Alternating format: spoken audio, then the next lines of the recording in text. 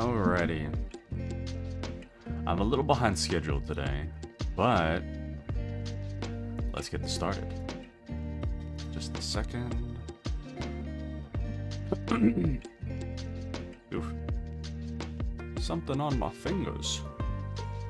I got crumbs on my desk. Okay. So, I've been getting a lot of questions. Sorry, let me put my glasses on first.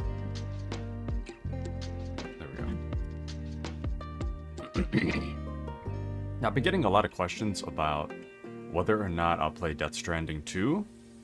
My answer thus far has been no. However, a part of me is like,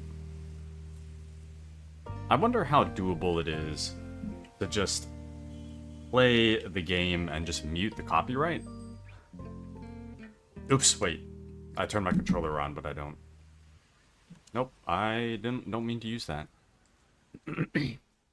So I've been wondering how possible it is for me to actually just play the game and mute the copyright. Online says it's not possible. However, I was thinking about, like, maybe it's possible to use hotkeys to just, on my computer, to just mute the moment that anything shows up. Which actually reminds me, hold on. Oh, you guys can't see my screen. Sorry. There we go. Oh. Still can't see.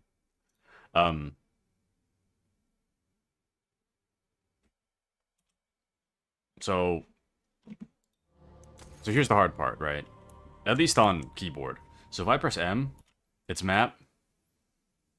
But I also changed M to be the hotkey to mute the game. Let me see if I can fix that, actually. Hold on. I gotta fix my hotkeys. But it is doable. If I play Death Stranding, I'm gonna use a controller anyways. So having the... What?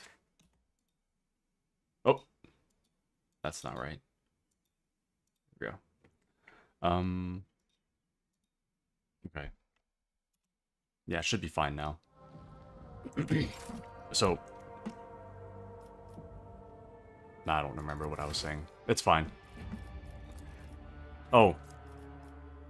So then comes another conflict. If I do play it on stream, I think what I'll have to do is play the first one again, because the story of Death Stranding is so incredibly complicated that I'm gonna need to replay the first one to understand what's happening in the second one, which is no real issue. But then it becomes, okay, well, if I pay $16, I can get the director's cut, or I could just pay nothing. I already own it on Epic Games when it was free, but that's just the basic version. But I really hate using Epic Games. It's just kind of sucks to have different game libraries on the same device. So for that reason, I might end up just getting it on Steam. So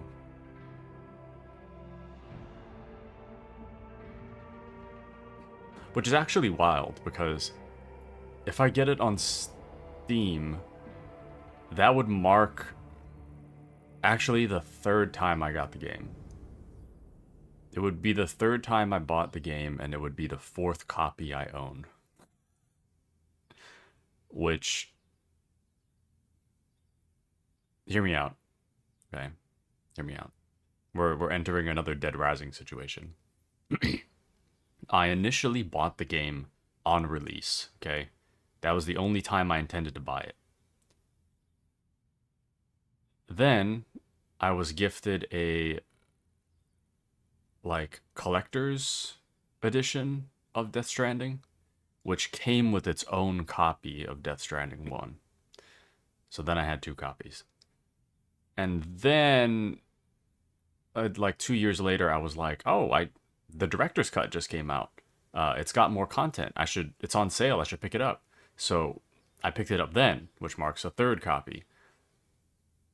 And now if I buy it on PC, I'll have a fourth copy. Actually, no, technically that would be the 5th copy. Because I would have the first one I bought, the second one that came gifted with the collector's edition, the third one is the director's cut. The 4th time was when it was free on Epic Games. And the 5th time, which would be if I got it on Steam.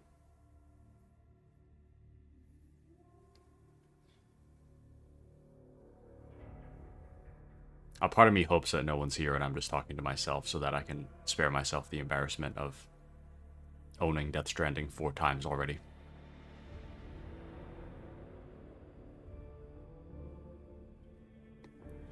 It is only $16 though on Steam. So, and I was looking into copyright as well. I gotta see if... Generally, I'm anti-mod. I might make an exception for Death Stranding to see if there's a mod that will get rid of the music. For streaming purposes. But my understanding is that if you keep everything under 3 seconds of copyright, you should be okay. Anything under 10 is questionable, but still probably okay. Anything over 10 is not okay. And seconds. But ultimately, there is no limit on whether you can be in trouble for copyright use.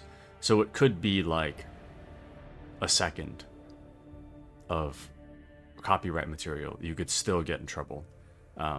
It's not likely for you to get in trouble, but technically you could get in trouble. And I really don't want to be dealing with that.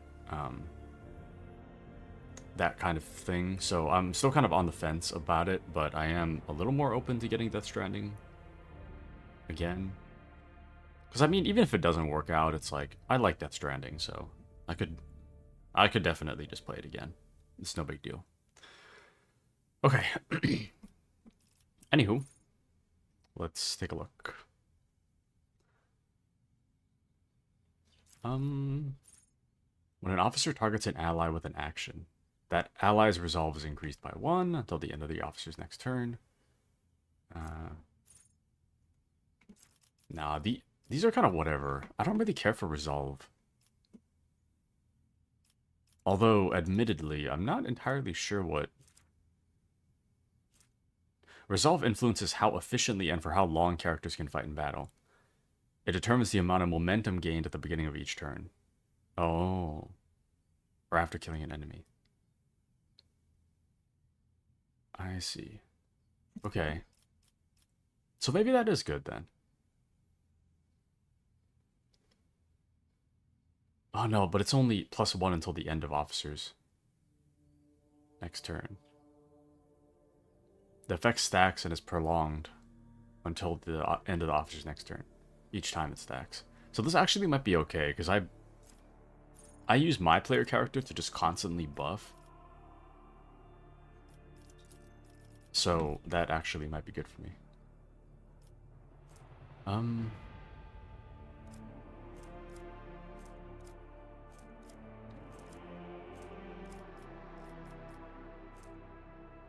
Okay, we're the most well-versed in the Imperium, so I'll do that.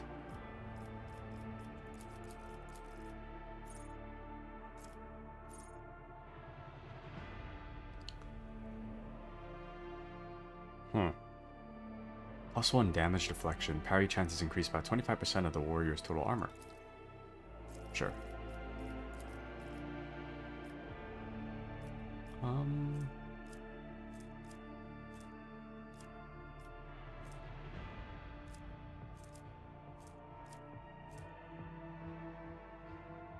All of these are kind of whatever. Coercion's fine. It's whatever. Nah, no, Cassia is the most coercive. I guess Medicaid never hurts. We'll just do Medicaid.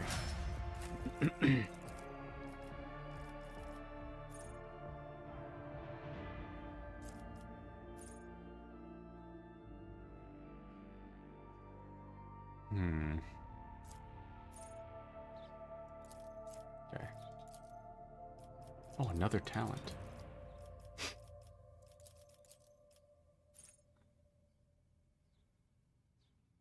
Oh, shield only occupies the slot in a single weapon. Only occupies the slot in a single weapon set. Interesting.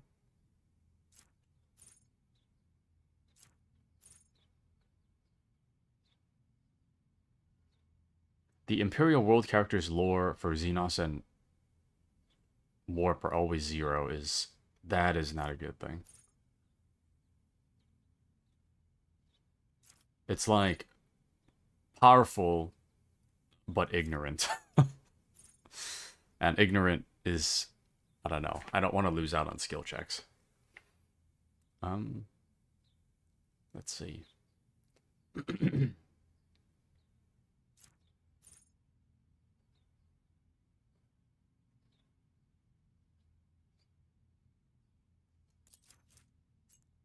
All allies, including Xenos, in the current party gain +5 to the same characteristic as was chosen for Humanity's Finest.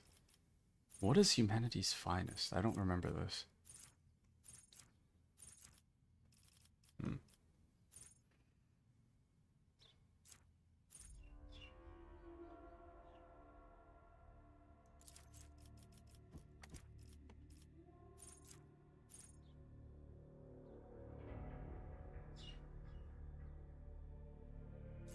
This one's pretty cool.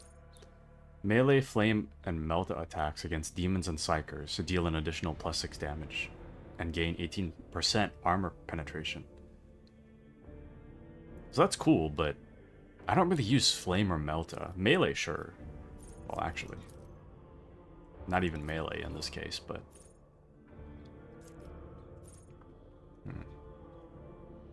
War Hymn of Furious Recital. I don't want to see these skills. I want to see which... I want to see which other skills I have. You know what I mean?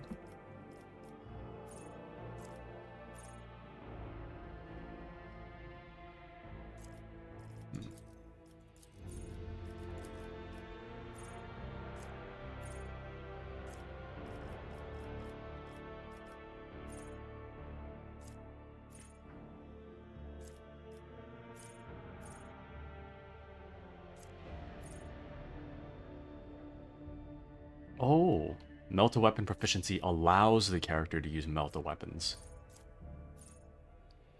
Didn't realize. Wait, was Argenta bad at movement? I can't remember. I think she kind of is. Yeah, you know, I'll just take that. It's whatever. Argenta just kind of sucks at moving.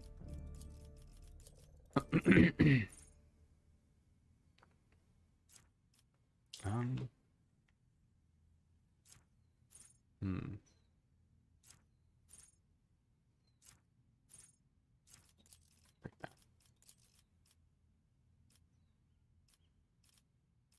I am getting a little better at, like, reading these. Still not as fast as I'd like, but... not bad.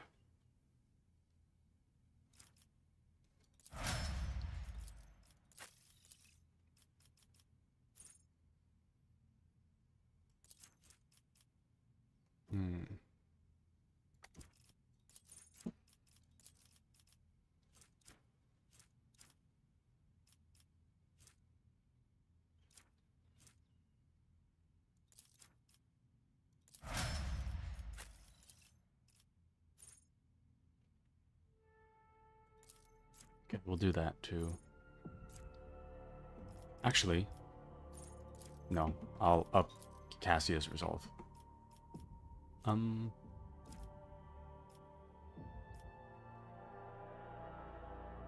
don't know why sometimes it just doesn't show me the little window.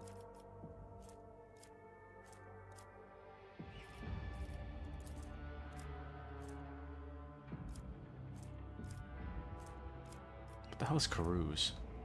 Oh, resist negative.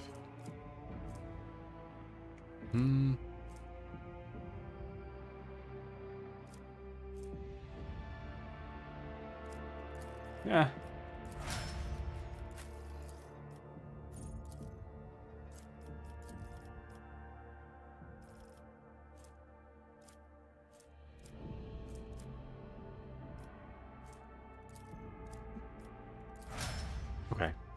we're good.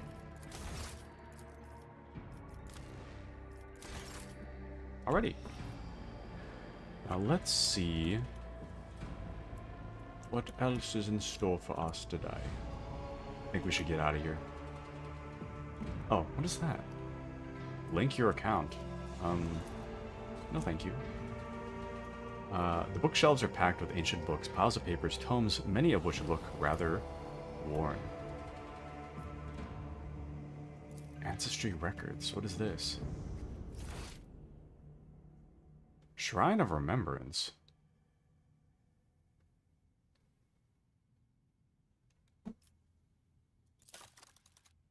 Are these devs?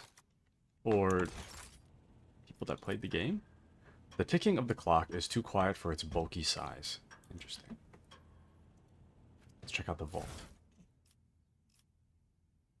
I don't know what that means. Let's get out of here. Let's skedaddle. Or whatever people say these days.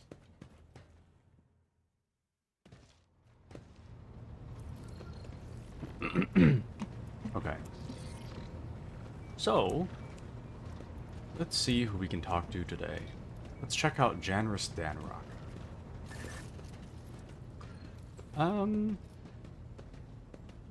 Nope. No need to talk to that guy. Abelard? Lord Captain? Lord Captain. No reason to talk to him.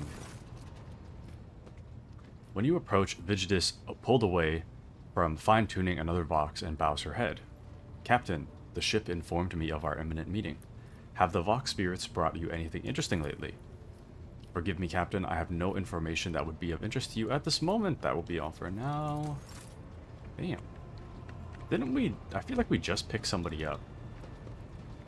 Although I don't remember. Oh no, it... Words cannot describe how boring the bridge is without our stimulating conversations. It's, Heinrichs. We haven't talked to him yet.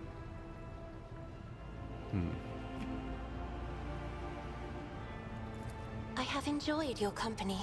Thank you for the conversation. Technically, we didn't really have a conversation, but... Okay. Let's see... What the hell is Heinrichs? Greetings.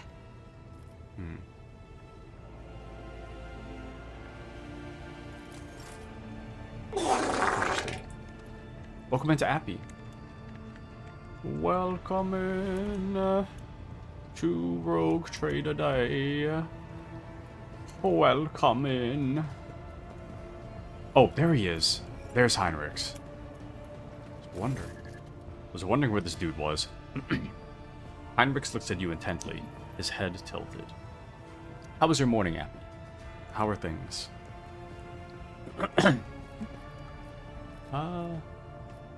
What? Heinrichs is a psyker. I thought he was just like a melee inquisitor. Can psykers be inquisitors? I guess inquisitor is more of a job title than a skill set, huh? Anyways, I know nothing about you, Heinrichs. Could you tell me a little about yourself? I'm usually the one interested in the pasts of those around me, not the reverse. I come from a night world, Guizorn III. I belong to a branch of one of the noble houses until my exceptional abilities were discovered. After that, I was sent on a black ship to Holy Terra, where I was trained, and I began my service for the glory of the Imperium. See. Appy says, got up and had some pastries and a cup of tea. Very nice. I'll mostly lurk because I need to talk to my brother. How's your morning? I hope you enjoy your lurk, and my morning's pretty good. I'm drinking some kind of matcha coffee. Or matcha something. Maybe not coffee, but caffeinated matcha something. From Starbucks. I had some pizza and some udon this morning. Rolled out of bed a moment ago. Things are going pretty good so far. But, yeah, nothing much to say. The morning's just morning-ing, I guess. Looking forward to getting a good bit of Rogue Trader done today, if I can. But yeah, hope you enjoy your lurk.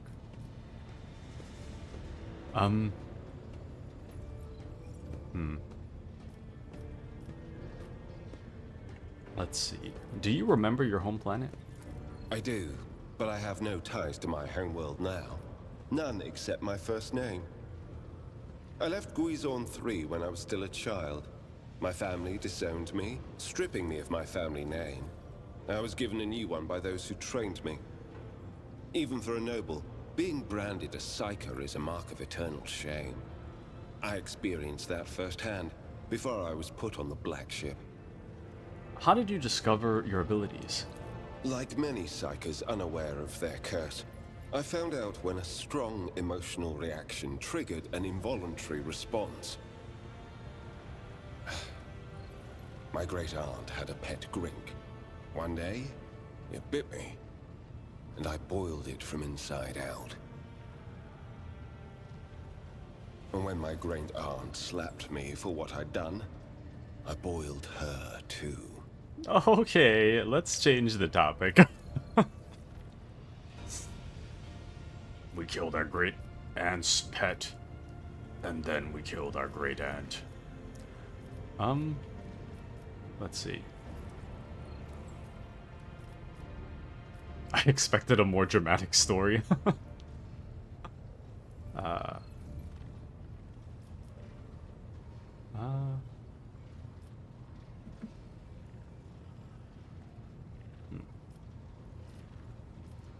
I expected a more dramatic story. If I were to summon a demon or rain down fire on everyone's heads, we wouldn't be standing here talking right now. However, I took the life of a family member. In my opinion, that is more than enough drama.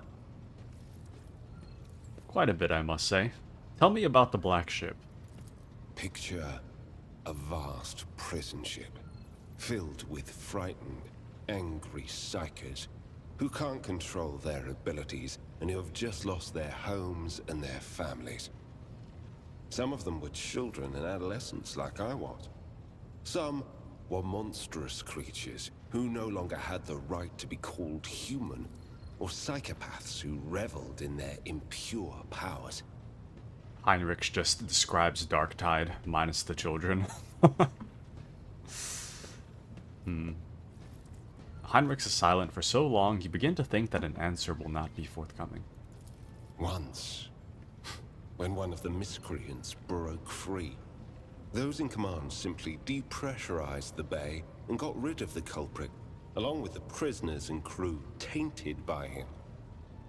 But even after that, I heard the echo of inhuman suffering and terror that filled that part of the ship. It grieves me to recall that episode to this day. You were sent to the Inquisition straight after training. No. First, I was accorded the status of a psyker fit for service in the Imperial Guard, where I then spent several years. It was only afterward that I became an agent of the Golden Throne. Heinrich stops there, clearly not intending to elaborate further. Let's talk about something else. Heinrich nods wordlessly. How long have you served in the Inquisition? Since the day of my initiation as an acolyte. So, decades. How many real years it's been, it's hard to say. When I return from a journey through the warp, I often discover that much more or much less time has passed in real space. Heinrich shrugs. You visited many worlds during your service, I'll wager. Indeed. I have visited many of the places brought to the Emperor's light, and those sullied by the filth of the archenemy. In truth, even after all these years spent visiting the various corners of the Imperium and looking beyond its borders, I still consider the Segmentum Solar to be the greatest of all humanity's bastions.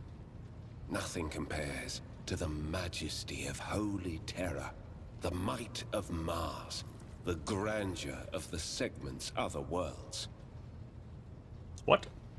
Welcome into Mandy. Mandy says, hello, Taku and Appy. I'm making lunch right now, so I can't chat very much. How was your day? Going pretty well. I just rolled out of bed a moment ago. So, things are pretty good. How are you? I got a lot of thoughts in my mind, currently. About a lot of things. I make it sound like it's a bad thing. It's not a bad thing. What's on my mind? Well, the most pressing concern, the actually worrying concern, is that I was talking yesterday about that bite I got on my leg, or the sting or whatever. It's looking pretty bad. Kind of hurting this morning too. So if it's not gone by Monday, or if it doesn't look better by Monday, I might have to go to the doctor. It's pretty bad. But other than that,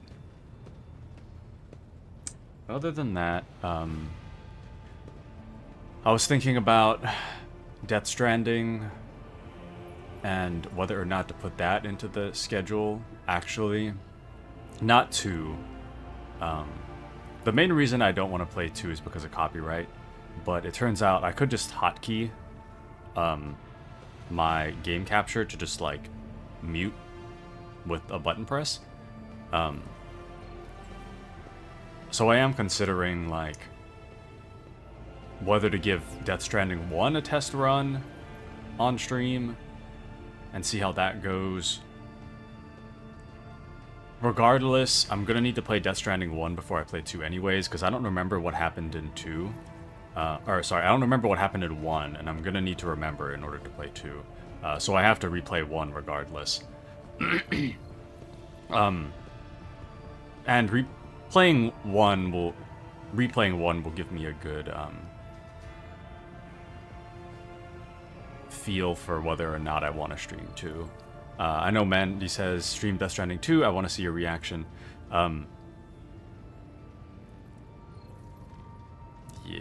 we'll see. I'd say it's a lot more likely for me to do Death Stranding 1, even though it's not super likely. But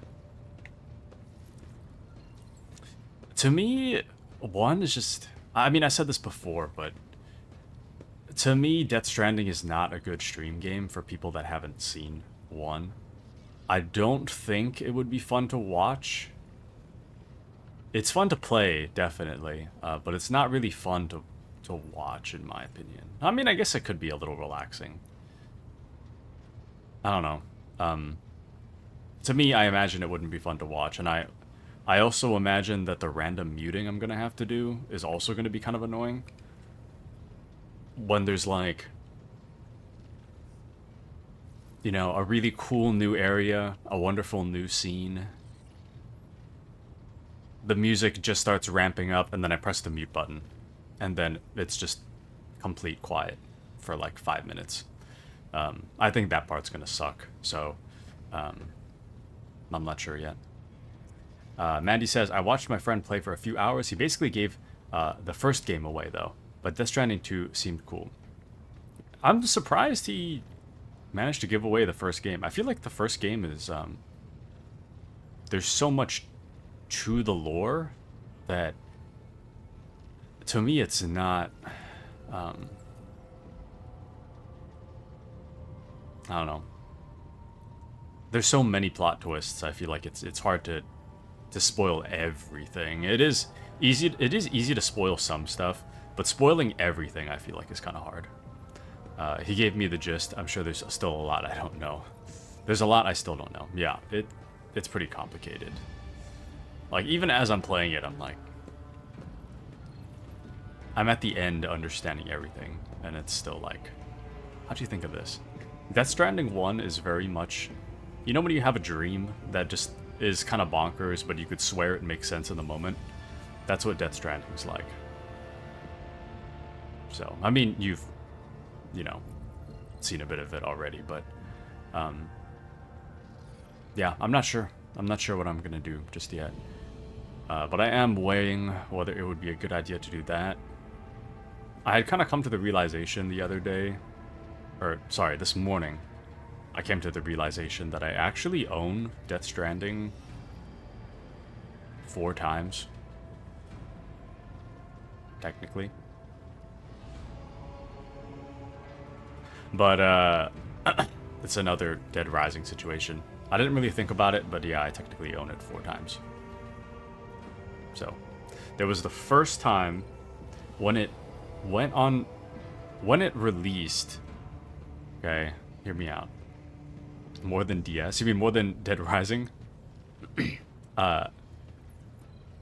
When it first released, I got it, right? So that's the first time. I bought it myself, the original. Then I got gifted a collector's edition of Death Stranding, which came with the disc. So technically, that's the second time I've owned it. And then the director's cut released like 2 years later or something. The director's cut had a little bit more content and it was on sale, so I got it, which would mark the 3rd time. And then it was free on Epic Games, and I picked it up on Epic Games, so that's 4 times. And then if I get it on Steam, then that'll mark the 5th time. So, but technically,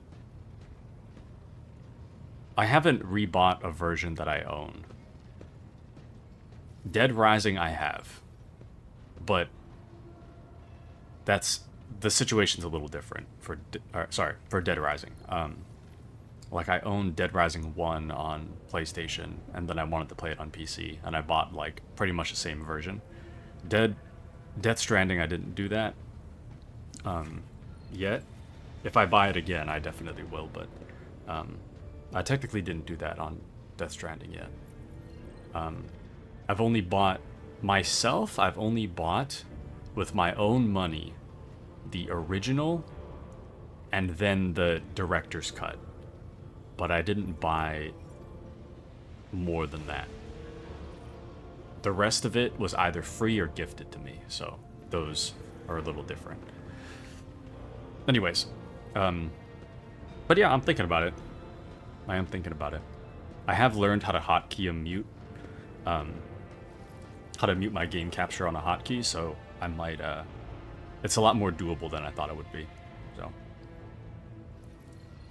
Actually, I'm gonna have to...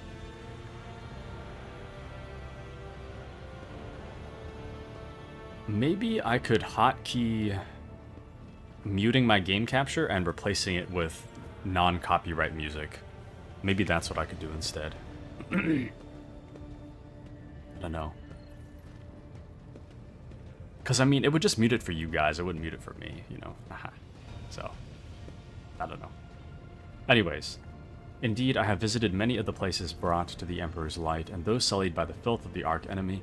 In truth, even after all these years spent visiting the various corners of the Imperium and looking beyond its borders, I still consider the Segmentum Solar to be the greatest of all humanity's bastions. Nothing compares to the majesty of Holy Terra, the might of Mars, the grandeur of the Segment's other worlds. What duties have you been carrying out for the Inquisitor? You can't really be expecting me to answer that question, can you? The interrogator returns your look and smiles, but thanks to the expression in his cold eyes, the effect is rather unnerving. For someone who's been in service for decades, you certainly look young. The first step for biomancers such as myself is to take control of the processes of their own body, including aging. I've endured innumerable hazards in my work. If I allowed every trace of them to remain, I would look completely different today. Let's change the subject. Gladly. You're not the Inquisitor's only acolyte, correct? Of course not. The Lord Inquisitor's entourage comprises dozens of people. The best of the best. Experts in various fields and disciplines. Some of them I know personally. Others I've never met. Oh, I thought Heinrichs was the Inquisitor himself. To be honest, I'm not even certain that the people I know are still alive. I used to work with other acolytes of the Lord Inquisitor, but in the Coronis Expanse, I have been working alone. Heinrichs' expression becomes pensive. and he seems to look through you to something beyond.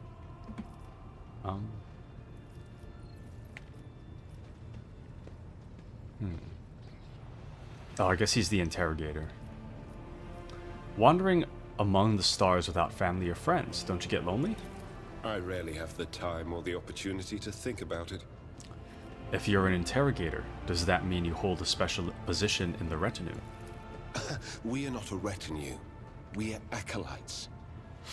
As for your question, I am closer than anyone else to the one I call my personal teacher.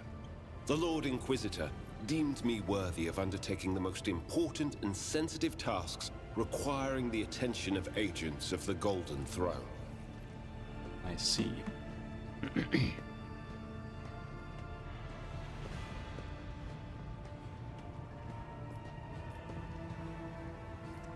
Are there other acolytes in the Coronis Expanse? The interrogator narrows his eyes at you and releases a disappointed sigh. After several seconds of silence, you realize that you will not be getting an answer. Let's talk about something else. Such as? What can you do as a psyker? The Lord Inquisitor was most insistent that I master the discipline of Santic Demonology. I use my faith and my power to crush the enemies of the Imperium. Servants of Chaos tremble at the sound of the Emperor's name, uttered by my lips. I am also a skilled biomancer. I can manipulate bodily processes. Sometimes I resort to those skills in the course of my work, when it is necessary to make the subject of an interrogation more cooperative. I see. I must take my leave. Heinrichs politely inclines his head in response. Okay, well, let's see what it is that we need to do today. So, we need to talk to the governor, news of Aurora's downfall, and the successful liberation of the monastery of the Adeptus Mechanicus signify the end of the major unrest on Rykad Minoris. And I think that's our main thing to do, and we need to get more crew, I guess. Everything else is settled, so I guess this is the last thing. The last thing for us to do. Oh, talk to the governor is here. Wait, what is... Okay, they'll be fine without me, probably. What is that? I'm gonna go see what that is. Maybe it's a dumb idea, but... The Vox crackles to life, and Master Helmsman Ravor addresses you. What we have here, Captain, it is not very noticeable, but there is a void ship sitting in the local asteroid field. It sure is quiet, like it's huddled up in there on purpose. It's not like I am surprised. The thing is more scrap heap than ship at this point. Somebody sure went to town on it. We are registering critical damage to the hull and depressurization of several compartments. Oh, there is an incoming transmission now too. Hear us? The Vox transmission hisses and abruptly cuts to static. Do not require assistance. Pete, do not require assistance. Copy? The Vox relays a different voice. Keep following. They'll pass us by, won't they? Aurora protects. Captain, I am told our augurs cannot determine the allegiance of the vessel. To be brief, there is an unidentified and badly damaged vessel within an asteroid field near the Rykadi Philia colony that is refusing help. Which, not to put too fine a point on it, has not yet been offered to them.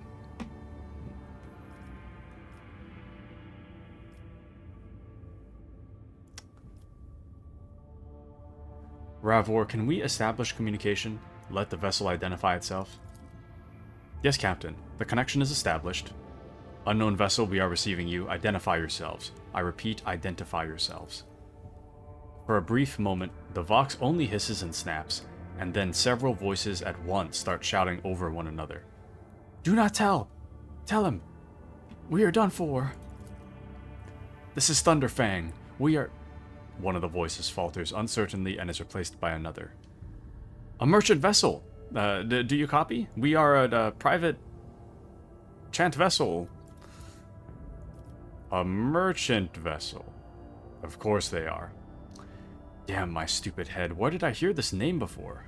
Thunderfang.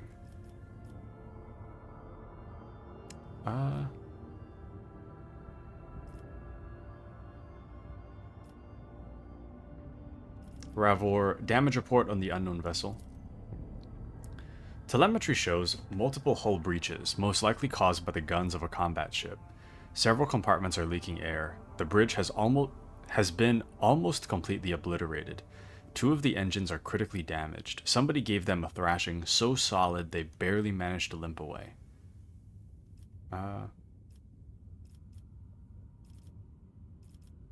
Thunderfang, why can we not identify you? You can make out hoarse and furious whispering, even over the crackling of the static. Why? I don't know. What if... Certainly not. The whispering dies and a clear, youthful voice cuts through the static. Our vessel is badly damaged. Damage is preventing the correct identification. We assure you, full merchant vessel.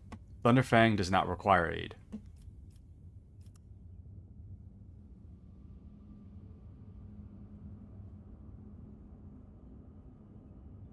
Thunderfang, your vessel is badly damaged. What happened to you?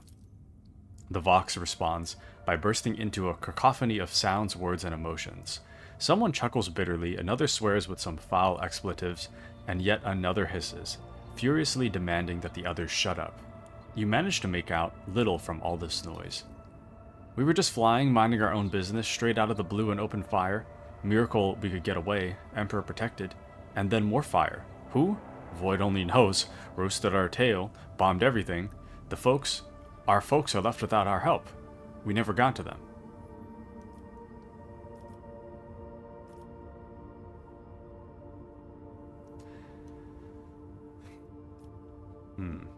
Thunderfang, now stop playing games and explain again what your business is here. And this time, I highly recommend the truth. Happy now? What have you done? It's too late now. Vox channel is again filled with the angry whispering of several voices. The whispers and static are drowned out by a clear and slightly frightened voice. Do you copy? We are from the Fellow of the Void. We did not come here to loot, on a different business, to help our own, out of jail. Do not hurt, please. We already had our Chronos cleaned. How about striking a deal? Our hold is full of goods. Mandy says, Taku reading bedtime stories to his kids. That'd be fun. It'd be fun. If I had. I don't know. Do I want my kids to grow up in a world of no career prospects, microplastics, various other problems that come with having a life in the next 80 so years? I don't know. Now, if I was my current age in like the year 2000, I'd say hell yeah, I'll have kids. But now, no, I don't think so. I kind of lean towards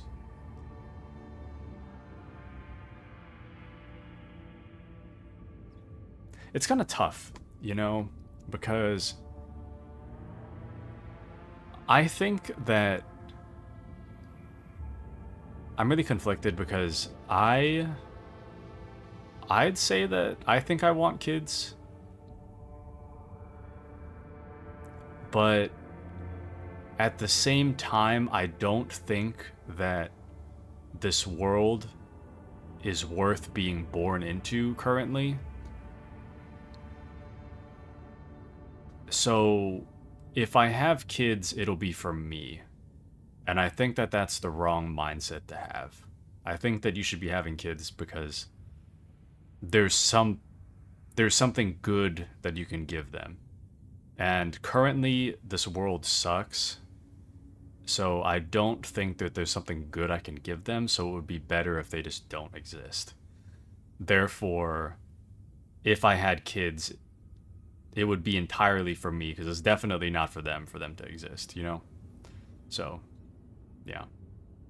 Kind of a conflict there. But Mandy says, I'm with you there. LOL, real. Yeah. It's kind of sad. I mean, if someone finds a way to get rid of the world's microplastics, and there's no risk of another world war, you can actually own land, billionaires aren't siphoning money from everyone, then sure. When do you think a good time to have kids is then? The time era. I mean, obviously there's no good time era necessarily. But I guess when I think of at the very least, if you were to exist in the year 2000. Or maybe going back as far as the 80s maybe? Entire human history.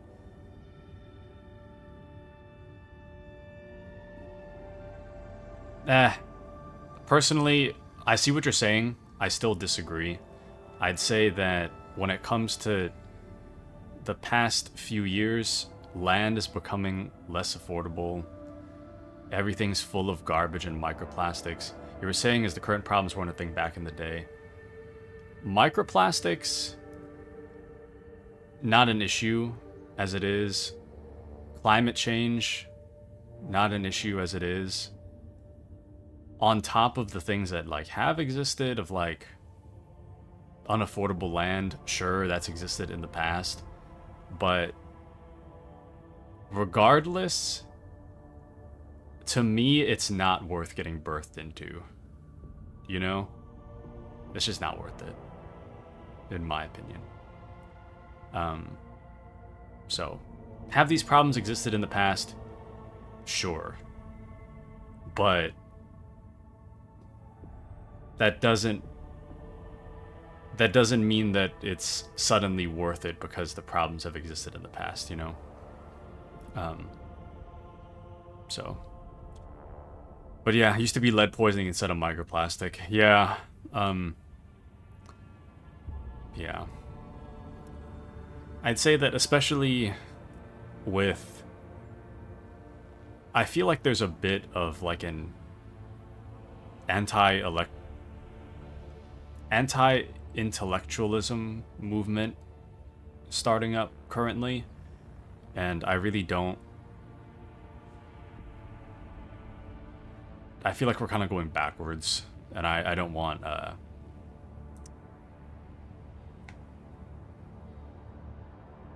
I don't want my kids to be born in the downslope, Because I know humanity kind of fluctuates, right? Good. Empires rise, fall, rise, fall. Good things happen, terrible things happen. Currently, we're on the downslope.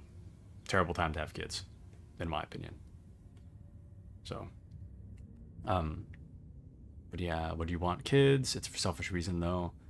From Handshake. I just don't like the rhetoric of it's not a good time era to have kids, because that's always been the case. 1980s was a peak of nuclear threat, too. Yeah.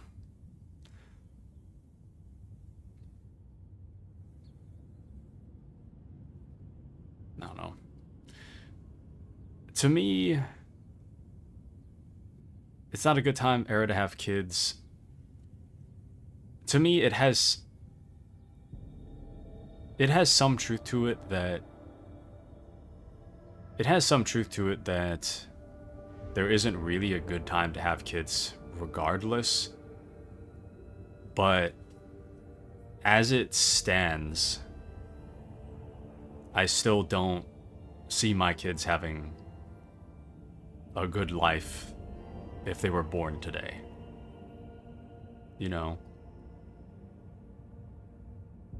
It's like, if I wasn't living with my parents, I'd be broke. I wouldn't be able to afford a house unless I just moved to the middle of nowhere. in which case I would lose my job. But don't have enough money. Not enough opportunities to get money unless I switch jobs like 10 times. Won't be able to afford land. Rising student debt. Rising debt, period. The threat of war is always kind of there.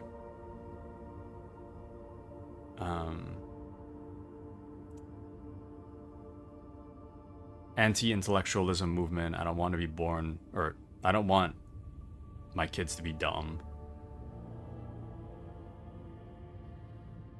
I also don't want to pay more for private school.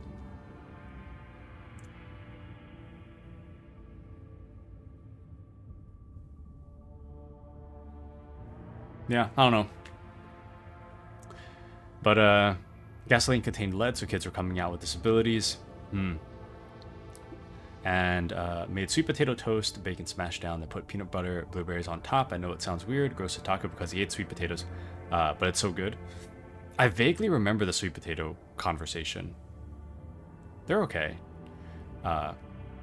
Mandy says I'd worry too much, kids are expensive. Appy doesn't want kids because he doesn't want to wake up at 3 a.m. in the morning to feed a baby. Now that's a good reason.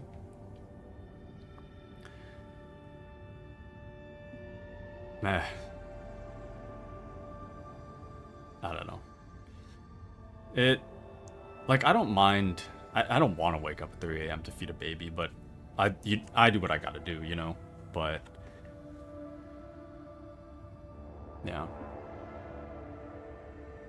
In terms of what I can give to my child, I feel like there wouldn't be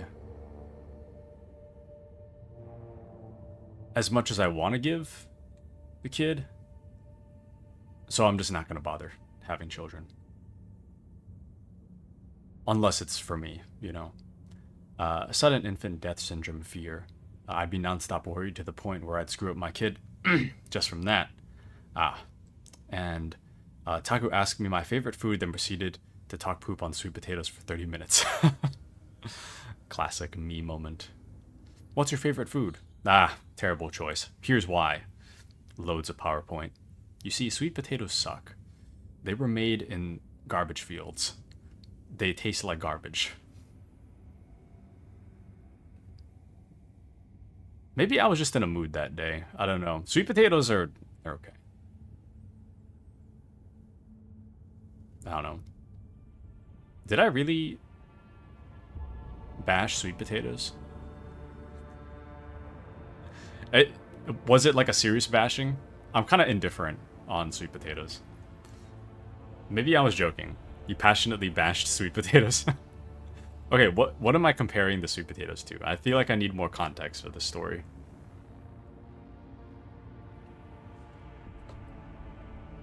In the right context, I can see myself bashing sweet potato. Okay, hold on. Let me close my window. Okay,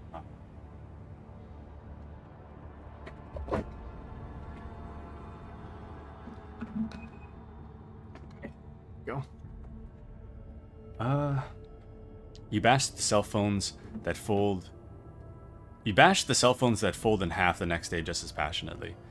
Cell phones that fold in half are fine. It's the touch screen. If it has buttons, it's fine to fold. Or more acceptable, rather. The touchscreen ones are so stupid. I don't know why you'd want a foldable touchscreen phone. That is so dumb. It looks terrible. It's the most aesthetically unpleasing piece of garbage I've ever seen, and anyone that pulls one out of their pocket is just disgusting. Absolutely disgusting. My old boss had one of those. It's like, do you want a phone or a wallet? You know what I mean? You already have a wallet. You know? You don't need your ugly smartphone to have a crease in it either, you know? Who wants... Let me ask you a better question, okay? Who wants a random crease in the middle of their monitor? Nobody, right? Because that'd be stupid. you know? You wouldn't want a crease in the middle of your monitor. You just want a flat screen, right? Same thing with the phones, with the smartphones. Why do you want a crease in your touchscreen? Azura's phone folds in half.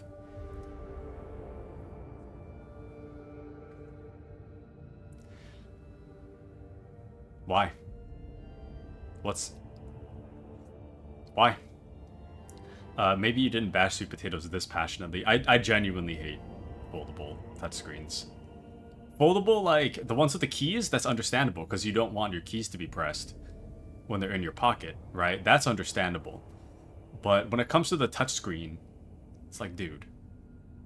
Grandpa Taku. I am set in my ways.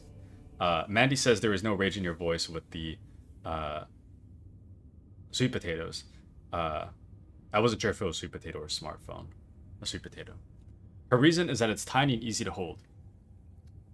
That's a lie. Because the foldable phone, when it's unfolded, uses the same amount of space as a normal smartphone. But when you fold it in half, it becomes bulkier. And to me, that's terrible. Sometimes I wish I went that route. My phone is huge. No, she has that new one, the one you were bashing. That one is the ugliest thing I've ever seen. If I ever walk into a smartphone store and someone's like, would you like to see our new smartphone? I'll be like, get the hell out of my face. Your opinions are disgusting. You know? Don't talk about Azur's phone that way. Azur has got a terrible phone. Unfortunately, although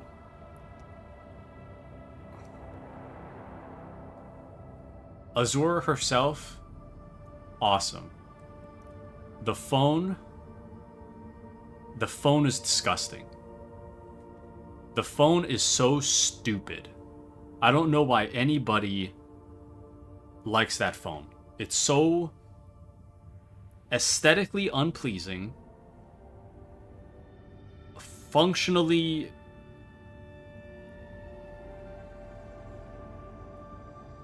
I can't even think of the word to describe how stupid it is. The gravity of how stupid it is. It's functionally, it misses the point. If I want to check the time, if I want to check my notifications, I pull my phone out, I tap the screen, I see what time it is, I see my notifications, right? On the other hand, a stupid flip phone, you pull it out of your pocket, you gotta flip the thing up, and then you gotta tap the screen. Imagine doing that over the course of like however 5 years or however long your phone lives, you know? Imagine doing that every time you want to check your notifications. Annoying, right? And now you got a stupid crease in the middle of your screen. But, anyways. But Death Stranding's good. Death Stranding's good. But when it comes to flip phones, stupid. I hate the aesthetic, I hate the design. Functionally, it's idiocy. I can't imagine why anybody would want to flip their phone open to check their notifications when there's no reason for it to be closed in the first place. Mandy says, TBH, the only reason I didn't get that phone too when I traded it in is because I read reviews that the screens break easy and I'm very clumsy. And see, I mean, I didn't know about that part, but that's another reason to hate the foldable phone. The foldable touchscreen phone. Because the only thing I can think of is like, okay, maybe you don't want your touchscreen to get scratched, so if you fold it closed, then you're a little more protected. But if the screens break easy, then it misses the point again, right? That's like the one good thing that you could have argued that it does is now void because the screen breaks easy anyway, you know? So, anyways. I don't know why I'm so passionate about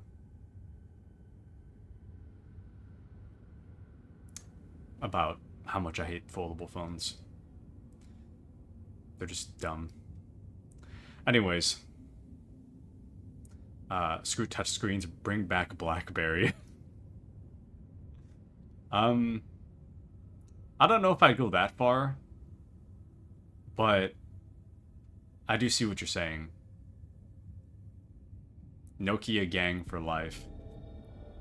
I think touchscreens to me are good, but only for specific things.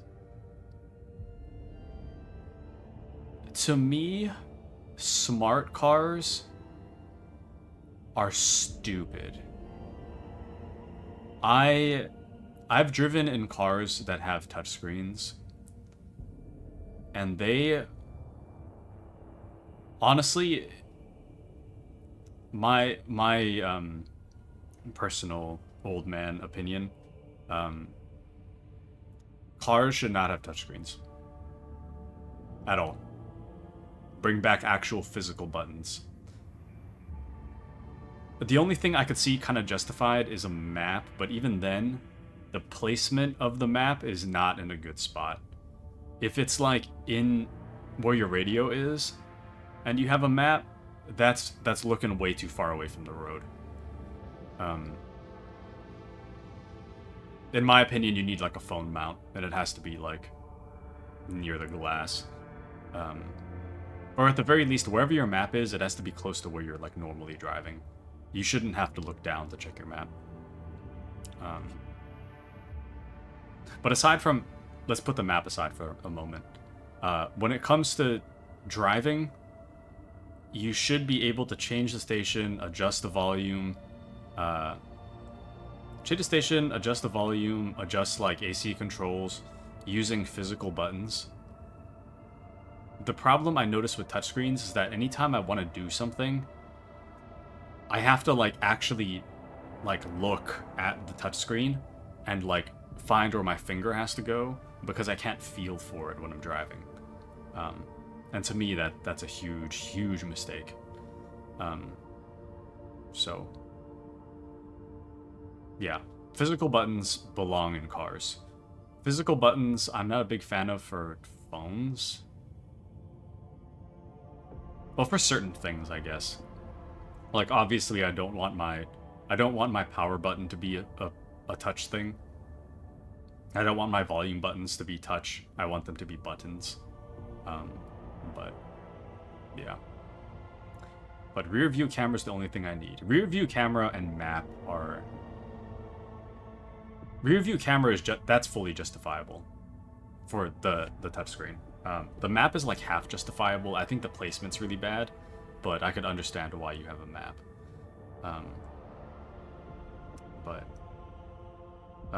That's kind of real. My steering wheel has buttons though, so I just use those rather than the screen. Yeah, the buttons... I don't really use buttons on my steering wheel. I don't even know if I have. But anytime I've driven a car that has them, I don't use them. I don't know. To me, personally, I don't think buttons belong on a steering wheel. Personally. And how are they putting wide, curved touchscreens in cars? Get rid of that. So true. No.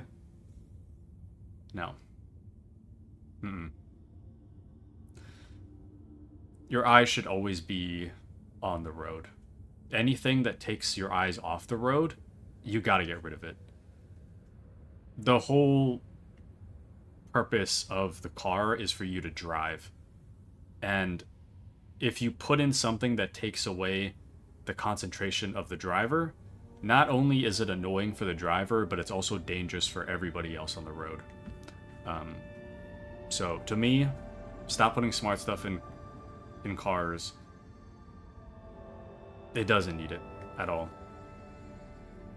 If anything, the only thing, like, maybe add some USB ports for, like, charging, but aside from that, no. What happened to HUD text? Project all that on a window instead.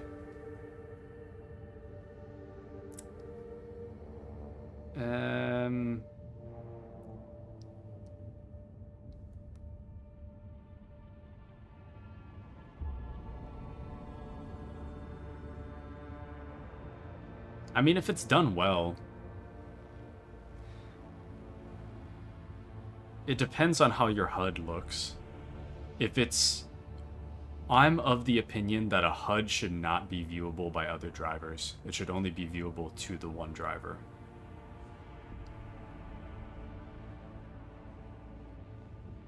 Because to me, the problem with being able to see other people's like HUDs or screens is that it could distract from like actual driving lights. You know? Distracts from the blinker. Like, let's say you look at a car. Sorry. Let's say you're in the city and like 10 cars are using the HUD.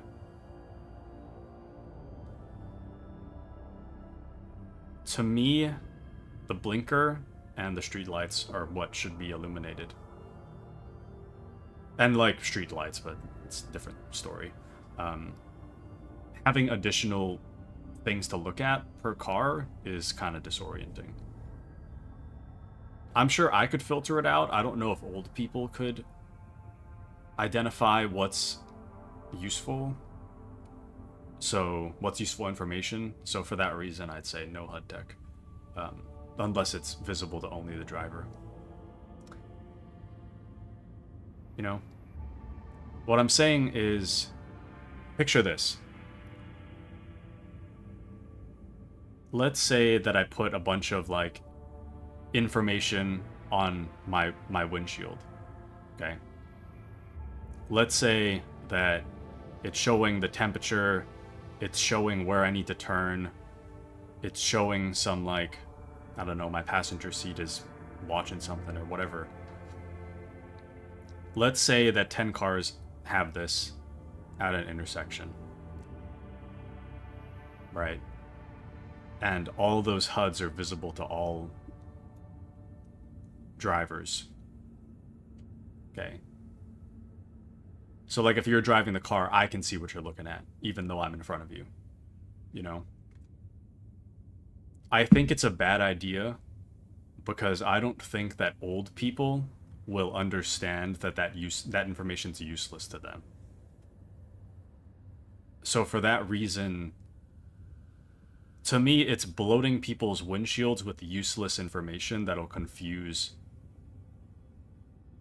other people. And people are distracted by their phone anyway. It's a little different in this case. I mean, yeah, to me, that's a separate issue. That is an issue, but a separate issue. To me, I should be able to see your eyes, your face, and I need to be able to see like where you're looking and where you're gonna turn.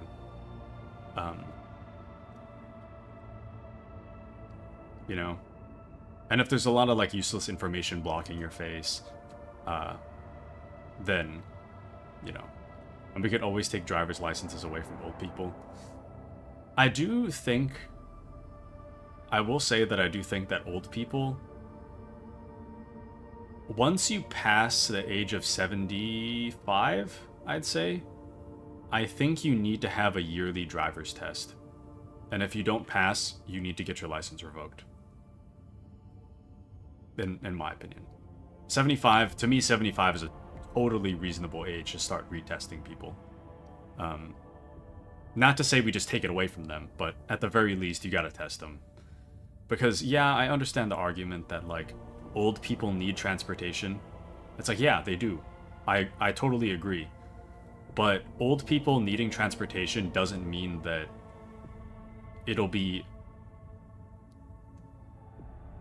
Old people needing transportation doesn't mean that that suddenly justifies having drivers that don't know how to drive, that have no reflex skills, and that accidentally put the car in drive and ram into restaurants because they meant to press reverse, you know, which has happened before because of age. So for that reason, if you can't pass a driver's test, you're a safety hazard, you gotta get off the road. It doesn't matter, like, I understand you gotta be somewhere, and everybody needs transportation. I totally agree, but that doesn't mean that it's okay to be a safety hazard as a result. To me, that's not okay.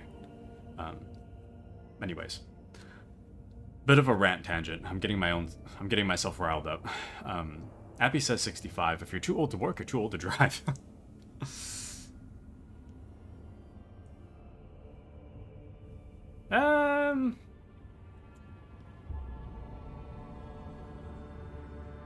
Not well. There isn't really a cap necessarily on like when you're too old to work. There is an age to retire, but just because you retire doesn't mean that you're too old to work. It just means that you stopped working, so it's different. And Bluxy says old people should learn how to use Uber. I would be fine with if my tax dollars went towards like a free Uber service for the elderly. I would 100% be fine with that. Because I mean, if you're lucky to be old, if you're lucky enough to get old, then having a free taxi service would be awesome, you know? And it wouldn't just benefit old people. If I get old one day, it would benefit me too, you know? So in that way, I think tax dollars going towards old people, taxi service would be awesome. And it would also stop old people with no reflexes from driving on the road. So I do agree. Anyways, how's Peak? Peak's great. Now I'm on my Death Stranding 2 jazz. So, in other words, Bluxy is still playing Peak. Very nice. It benefits you now because the roads are less dangerous. Yes, and it benefits me later. If I'm lucky enough to get old, it's going to benefit me too, because then I get free transportation. So, all around, it's a win-win, in my opinion. Peak, but with the robot legs. Yeah. But, no, I am excited to eventually play Death Stranding 2. I got asked by Bluxy about Death Stranding 2. I got asked by Dark about Death Stranding 2. I got asked by... I think Mandy asked. I feel like one more person asked, though, about Death Stranding 2. So, in that way, I think that it would be kind of a missed opportunity if I didn't do a Death Stranding. I don't know. Taku gets free transportation to bomb disposal site? What do you mean?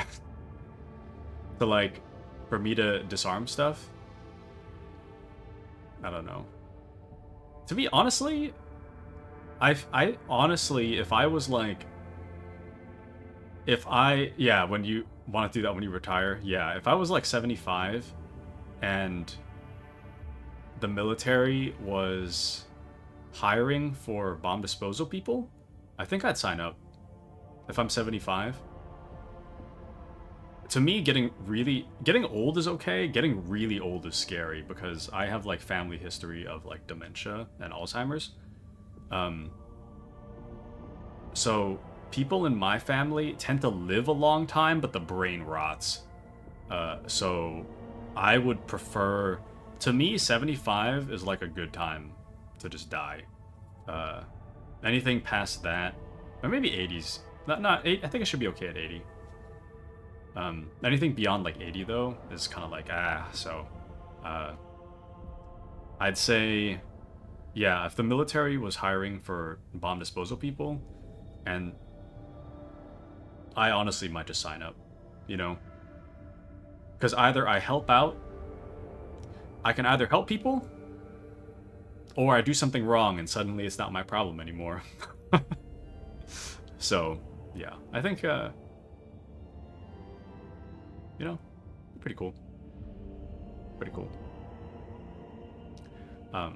Either sudden way out or good things happen. to help people. Bluxy says, yeah, no, I'm okay with not getting really old. I don't need to become a walking, sagging sack. Interesting way to describe an old person. Not for me. Not for me either. No. I don't mind getting old, but I need my brain to be there. If my brain is rotting out of my head, I would prefer to be dead. The moment that I start losing mental faculties, I can't tell where I am, I can't reason through stuff. If it gets to a point where, like, I don't remember how to eat or I don't remember how to breathe, I would prefer to have died, like, well before that point, you know?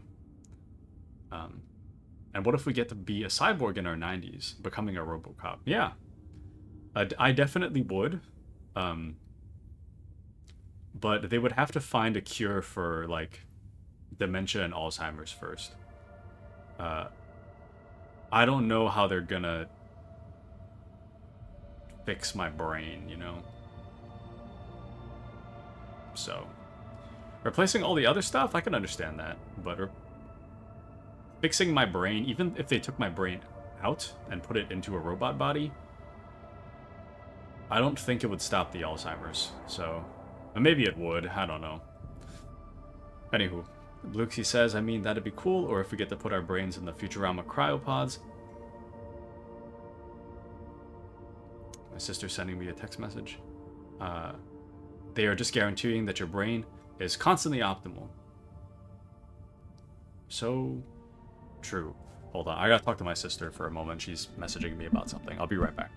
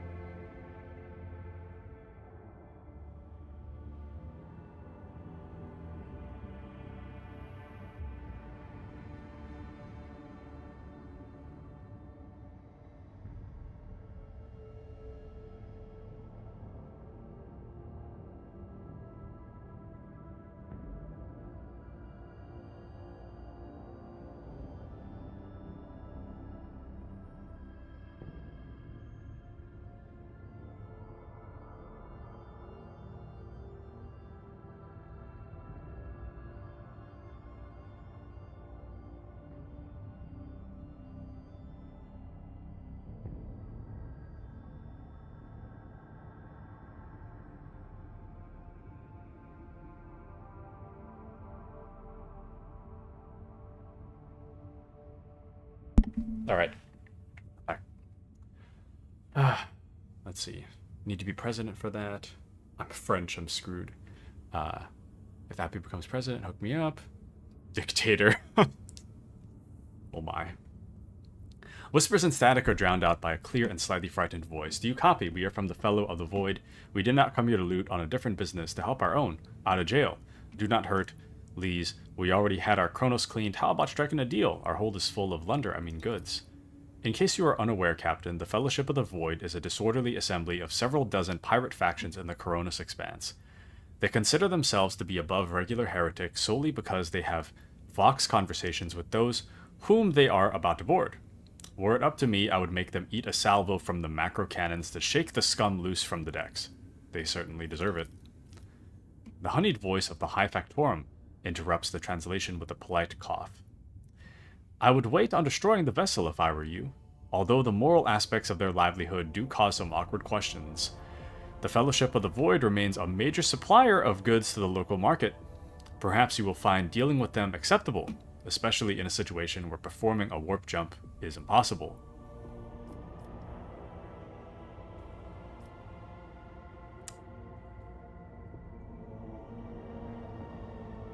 I mean, they're still pirates. What do you mean by supplier of goods? What kind of goods? And how useful are the goods? You know?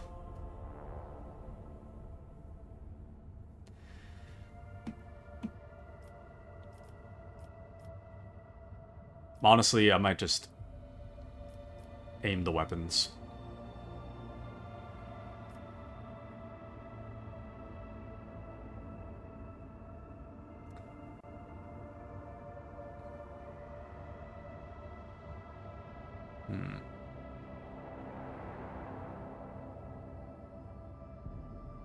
Main gun deck on my order.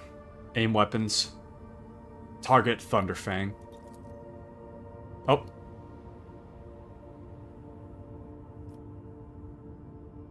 I think I clicked the wrong thing somehow. Captain, we are observing the void ship Thunderfang. Laser-based Vox communication is available. Yeah, I think I pressed the wrong thing. Alright. Target Thunderfang. Your Lordship, I beg forgiveness for my impertinence, but let me remind you once again we are currently locked in the system without the ability to jump anywhere else. Be reasonable. Do you really now of all times want to get rid of a trading partner? And remember, the Fellowship of the Void is very likely to learn of what is about to transpire. Ah, fine. Have it your way. Main gun deck, belay that order. We'll blow him up later, I guess. We don't need to do that right now. Alrighty. So let's head to the bunker. Heinrichs is whatever, though. Ah, whatever, that's fine. Okay.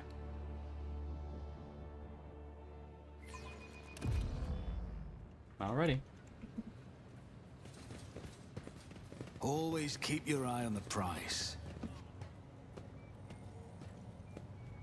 Let's talk to Governor Medina. Greetings again, your lordship. Governor Medina offers Heinrichs a somewhat strained smile. Master von Kalox, it pleases me to see you in good health. I hope that you accomplished what you intended to at the electrodynamic cenobium. The interrogator nods without saying a word.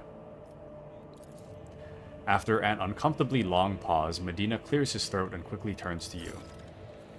I can't express how grateful I am for your help. Now that the insidious heretics' designs had been thwarted, nothing stands in the way of my plans or yours. With the Aurora dead, the spirit of revolt is waning.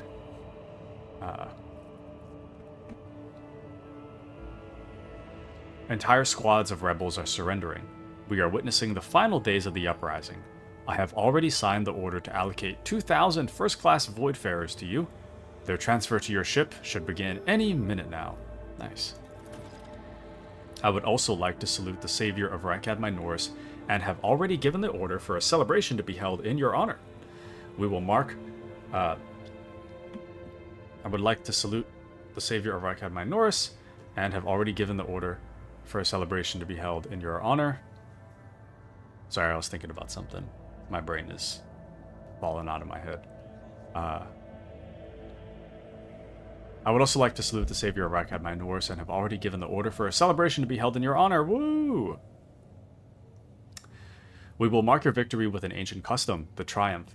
You will drive through the city streets accompanied by a guard of honor as befits a hero who has vanquished the Imperium's enemies, while your trophies will be displayed to the jubilant crowds. Let me know once you have concluded your business in the system and we are ready for the Triumph to begin. Governor Medina is positively ablaze with enthusiasm. I think we're done in the system. I checked my quest log and there's like nothing for us to do. I am ready for my Triumph. Excellent. We'll see each other at the square then. May the light of the throne be with you. Alright. Let's Is there money to be made? get the show on the road. Get this show on the road. Okay.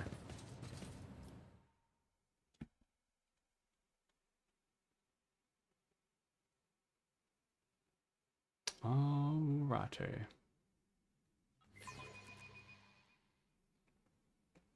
I gotta get a water. All I have is this matcha. Oh. Hello? What is this? Master of Ceremonies. Let me save first. Yes? Your lordship, peerless Lord von Valancius. I am the Master of Ceremonies of Rykad Minoris. Everything is in place for your triumph. Allow me to give you a brief summary of the upcoming event. Speak. You will take the road, now familiar to you, from here to the starport.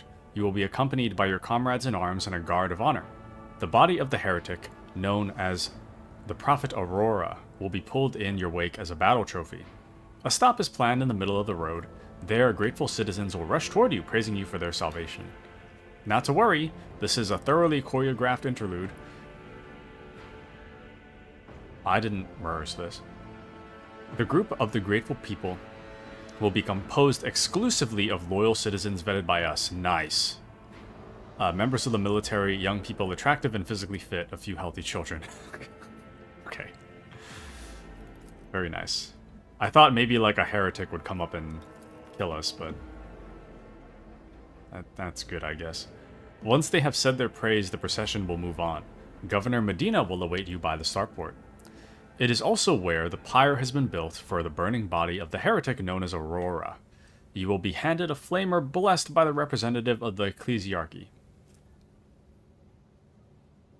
You can choose to personally perform the burning, but if you wish to underscore the amicable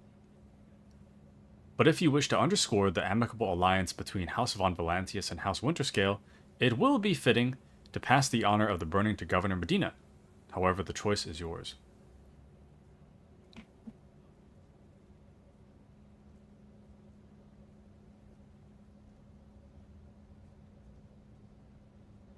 What?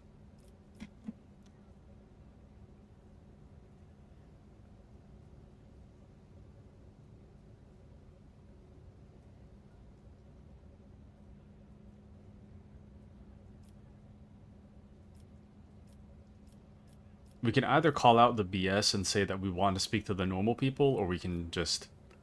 the normal, not staged people, or we can just say start the triumph. I think I'll just start the triumph. An excellent plan! I am ready to start the triumph. Of course, your lordship. Alright. Let's get on in there. Let us not dawdle.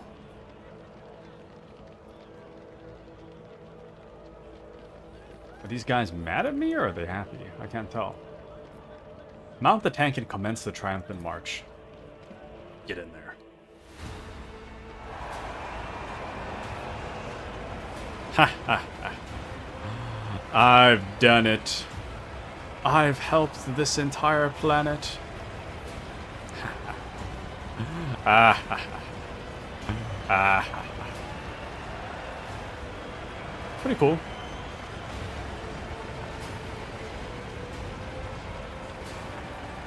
I'm surprised that nothing bad has happened yet.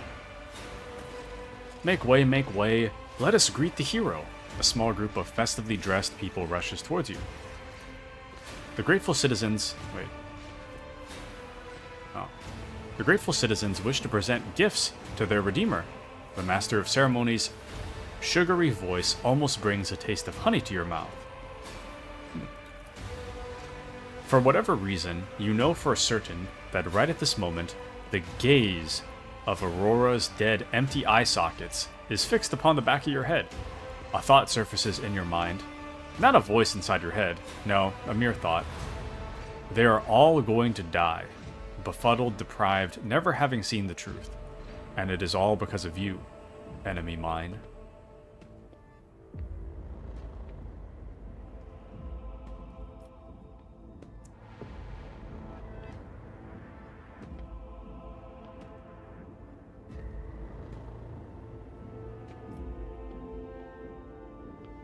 Hmm.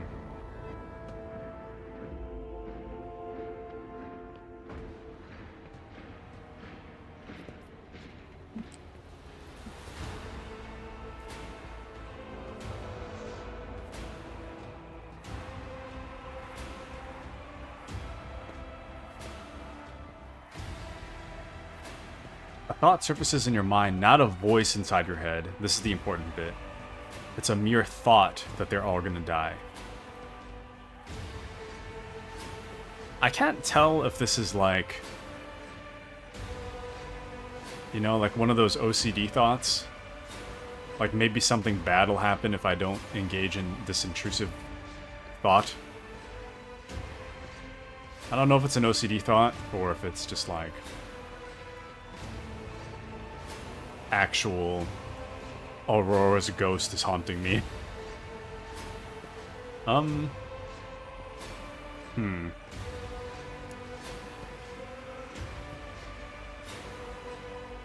feel like these two are kind of whatever. I think these are intrusive thoughts. Surely.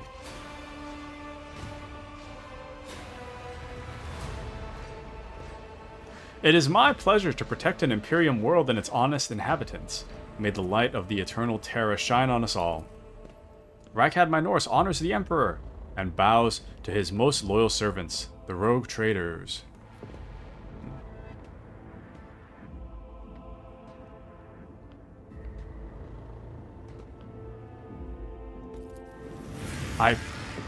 I'm sensing something. Boundless, blue, golden, dark. A grimace contorts Heinrich's face. The interrogator lifts a hand to his temple, as though struck by a sudden migraine. What? Okay, well, so it turns out it wasn't an intrusive thought. We might actually die here. Behold, behold, behold the final dawn.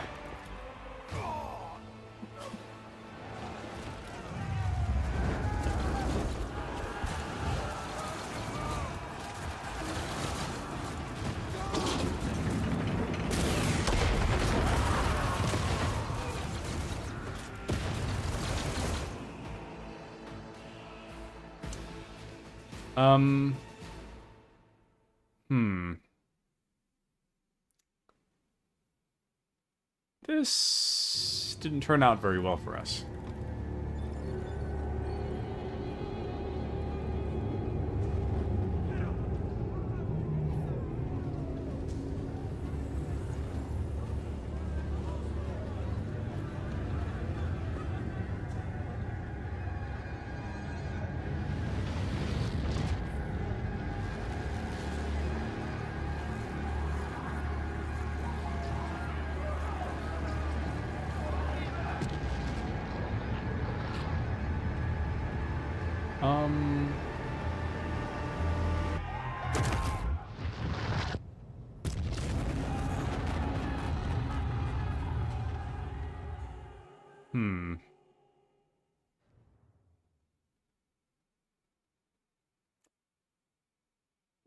Did we even get away? I'm pretty sure... Oh, wow. Yeah. I'm pretty sure that should have killed us. Your arrogance will be your downfall. All of you will bleed! I guess... We're fighting now. I guess. Dare you? Ow. Damn it. How'd I get hit by that? Well. Things are certainly not looking very great for us. Everyone is dead. Didn't the whole planet explode? How are we still down here and totally fine? I don't understand. Okay, well. Alright, Abelard. Good as done. Kill him. Kill them all. Indeed. Victory is imminent. Damn it. So close to killing.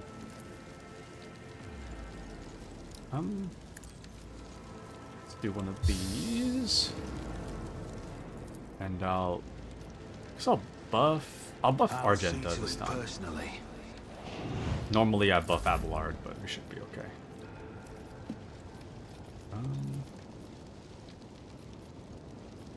Doubt is for the strike. Nice. I should have done run and gun though.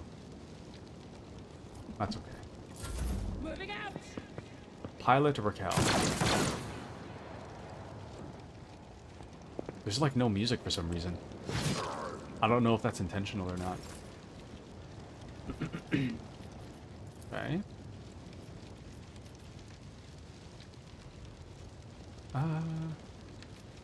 I'll do one of these. This should kill most of the guys here. Now you're clad in scarlet. Oh, Bluxy says I gotta go right, but I shall be lurking. Sorry.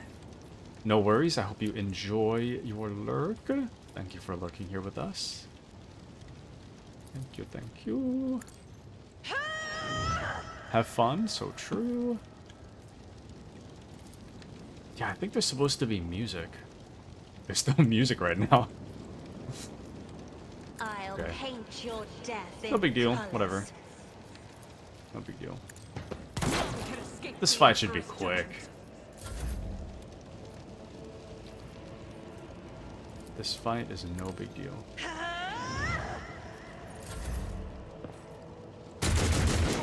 They could like triple the amount of enemies and it would be no big deal.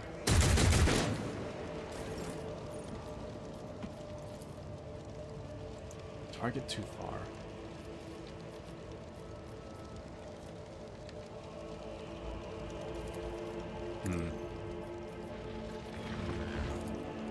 But of course, Lord Captain. Bruh.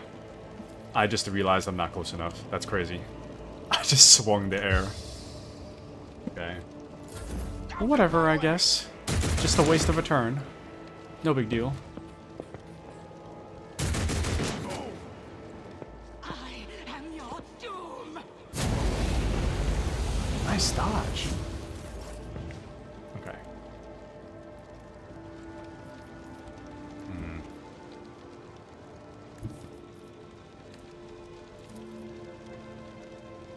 Okay, let's cleave this guy.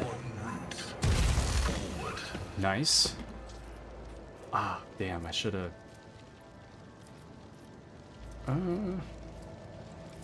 Should've analyzed.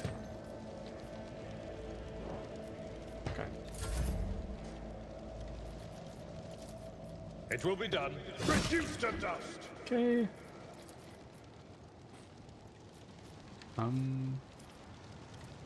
We'll charge I it. will do my duty. Target well struck. Damn. 1 health.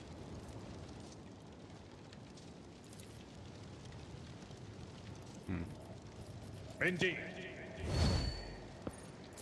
Okay. I serve the ruinous powers. My ruby flashes are choking me.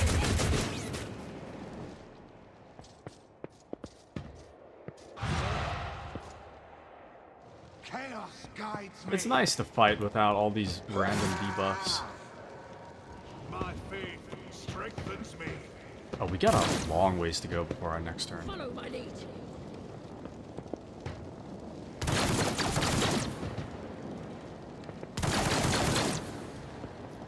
I serve the ruinous powers.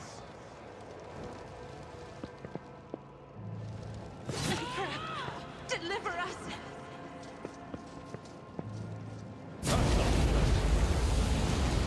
I bring ruin. I took care of this. Oh, nice. Break their morale. Oh, I forgot to open my YouTube chat. Oh. What's happening? Oh, that's fine. Hold on. Hopefully no one messaged on YouTube. Okay, no, we're still good. Alrighty. Still good indeed.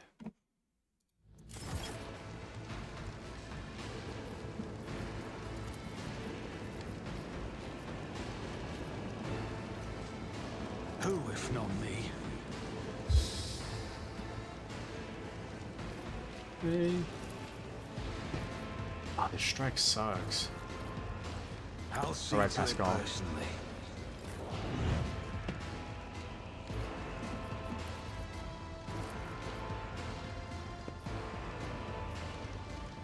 Damn.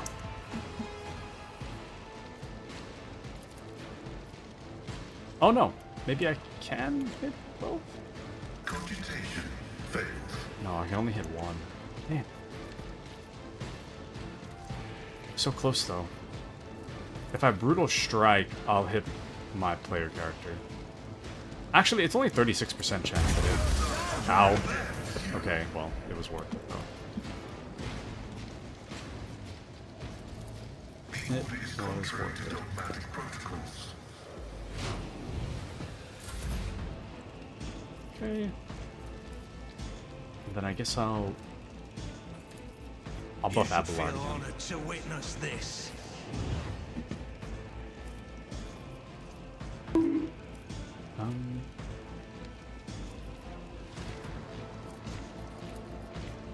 Kill this guy. One fewer target. Nice. We'll charge this It's already guy. done. I took care of Nice. this one. And shoot, I don't have any more movement points.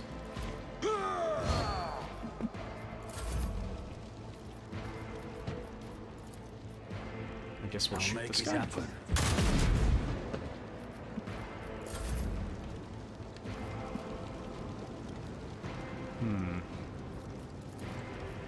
Faith without... Nice.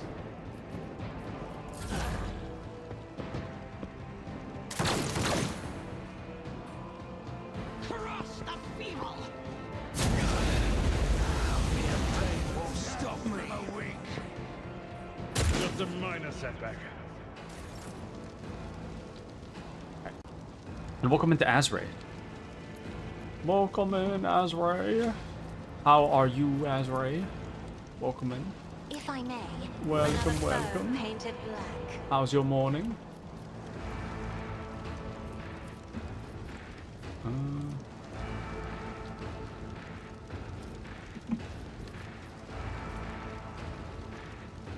Damn, I can't do the stair anymore.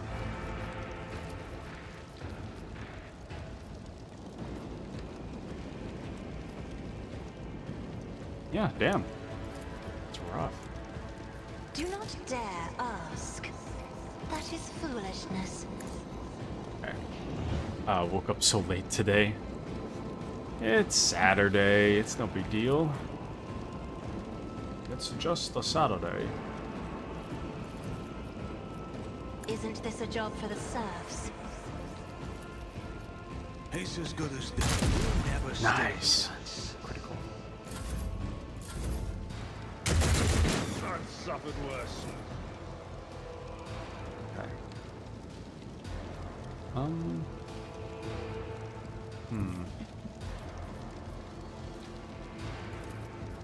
Get me a target. Alright. Buff Cassia. I won't object to Then it. we'll do one of these. Okay.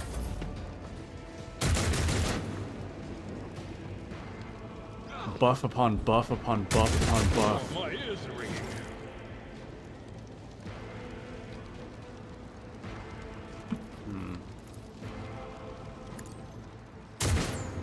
Damn.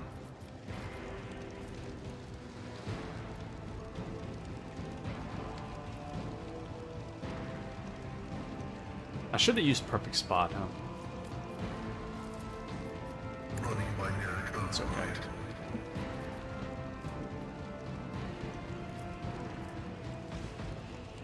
The scriptural prognosis is favorable. Okay. Me and Taku's plot has succeeded. Just as we planned. Hey, you woke up late. I will Just do my as duty. planned.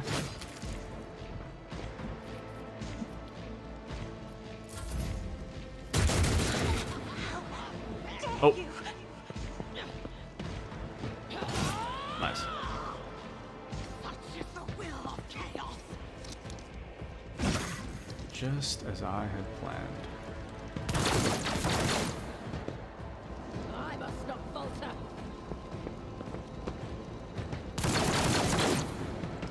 Chaos guides me. Death to non-believers.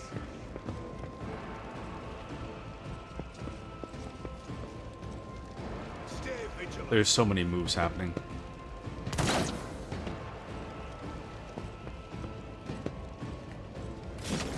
Okay. Man. It's too bad that Cassia's not over here. I'll make it happen. I'll see if I can get Cassia over there. Who if not me? On it.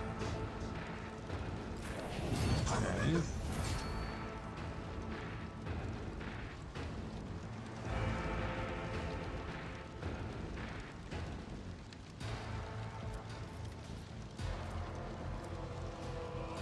I think I can hit this guy. Oh, I can! The cycle be discontinued. Sucker. Request to prove significant value. Running binary override. Okay.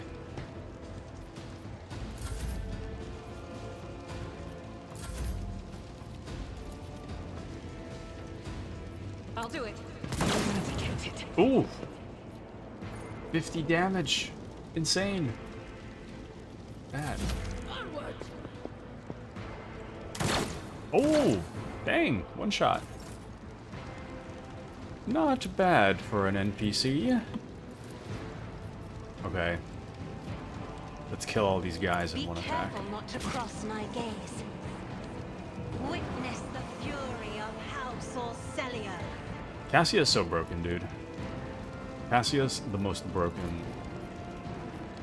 team member I've ever seen in any game, ever. If only that were possible. I think Heinrichs can come up. Not really, huh? Let's see. Dash. Oh, I could have dashed further, probably. Damn. Not bad.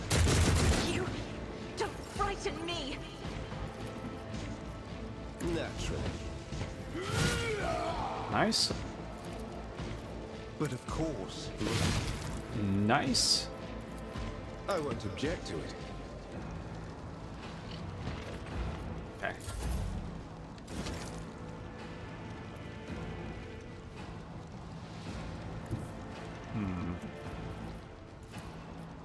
Activate calculated fury algorithm. Not bad. Request denied.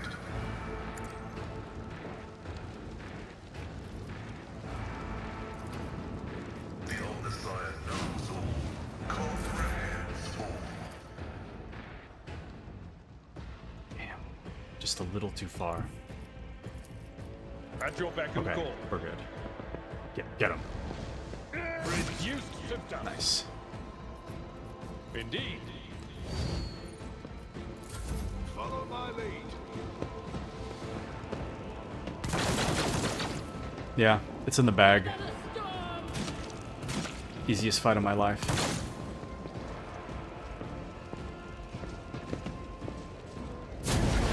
Deliver us.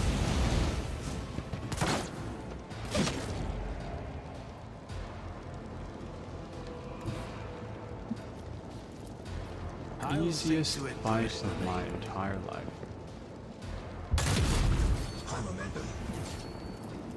I cannot believe that worked. It's a bad idea.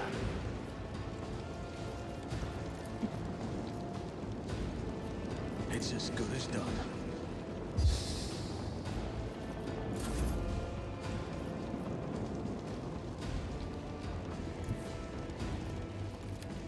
I will bathe I'm this really glad to have battlefield given in righteous fury. Argento a lot more movement. Strike is a prayer.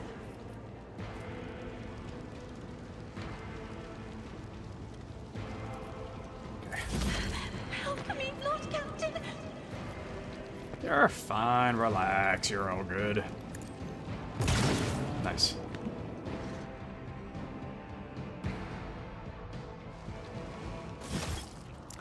Your comm bead comes alive. Vigidus's voice struggles to get through the thundering static. Lord Tane, this is... Master, please step... Oh, me send a... Vigidus, what is going on? Captain Efrance Pete... An otherworldly cacophony, which until now resembled the rumbling of distant cannons, suddenly swallows you with its full intensity. The warp energy seemingly bursting out of thin air, rushing inside your exposed mind like an unstoppable wave of filth. For a moment, it feels like your head might explode, but then the sensation retreats, leaving in its wake a different one, that of someone's touch on your temples.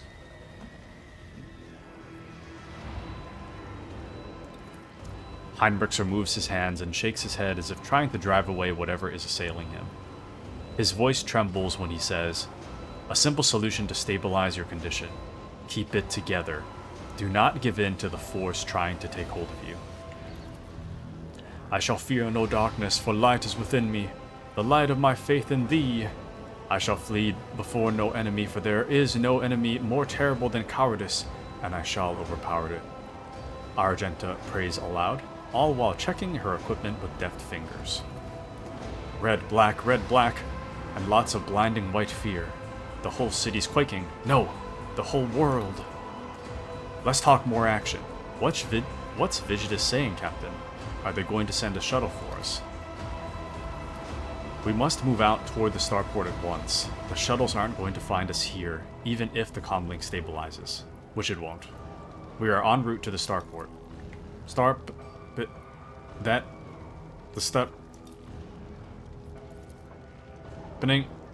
Observe Saprents of the star from evacuate.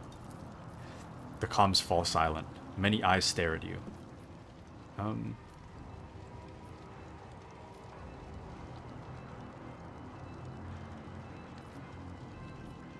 Does anyone have any idea what just happened?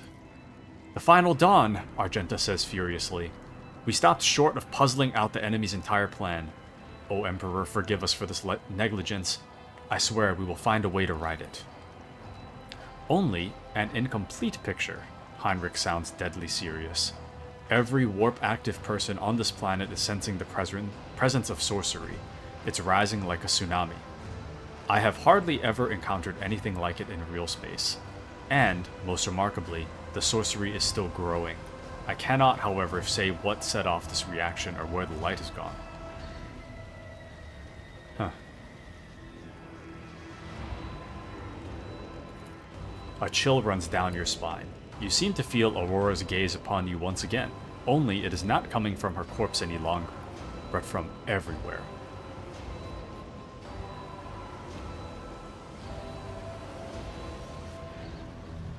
We're not abandoning people in distress. Everyone can come with us. Jasper and I must get weapons, any weapons. We'll catch up with you at the starport. We might even pick up some people from the garrison or civilians along the way. The sense of alarm is now almost physically drilling through your temples. The fleeting little whispers at the edge of your hearing are sinister and gleeful. All we can do now is try to make it to the starport. Bad news, but not expected. But not unexpected. The sense of alarm keeps growing stronger, as does the sensation of an intent gaze that fixed upon you. That's it. Let's move out. Nope. Pilot Hortel randomly takes damage. Oh! Damage again. Okay. Alrighty. Let's see. Rest day, yes. No jogging, you are correct. Been lazy all day. Me, every day. Every day of the week, me. Ouch! Oh, ouch! Okay. I'm not sure where to go. Is there anywhere here that I should be? Probably not, huh? Okay, well. I think we got everything. I kind of doubt they'd put like a random chest anywhere, so we're probably fine. And I doubt we can go back this way very far. Yeah. Okay. Yep, let's get out of here. Let us get out of here. Martyrdom is the reward. Okay. Martyrdom is the reward. Is the reward. Okay, let's save.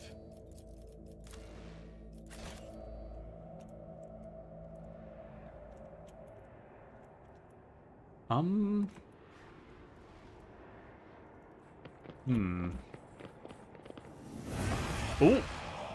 Did you think you had won, enemy mine? You vanquished Twilight. You cut down Aurora, but was she the only one of us? But she was only one of us. You hear me? No? Could you say it again? From the depths of Deadstone, from his prison of cold metal, he will rise. The hour is nigh. Right. Who are you again? I'm not Rise afraid. to the top, or get left in the dust. Your little cultists were pathetic. How many? Oh. Speaking of which. Oh! Ho, ho. Whoops. I, spoke a little too soon, it seems. Well, it'll be fine. We should be fine. It's all good. It's all good. We're totally fine, probably.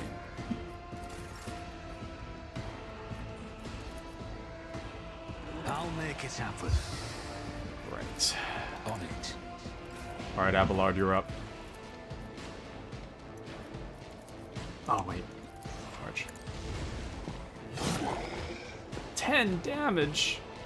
Abelard. Come on now.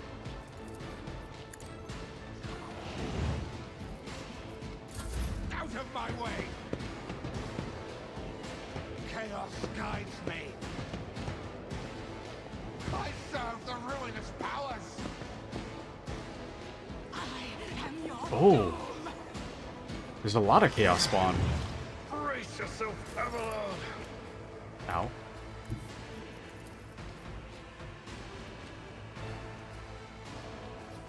Can I buff myself? I don't think so. Yeah, I can. Okay.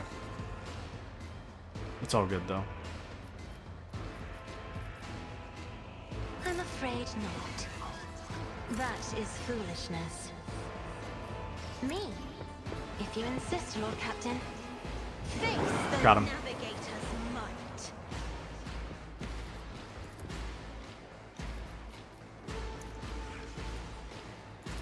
If only that were possible. Isn't this a job for the serfs? For the throne's glory, Nice. I feel the power surging. Let's see to it. Okay. Naturally.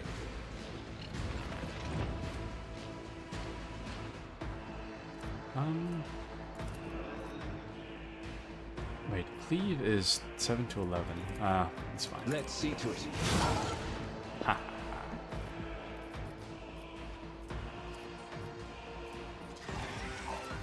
But of course, Lord Captain.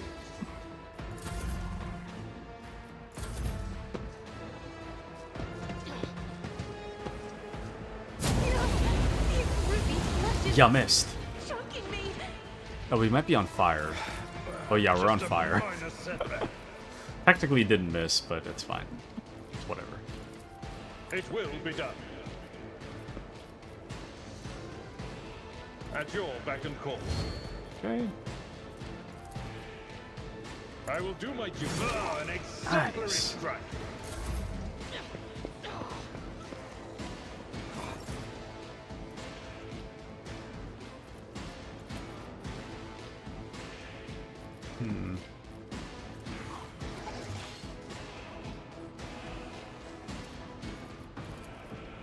As the Emperor commands, I act. Damn.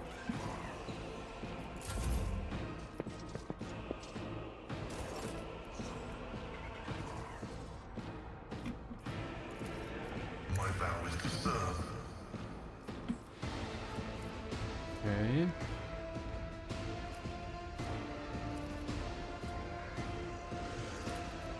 The scriptural prognosis is favorable.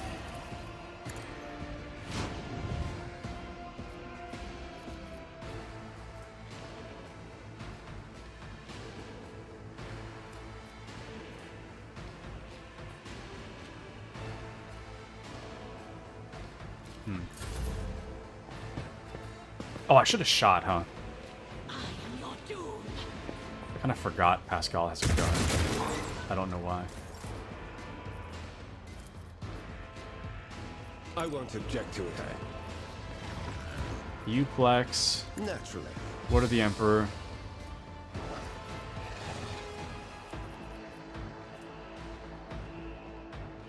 I won't object Shielded to the it. Emperor. And swing. But of course, Captain.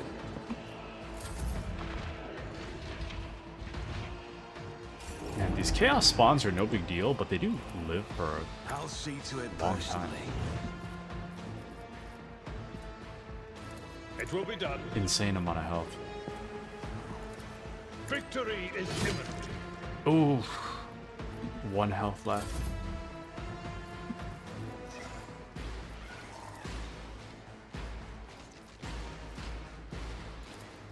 It's as good as done. Your end Good. was inevitable. I'll make it happen. I serve the ruinous powers. I am a navigator, Right. not a servitor. For the throne's glory, we'll reckon with you. Nice.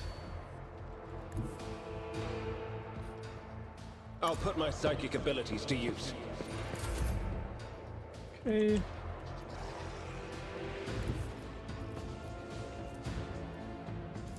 Step aside. The navigator is coming.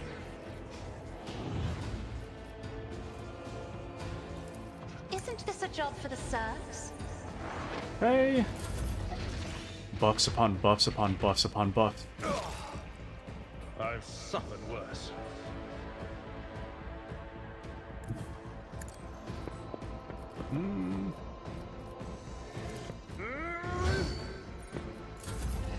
Okay. Now it's just a matter of getting over to where the Chaos Spawn guys are. They're really no big deal. They do have a lot of health, though. God Emperor, move through me. Be the fire in my heart.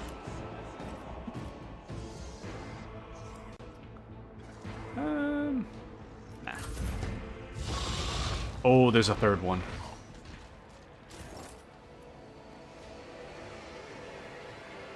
Well,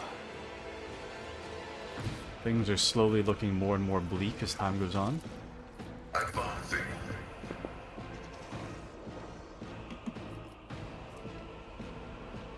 Request approved.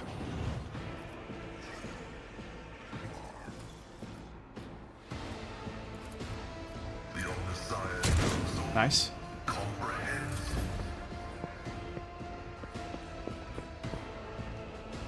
Crush the feeble.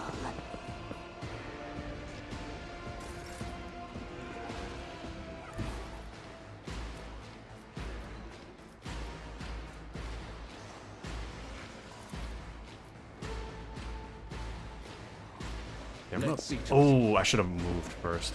Oh no, I did move. Good. Buff Abelard. Lord of the Emperor.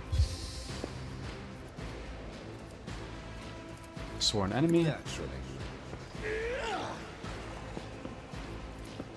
And shielded the Emperor. I'm just gonna wait for them to come to me. I don't see much benefit in me going down there first.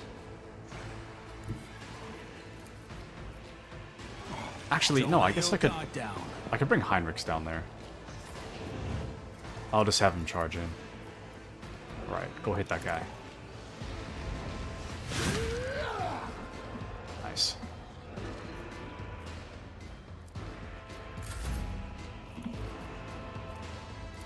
Okay, then I'll give Heinrichs more turns. Sworn enemy. Slice him. But of course, Captain. And again. Let's see to it. Ha ha. And again.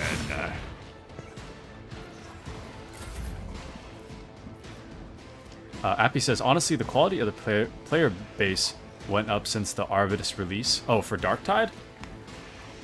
Honestly, my personal opinion, I think that it might be because of gating who's allowed to play what difficulty based on completing the previous difficulty. That's my personal opinion. Because I do... Actually, it could also be that, like, the good Darktide players that stopped playing the game might have came back for Arbides as well. So... But yeah, I do think they... I haven't seen a lot of bad players lately. Not me. For the most part, the players have been pretty decent lately. I'll see to it personally. But Arbides does seem a little broken, though. Not gonna lie. Like the longer we played last night, the more broken I thought Arbides is. But yeah, all the sweats came back. All the sweats came back. Emperor, I do give me like strength. New Damnation, though. New Damnation keeps the difficulty while removing the BS. Do not dare ask. I love it a lot more. So much better.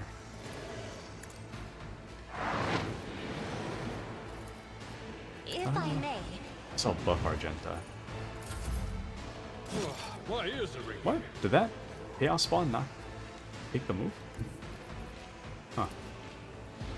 I've seen worse battles than this. Pay to win. Just a little bit. I mean, if you're a bad player, then no amount of pay to win is gonna fix that, you know? But if you're like... Oops. What? Wait. That's weird. Maybe somebody else turned on a controller? Yeah, if you're a bad player, no amount of pay to win is gonna fix it, but I do think that, ooh, damn. Go hand in hand. The thing about Arbides is that there's a lot of nodes in that skill tree that give you shield. I feel like I have like 4 different skills that grant me shield for like... for just the random kills. Like close kills, I get 5% shield. I think specialist kills, I get however much shield, and that shield also spreads to teammates or something like that. Or toughness, sorry. So as long as there's minions for me to hit, it doesn't really matter if I'm getting shot, because the shield regenerates faster than I can get shot. So in that way, it's kind of broken. But I started the night thinking, oh, it's not that broken. And then I ended the night being like, yeah, it's broken. Especially that one time, that one moment where, what was it? You and another guy were down and... No, you and another guy needed rescuing. The third guy just got down, and I was the only one left to revive. To revive people. That, if I was playing any other character, I think I would have died. But because I was playing Arbides, I clutched it. And that... I didn't think Arbides was broken until that moment. That moment kind of solidified for me that it's kind of broken. I should have died there. In any other circumstance, I would have. Request approved. Okay. Okay. Such is the will of chaos. I am the will of the Lex.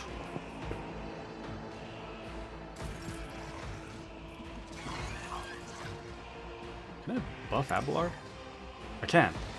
Yes. Let's see to it. +1 resolve. That's why everybody has so much movement points. For the throne. It's just buff after buff after buff after buff after buff.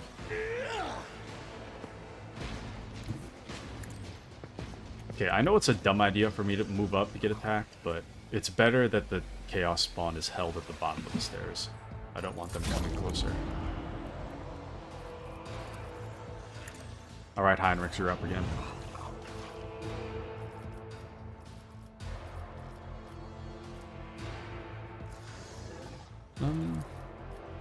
Buff myself. But of course, Got him. sends their regards. Not a bad hit. Not a bad hit at all. Okay. Azri says, okay, I sat and I thought about it. You guys win. What did we win? I guess I can ruin my whole sleep schedule. We've won. Finally. The moment I've been waiting for. We finally won. We finally got him. Are you excited for your newly re-ruined sleep schedule? Now all that's left... All that's left is for Azray to get Darktide, and then become a Darktide guy, and then the circle is complete. You know? The moment you become a Darktide guy is the moment that the Taku and Appy mindset has taken over. I'm cooked. You guys wish? I do wish. It would be fun. But already woke up at 12. Woke up at 12 every weekend. Waking up at 12 every weekend, I can't do it anymore, dude. I used to do that, like, before... Or, like, right after college? I think. I can't do it anymore. I'm just not built the same.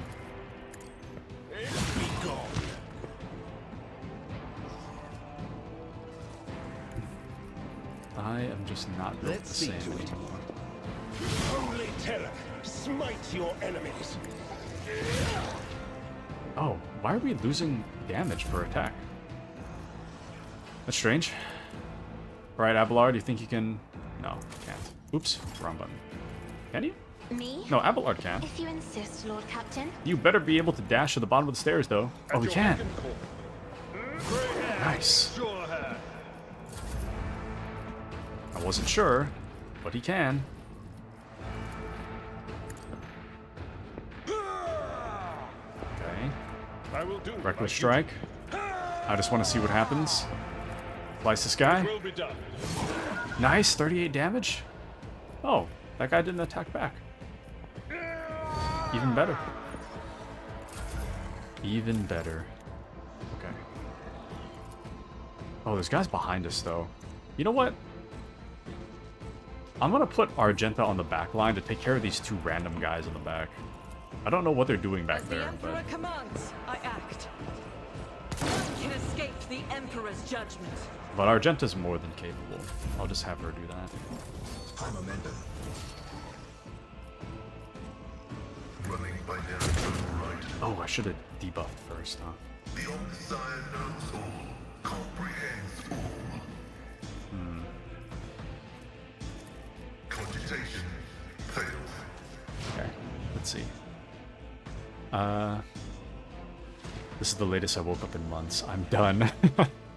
And it is on PlayStation and it is cross-platform. If Azray moves to the West Coast, he will be up by 9 a.m. So true. Thought about it, TBH. But I'd rather save money for a house instead of paying someone else's rent. Well, this is true. Pain cleanses the body. I am on the same page with that.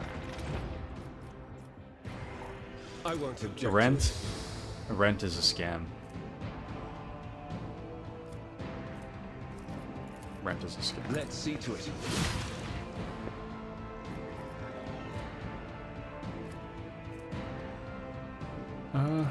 I won't object. Sworn enemy.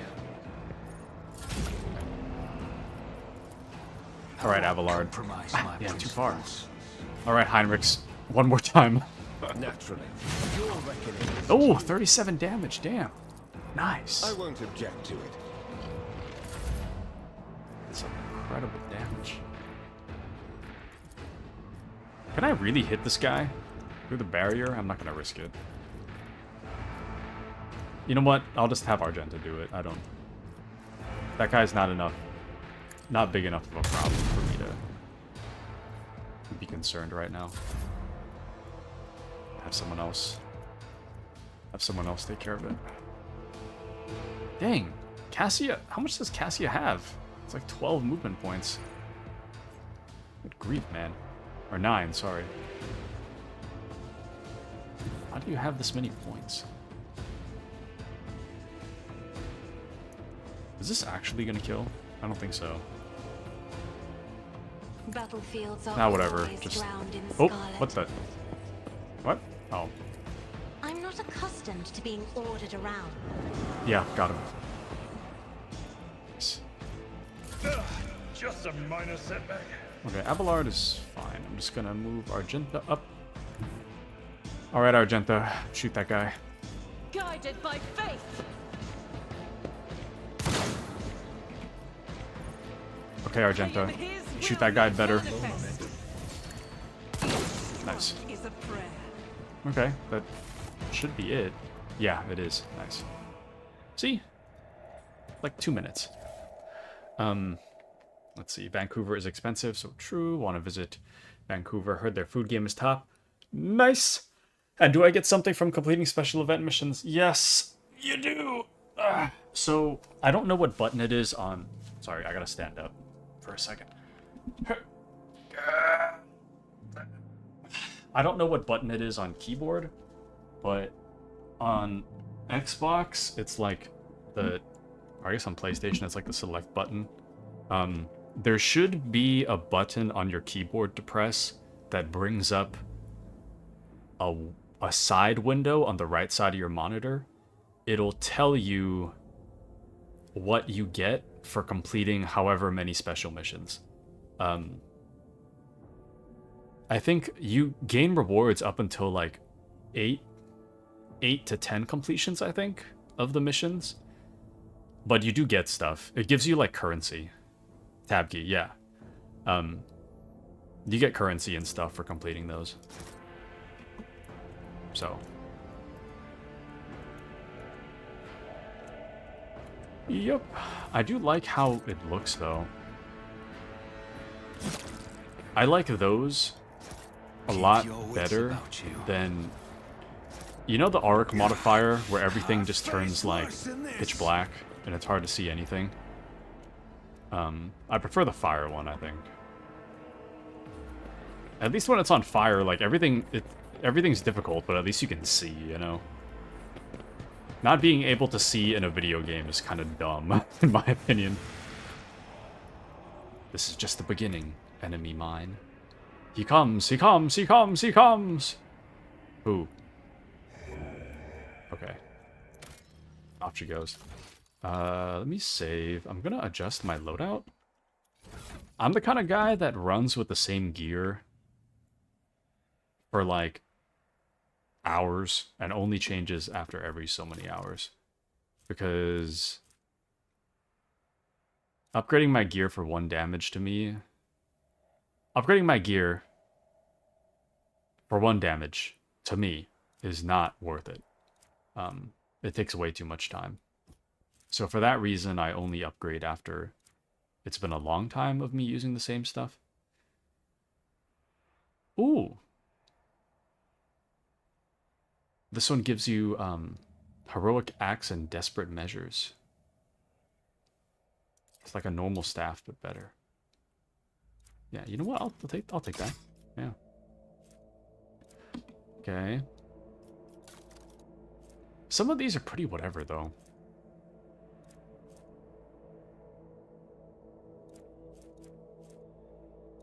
It's not bad, but it's not that great either. This one has a dodge penalty. You get a little more armor, but really bad other stuff.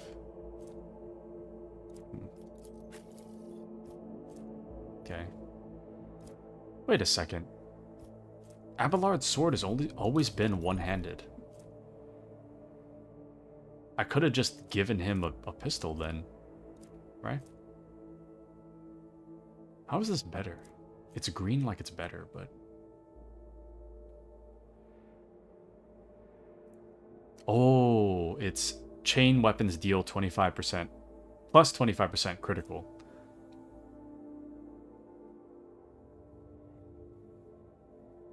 So while the sword I have equipped has the potential for 1 more damage, this chain sword has the potential for plus 25% crit. I'll take that instead.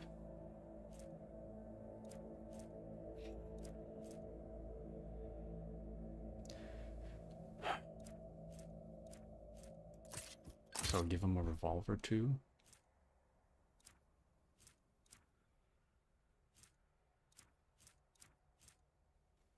Shock baton.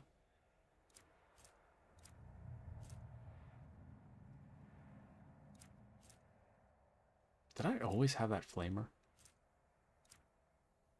Not bad. Okay. Alright, Argenta Bolter.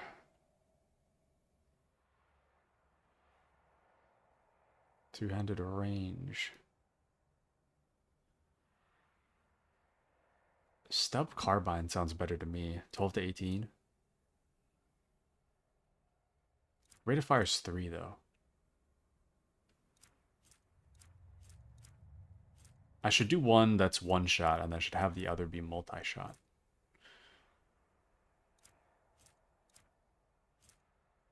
Hmm.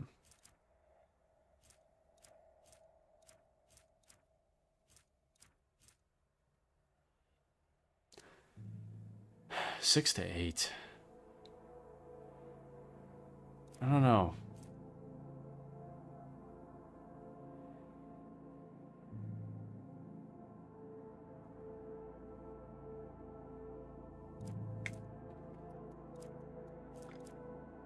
I don't know. See, all these weapons are kind of whatever. Oh, I never modified this guy, though. Heinrichs. Alright, your auto pistol's going. I know that for sure. I don't need to see the other ones to know that that auto pistol's going. A Ripper auto pistol?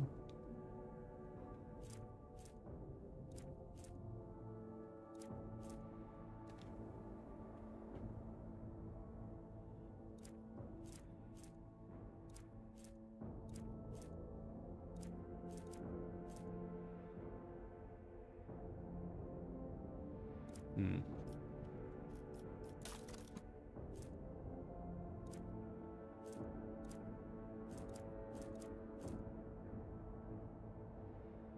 Okay, this leather armor's better. Oh, that greatly modifies how he looks, though, huh? Nah, you know what? No, I like the leather armor better.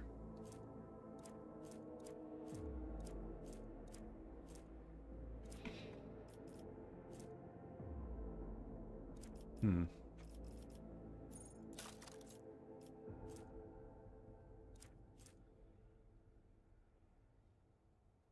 When the wearer deals warp damage, the damaged character also suffers burning. Hold on. Can I put this on? Yeah, take that. Take that!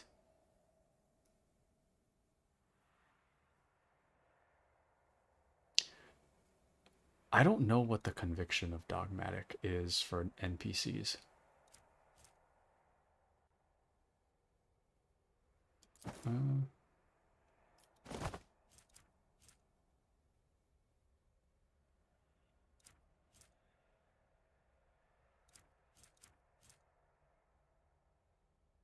Oh, that's pretty cool. Actually, give that to somebody else. Ah, yeah. Whatever. Take that.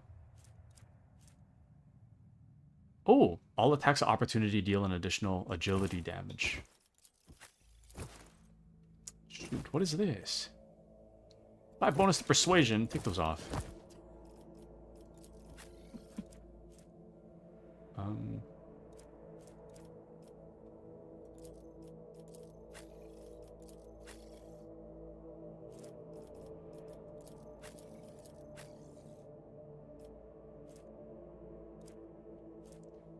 Imperium tests depend on fellowship instead of intelligence.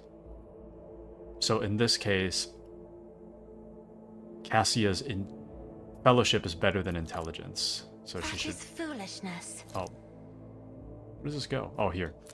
So she should... She should wear that because she has higher fellowship than intelligence.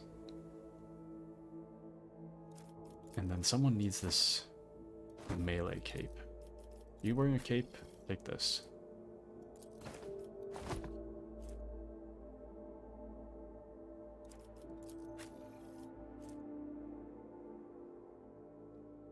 And the tactical tactical goggles don't make sense for me for hit chance and crit chance because I do more buffing than I do attacking. This would make more sense for Argenta, actually. Argenta hasn't really had a health issue, so I'm not really concerned about that. I think I'll put more armor on Heinrichs, since Heinrichs is a frontliner. I have bonus to persuasion. Who the hell is trying to persuade stuff? Here, you wear that. I don't care.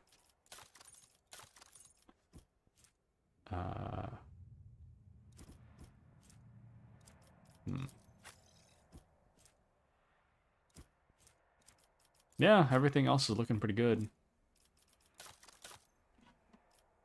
Can put some grenades on this guy, I guess. Take some grenades, take that flame one.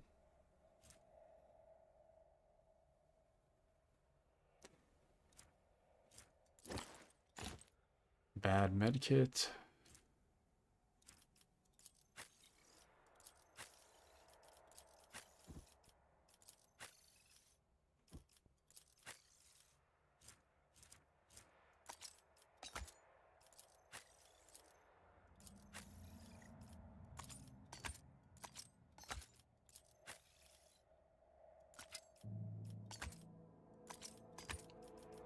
Sorry, hold on everybody.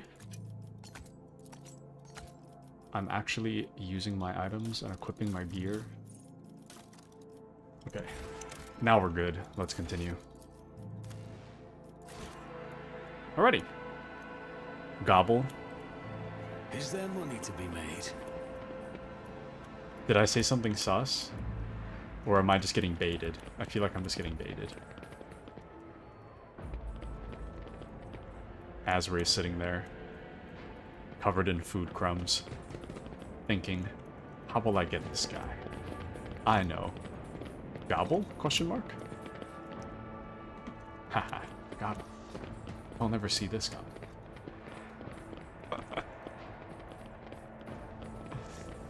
Oh, they are coming, one following in the other's footsteps, the aurora of the morning and the aurora of the evening. Okay, I'm gonna be honest with you guys. They're coming step after step, the eyeless followers, the voiceless heralds, the great master, and behind him his loyal apostle.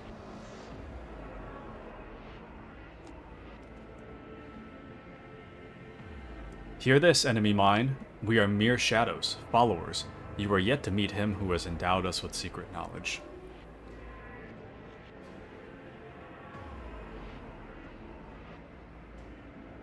That is, of course, if you survive this day, the day of the coming of the final dawn. Dude. I think the name Aurora is a beautiful name. I really don't like to pronounce it. Always Aurora. keep your eye on the prize. Aurora. Aurora. Aurora. Aurora. Aurora. I don't have the pronunciation, or the dictation to be saying Aurora. Aurora. Aurora. Aurora. Aurora.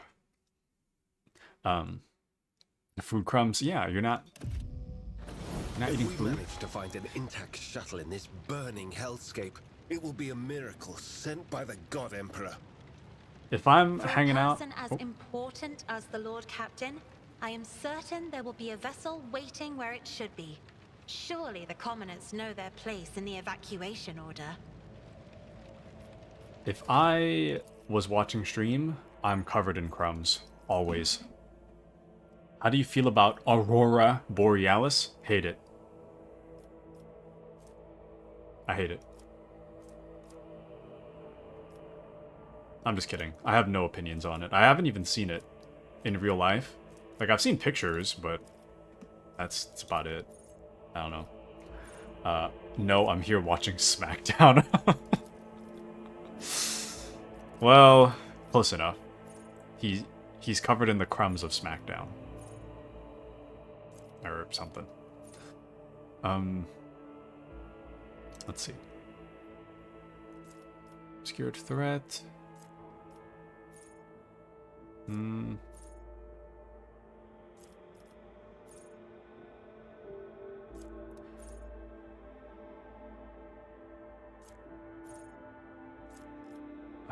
I don't really need... I don't really need, attack buffs for my character. I prefer my character to buff other people. So a lot of these are not super useful to me. And this one here is especially not useful because I'm not going to be standing next to... I'm preferably not standing adjacent to an enemy since I'm not attacking. Not attacking much anyways.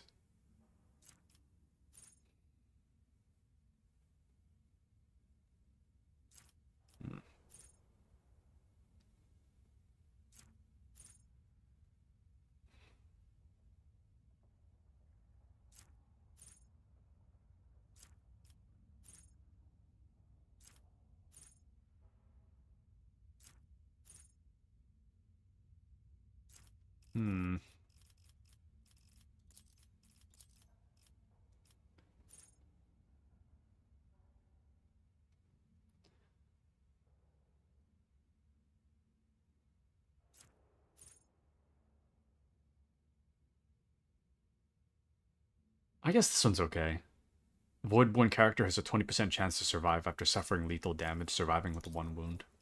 It's not too bad.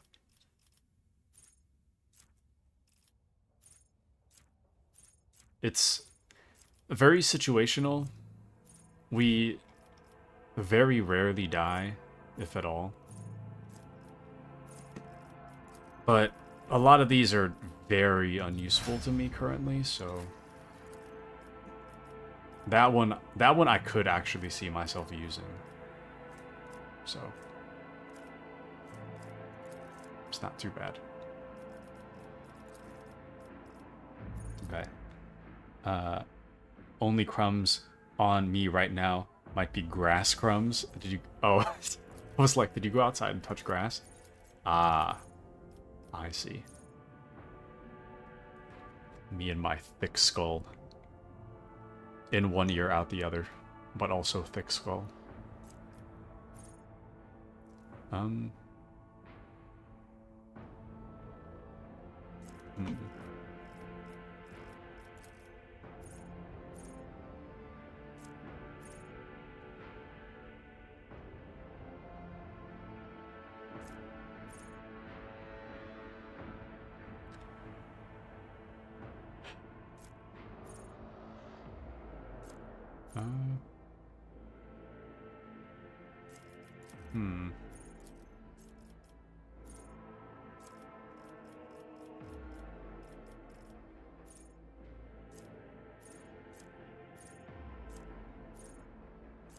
Power armor proficiency would be cool if I had power armor.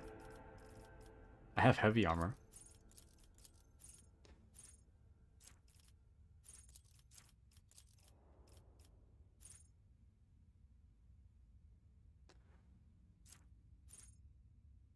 What the hell is brace for impact? Is it this one?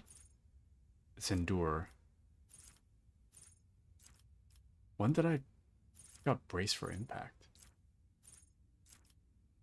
It does sound familiar though. Brace for impact. Epicenter of slaughter. Sworn enemy. Wish I could see my skills. Not these, but my actual skills in combat.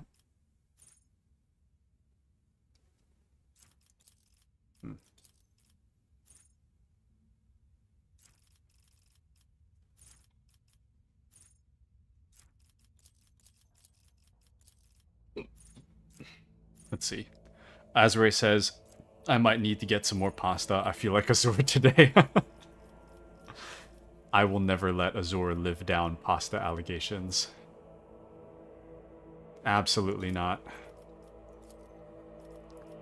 Azure can say that she just doesn't eat pasta all she wants. I will never believe her. Anytime I think of Azure, I'm going to assume she's eating pasta.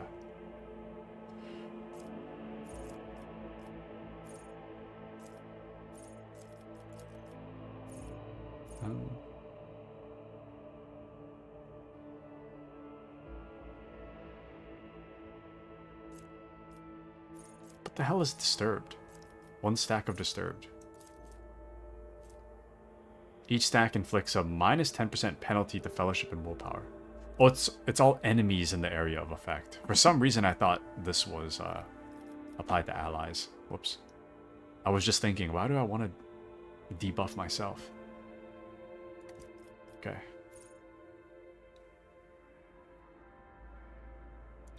Ah.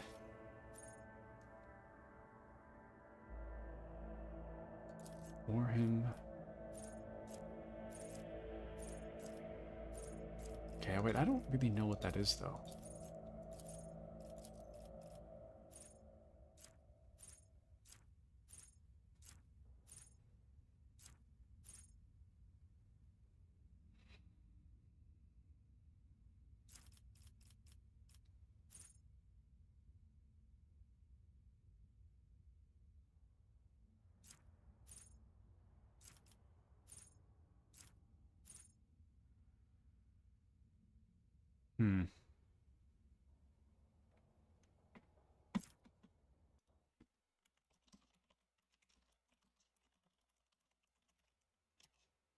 Okay, I'm just gonna write that on stream to make a note for myself. I need to check where Warhim and Furious Recital is. Can I not see my skills?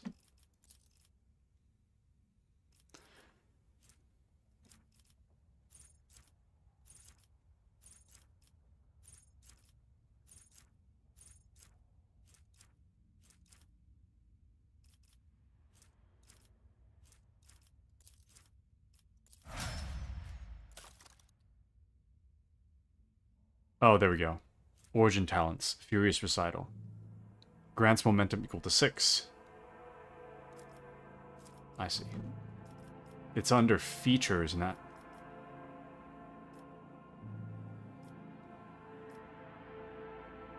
They need to rename this. I don't know what they should name the skills tab here, but this should be the skills tab. This needs to be renamed. I don't know. It's just weird. That or adjust the placement. Put these here. You don't need to rename skills. Just put these here because it's hard to refer to these in the archetypes menu if I can't click away. If I click away when I have something selected, it's like, do you want to save it? No, I want to check it, you know? I don't know what you're talking about. Okay.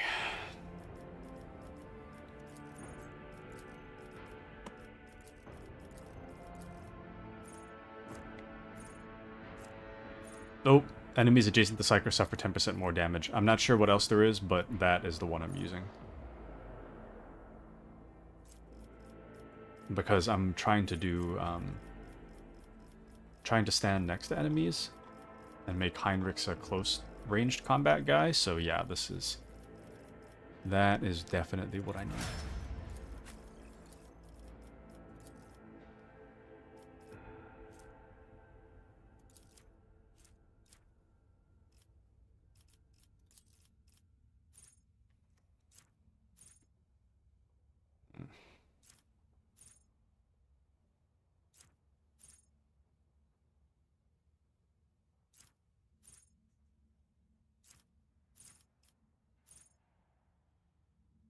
Oh.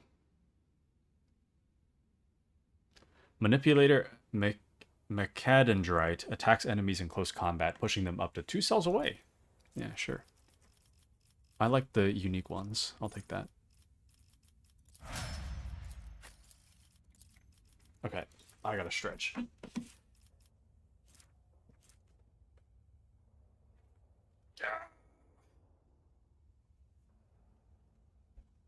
All right.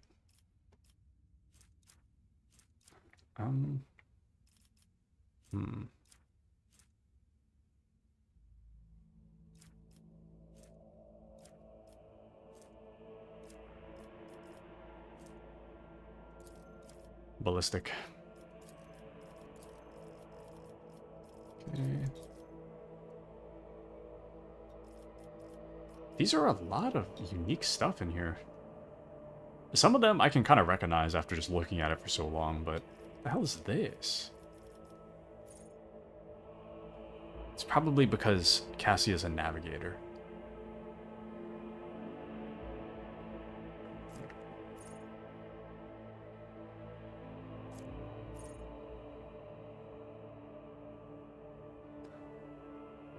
Oh, if the navigator's perception is higher than their agility, which it is, their dodge is calculated using perception instead. I think that might be what I'm going to do.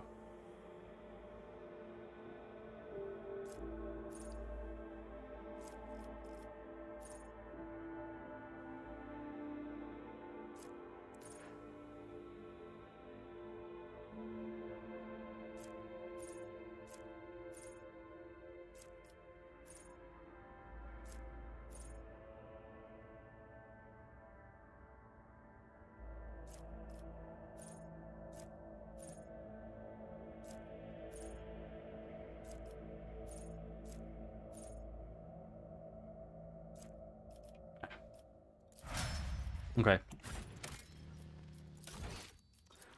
Sorry, a bit of a reading today. Let's see what we got here. Obscure glyphs have been scrawled on the concrete. Their unnatural shapes are physically repulsive. Interesting. Very interesting indeed. Judging by the positions of the bodies, the soldiers walked into sniper fire and died before they knew where it was coming from. Skill issue. Oh. Beg for mercy. Yep, there's guys. None. I will take you down. There's guys over here.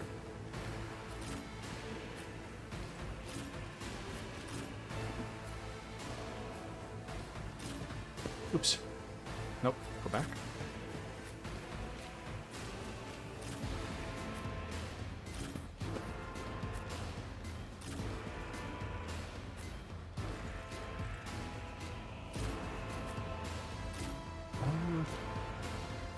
Alright, it's time. Bruh. Screamer of Zinch or something? That is so nasty. I've actually only seen these in the Warhammer Boltgun game. I haven't seen these in like any other 40k game. Pretty interesting. Okay.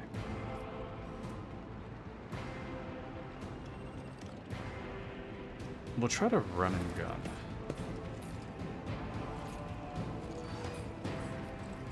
I'll try to see how many I can hit.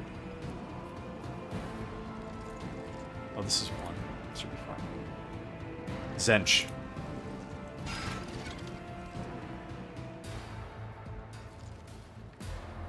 Zench. Okay, thank you.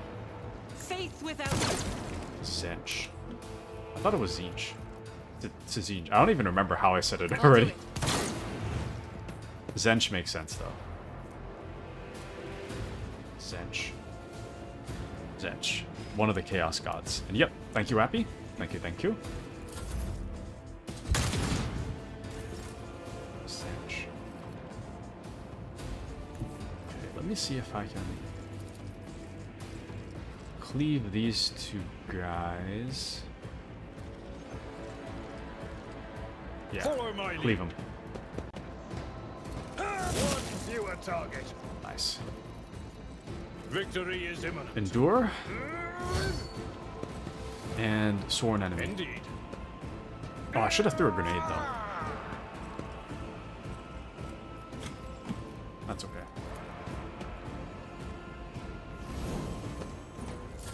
Alrighty.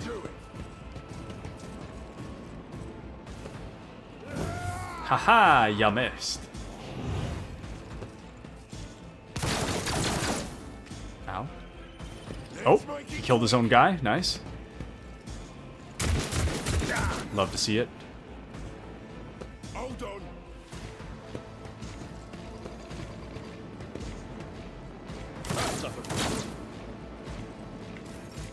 Okay.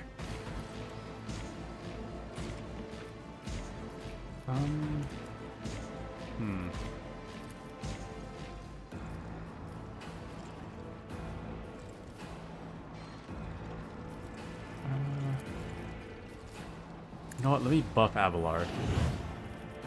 Get buffed. Get buffed again.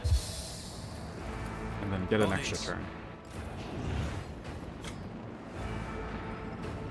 Do I want to bother blowing those guys up? Honestly, I kind of want to get out of the way so that Cassia can just one-shot everybody. I think I can dash away. You know what? Let's dash away. At your beck and call. Yeah, missed. Okay, good. Good, good, good. Oops, I meant to move, but that's alright. Alright. Be careful One not shot to him. cross my gaze. The fury of House Cassia of is the most broken most broken team member I've ever seen. That is what, like 7 kills just now? One move. Alrighty.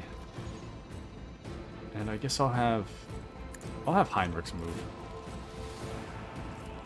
Heinrich's go charge that guy.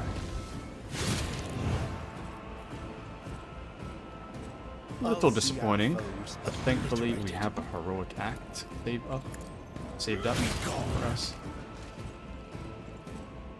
That's not too bad. Alas, no. Everyone, step aside. Damn.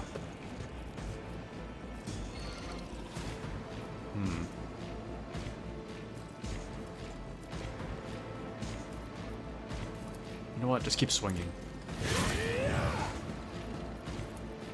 I can Let's buff see later. to it.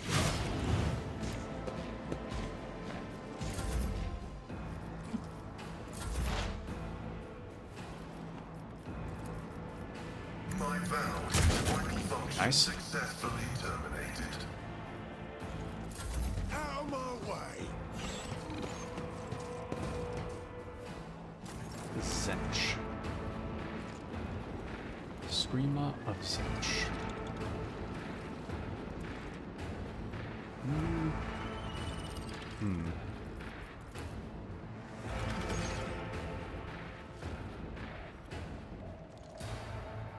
I don't know how close I should have Heinrich's B to people.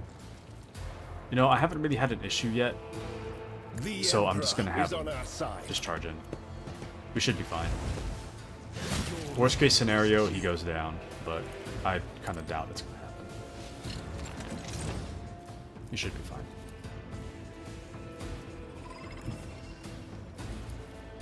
I won't object to it. I'm done with this one. Here we go. Let's get to it.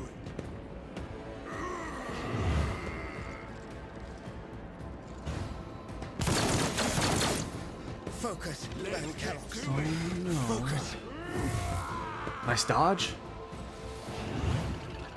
Let's make it quick. Hold on. Man, they really don't like high bricks on. You don't frighten Out me. of our way. Poor Cassia.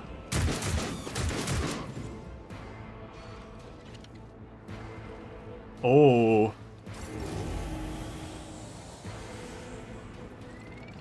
Okay.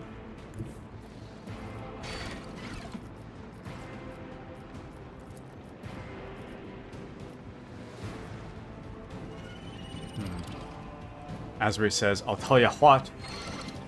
What are you gonna tell me? Rejoice in battle! I'll tell you what. You know, I actually never watched King of the Hill. Here we I mean, go. I guess if I did, it's just like in passing, if my parents were watching it. But I never like sat down and watched a full episode. Asbury says, what I think contributed to my sleeping schedule being ruined the most was my lack of naps. I don't know, but I mean, hey, if you wanna... You could try to take a nap and let me know if that fixes your sleep My schedule. place is at the fort. Honestly, if you took a nap right now, I kind of feel like you would just be awake all night, but I mean, hey. You'd know better than I would, you know? I will do my duty. A nap would... Yeah, Lamau. Only a nap would only cook me worse. You're already toasted. It's over. You know, you take a nap, you don't take a nap, you're cooked either way. You know, you might as well just take a nap. What's the worst that could happen? Your sleep schedule gets ruined? Come on. What's the worst that I could happen? refuse. Taking calculated risk is in my second nature. What is the worst that could happen?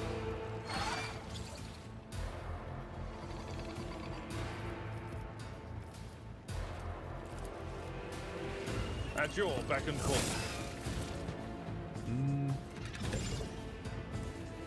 Oh, this is Abelard. For some reason, I thought Abelard was was Heinrichs. Whoops. Indeed. Okay, so we'll use all our action points. We'll rule the stars I'll use Daring themselves. Breach. I'm gonna move in hopes that I don't get hit when I'm moving, and then I'll swing. Aesthetically sound of Oh! it. I parried though, nice. Target well.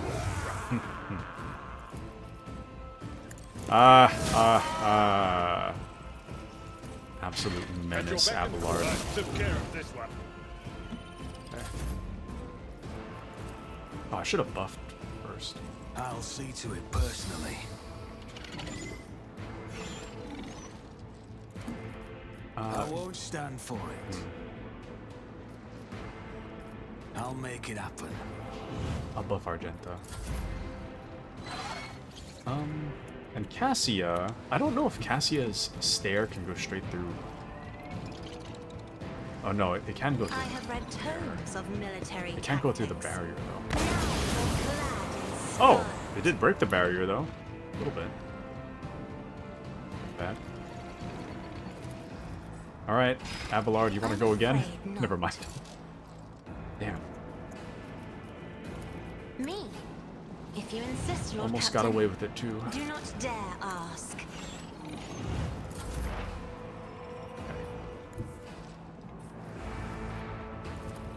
Request approved. Debuff that guy.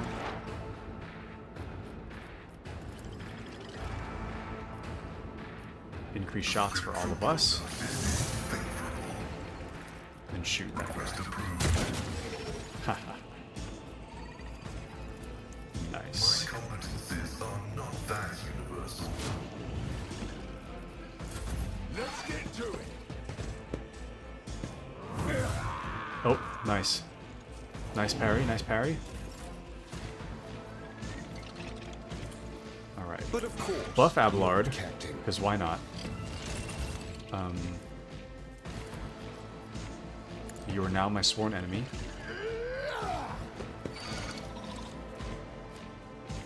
And I am going to swing. Actually, Naturally. deflect. Okay. And now I'm going to swing. For the thrones. Nothing stands against me. Let's get to it. Yeah, missed, kinda. Let's make it quick. Get parried, filthy casual. Ouch. Dang.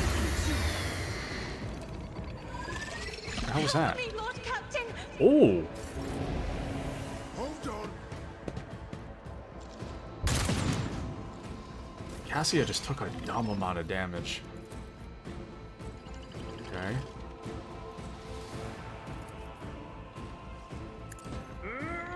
Welcome into K Scott. Welcome in.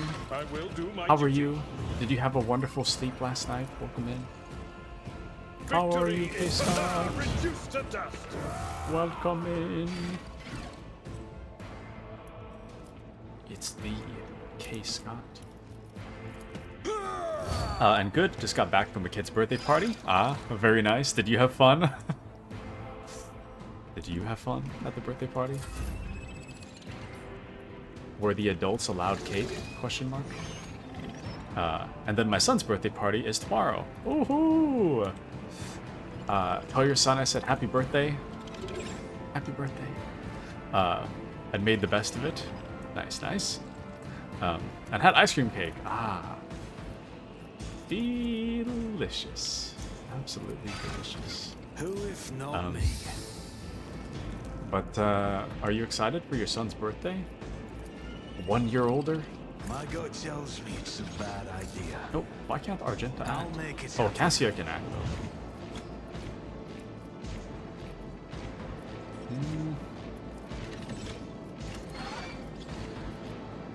Oh, shoot.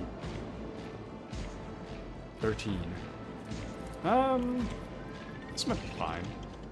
Try and shoot, I guess. I am a navigator, not a Oh. servitor. That was not very good. Buff Argenta. K. Scott says, no, I hate them.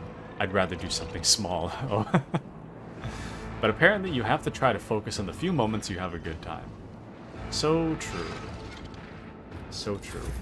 I have no kids of my own, so I don't know what it's like to be a parent, but I'm sure I'm very certain that it's a lot of work. Accept your lot. It is a lot of work At your and a beck and call. huge I responsibility. took care of this one. But I can't imagine how quick time must feel having kids. Because I think of the past 10 years have been so incredibly fast.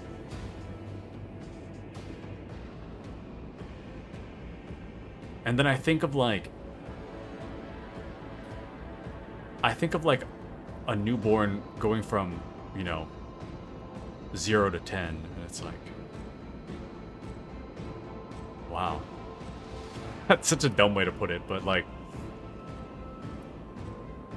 don't know. Time for me goes by really fast, so if I had a kid, I imagine time would just fly by. Me? If you insist, Lord Captain. Time would absolutely fly by. But yeah, I do hope you enjoy your time with your son. Hope you enjoy your time with your son. And being a parent is a full-time job for real, so true. And yeah, it's weird. No, it's very true. Yeah, but, you know, gotta take the moments as you get them. If only that were possible. You know? I'm sure there's happy, That fun is moments in all the foolishness. stress. Isn't this a job for the serfs?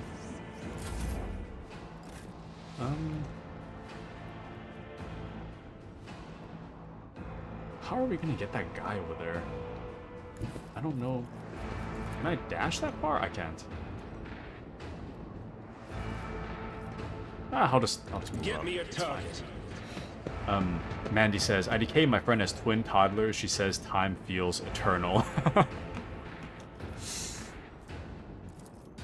Let's see to it. Time is eternal. 1 minute feels like 10 decades.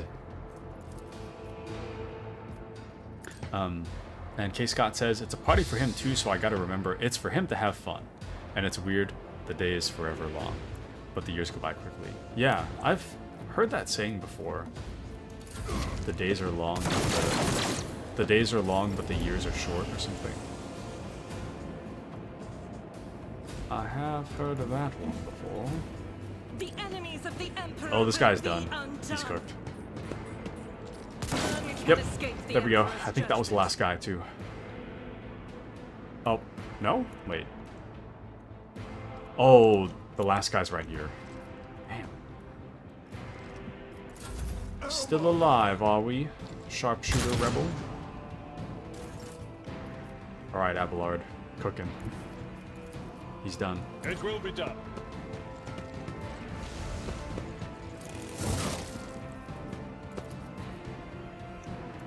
Actually, Reckless Strike this guy. I'm ready for this fight to be over. And Sworn Enemy him too. Alright, cook him. Victory 50 is damage. reduced to Oh! dust. That was... Okay. I was joking about 50 damage. 63 is a ton of damage. Wow. Okay. Mandy says she'll probably feel like it went by fast once they're grown up, though. Yeah. It's weird how, like, the older you get, the faster time goes by. Because back when I was in, like, elementary, middle school, high school, I felt like I evolved as a person so quickly, and every year was so distinct from the last year. But every one of the dead have had their eyes ruthlessly burned. Ew. But after college, I feel like my personality and like time has just stagnated. It's all just one giant lump of time. In violation of the right of operation, the shuttle's Prometheum tanks have been abandoned and left open. Someone interrupted the fueling sacrament. Asray says, the days are long and the years are short. That's really true. I was truly acknowledging the passage of time earlier today. Yeah. It's sad. It's sad how quick time goes. You know? An entire procession of cargo servitors was destroyed by gunfire, and not a single one of them attempted to flee. I think the passage of time has also motivated my move back home to live with my family, because, you know, it might, at least when I was young, I felt like I lived with my family for a very long time. It was my whole life at that point. But in reality, it wasn't that long of a time. You know? Kind of wish I had more time. Oh! Plasma gun. I think this is the first plasma gun we've seen all game. Awesome. The insurgents walked in a crowd right across the mine barrier, seemingly oblivious to the fear of death. Let us not dawdle. Oh! Oh, it's just the guard. We're fine. The turret was placed in a great hurry, but the Technomat never had the chance to activate it. Okay, let me save real quick before I have to do that fight over again. Okay. Asray says, IDK if anybody here owned a Wii. I did. Okay, Scott had a Wii. I feel like of all the game consoles, even people that don't like the aren't really gamers play on the Wii. Stop sniveling, recruit. You're addressing a rogue trader. Your lordship, permission to report. We've been posted to the guard to guard the field infirmary, the governor, and Sergeant Malgar over at the landing pads planning the evacuation. Okay. I want to go inside because I want to see what's on there. Oh, wait. Judging by the caustic smell and oily stains, Prometheum was previously stored here. Oh, these guys are just hanging out. Okay. Azray says, you could download this app. It was called the Wii Vote channel, and every day there would be a new question. I don't remember the Wii Vote channel, but I mean, I guess I didn't have a whole lot of channels on my Wii. I didn't really browse for them.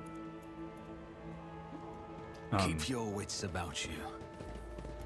You know, oh, and you can see the result of the vote from the day before. Ah.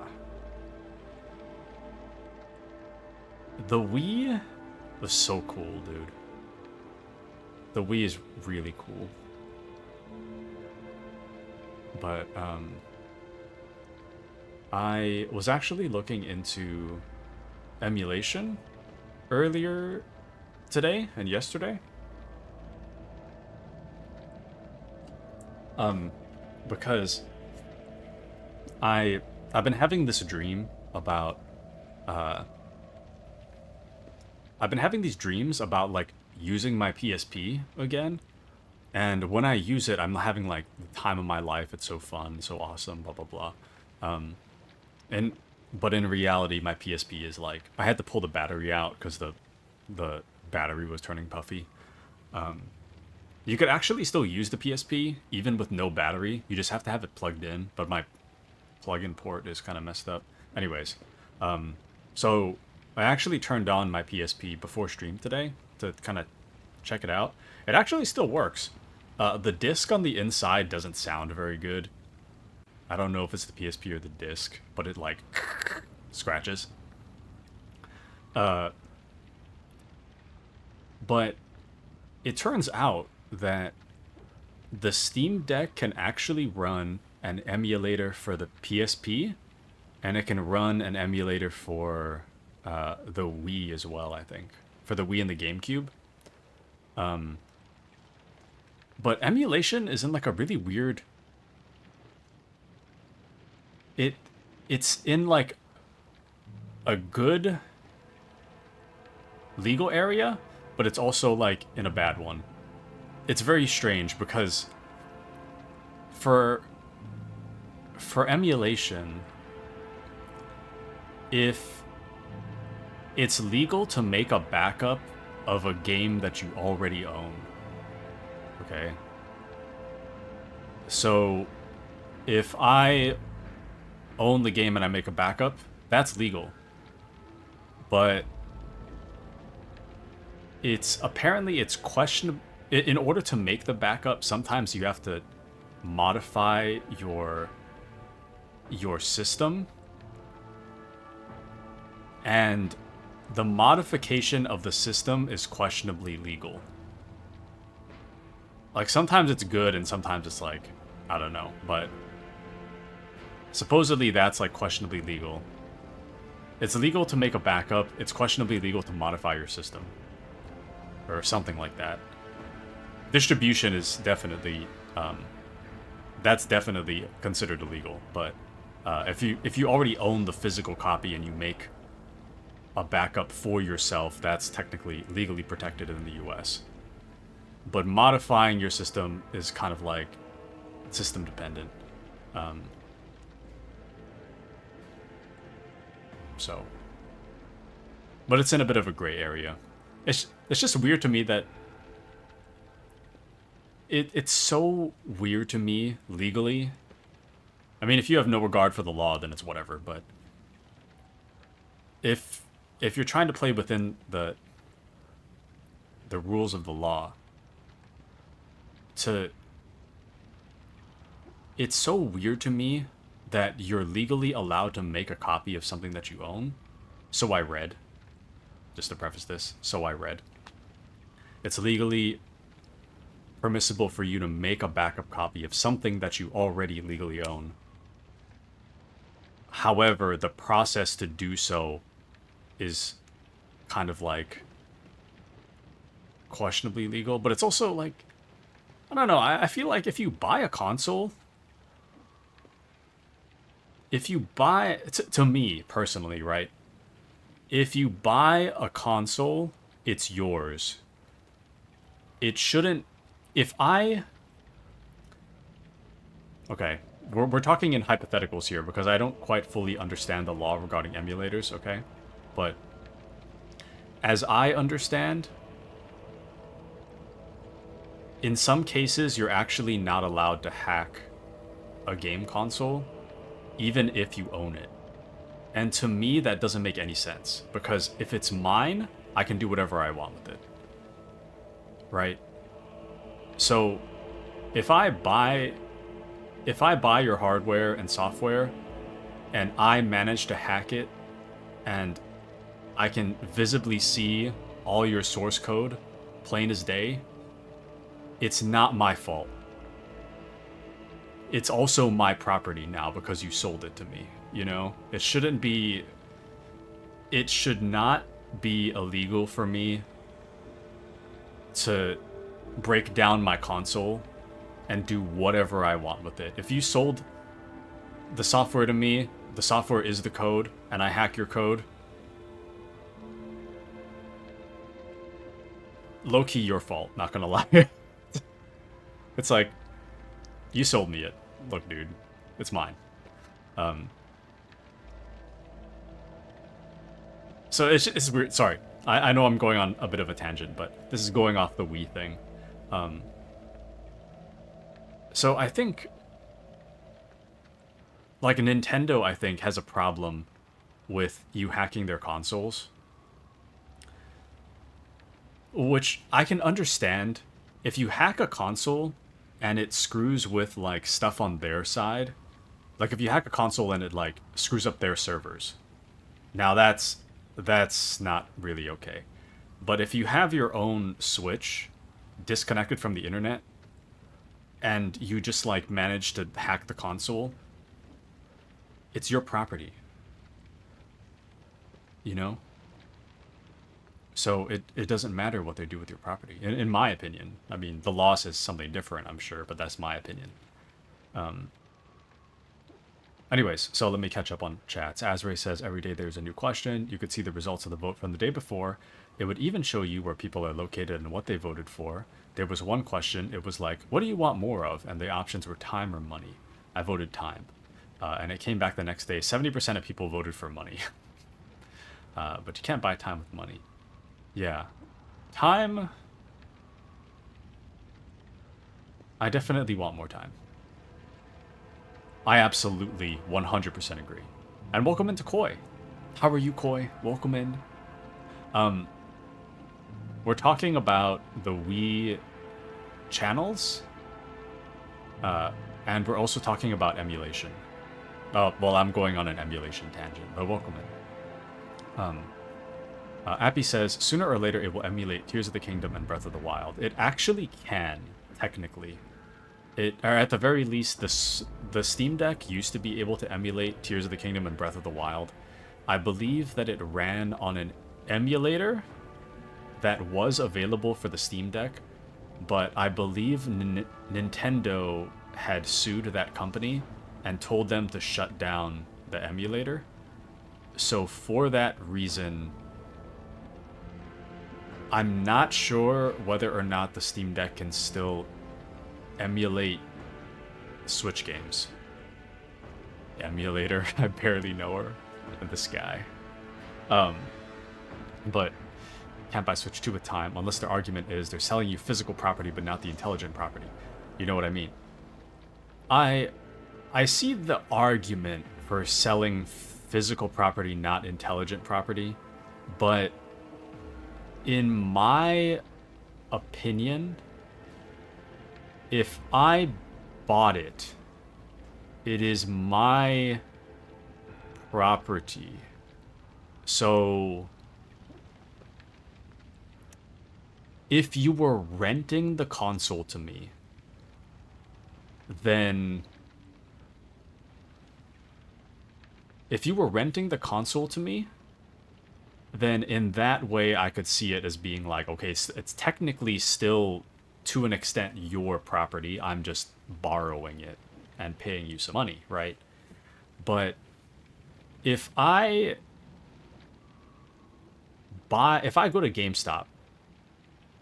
GameStop's like, here's a Switch, $300, and I hand the dude $300 and he hands me the Switch, at no point did I agree to any agreement regarding the intellectual property of the Switch. I bought the Switch, it is now mine.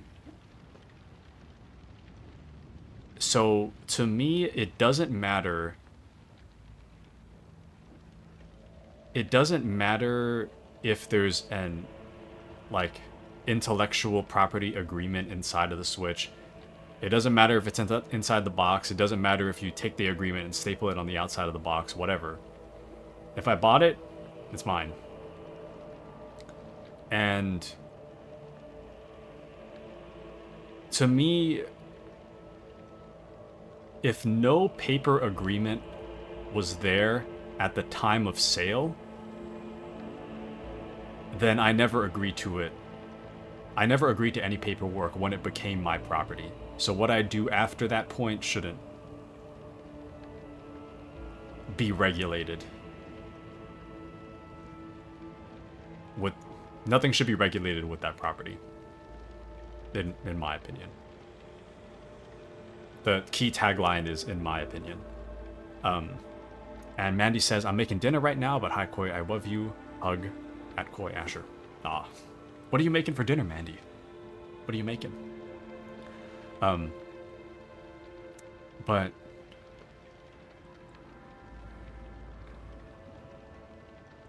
yeah, so sorry. To me, emulation is 1000% legal. It technically is legal, but I think Nintendo is finding some way to sue that emulator company about why it's not legal. It's definitely legal. I mean, because if you sell me something, there's code. You sell me something, I buy it, it's my property. That's the end of the discussion. It's my property. Now, you can encrypt it all you want. You can make it as impossible to read. You can make the code as impossible to read as you want. Okay? That's fine. But if somebody finds a way to crack it and makes it all readable, and then makes something out of it, it doesn't, to me, it doesn't matter if I made it one-to-one. I'm going to go a step further, sorry. I'm kind of thinking out my argument as I'm talking. But in my opinion, I would go as far to say that if I can crack it, if I could crack a Switch, see all the source code, I should be able to legally redistribute it. The key tagline is should be able to. That's I'm pretty certain that's not legal. But I feel like it should be. Because if you sold me it as my property now, I can do whatever I want. Okay. And you know what? If I made an emulator literally using your source code, it doesn't matter. You sold me the device. The device came with the source code. You sold me the source code. You know? So you can't, to me, you can't make the argument that, like, I'm selling you the Switch, but I'm not selling you the source code. Like, brother, the source code is in the Switch.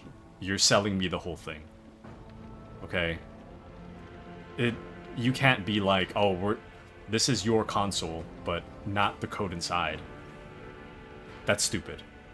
This goes for all consoles, not just Switch. I'm using Switch as an example, but this goes for everything. If I can crack it, it doesn't matter. It's my property, okay? Just make your stuff uncrackable. I know it's impossible, but just It's not my fault, not my problem, you know? And Manny's making a Buddha Bowl. I haven't heard of a Buddha Bowl. What's in a Buddha Bowl? And Asbury says, all this Nintendo emulator talk is about to make me open up Dolphin.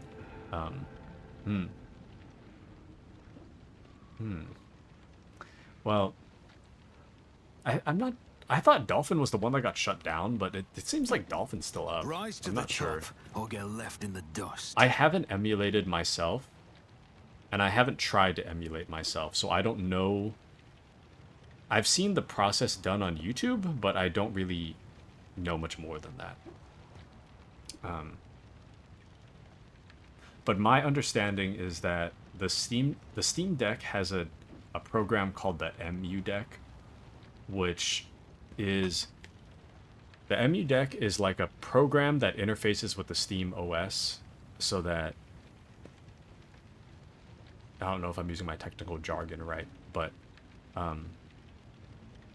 MU Deck is a software that contains several emulators, and you can choose which emulator you want to put on your Steam Deck. I think Dolphin's one of them. The PPSSPP is for PSP games.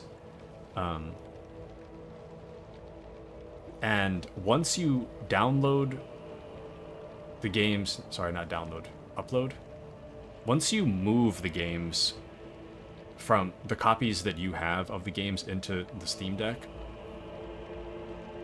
once they're moved into the proper folders, you can go back to the Steam OS and you can access those games like they are Steam games. And I think that's super cool.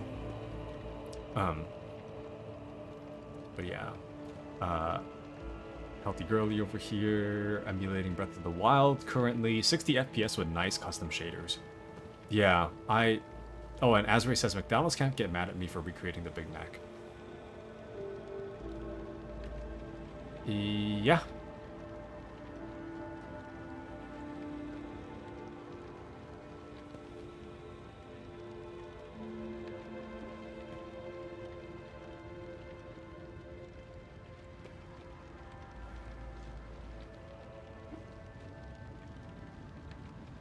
No. Now you've got me rethinking stuff. I don't know. Because then, now that I'm talking about all this, I'm not really sure where I draw the line at copyright anymore. Because if you say... Because a part of me is like, oh yeah, you could recreate the Big Mac, but...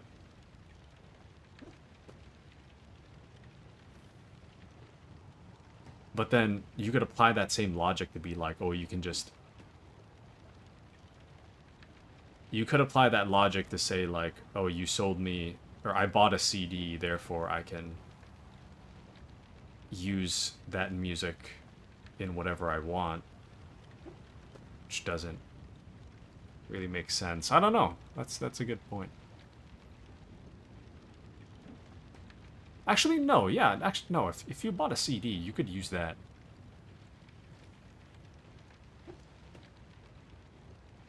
No, yeah, okay. No, I think where I draw the line is at distribution.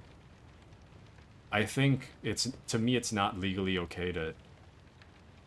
If I had to write the law, if I wrote the law, you can crack whatever you want, make copies for yourself for anything that you already own. But if you can't distribute it, like, you can't make, like, a copy of Breath of the Wild and just, like, throw it around for free on the internet. To me, I can see that as illegal. I know it is illegal, but if I were to write the law, I would say that's illegal. But hacking a game console and taking the source code, if you're using it for yourself... If you're using it for yourself and for non-commercial purposes, you should be able to do whatever you want with it.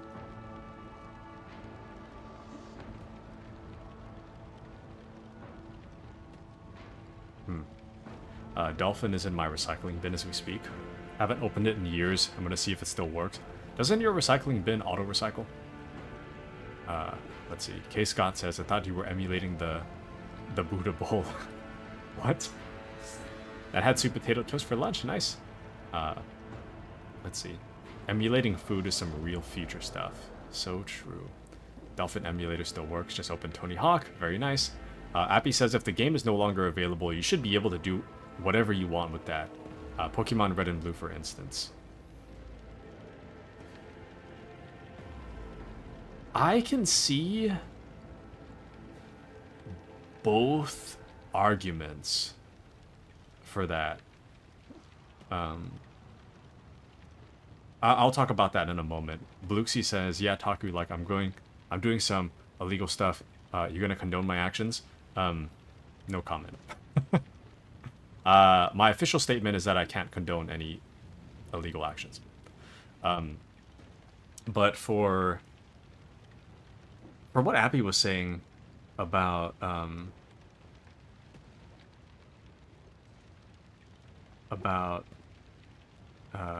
if the game is no longer available, you should be able to do whatever you want. I see both sides. Because it's like, yeah, if I, hypothetically, if I was the sole creator of Pokemon Red, I own it, I sold it for a time, and I'm not selling it anymore, to me, I feel like I would be kind of upset if my game, if people were doing whatever they wanted with my game after I worked so hard on it. But at the same time, it's like I'm not selling it anymore. So it's like,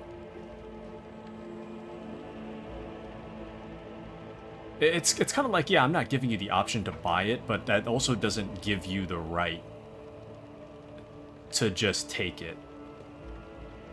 You know what I mean? Like Appy says, you should be selling it. I think that's where the difference of opinion lies. I don't think that when someone owns when someone owns something, it's not,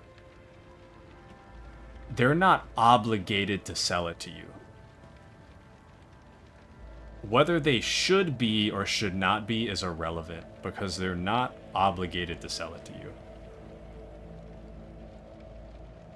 So in that way, just because someone says no doesn't mean that you're allowed to take. I think that's where, I'm more on that side. I do think it's kind of dumb, but I do understand why it is that way. But yeah, if I was the creator of Pokemon Red, it's not my duty to sell it to you. It's not your right to steal my content. So, but this is why copyright law has a lot of fine lines. I think it needs to be like a little better defined. I was asking Chat GPT about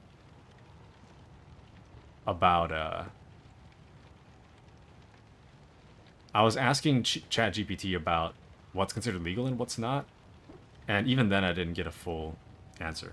But no, this actually doesn't 180 my original opinion. So when it comes to, I'm trying to think of how I worded my original opinion. If you all, okay, so if I sold you a copy of Pokemon Red and you made copies for yourself and you cracked my source code, oh, well, yeah, then it's kind of up to you what you do at that point. But I think I will walk back distribution.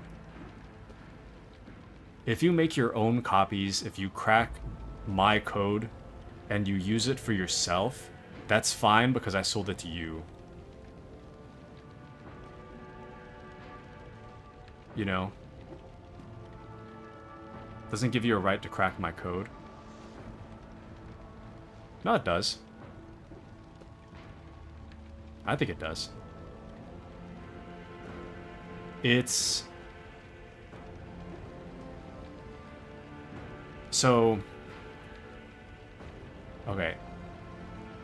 What do you think about this? So if I sold to Bluxy my copy of Pokemon Red, if I was the creator of Pokemon Red, and Bluxy had cracked my code, he has the source code, and he makes a copy of my work, that's fine. Because I sold you the game. It's up to you what you do with that in terms of copying and cracking it.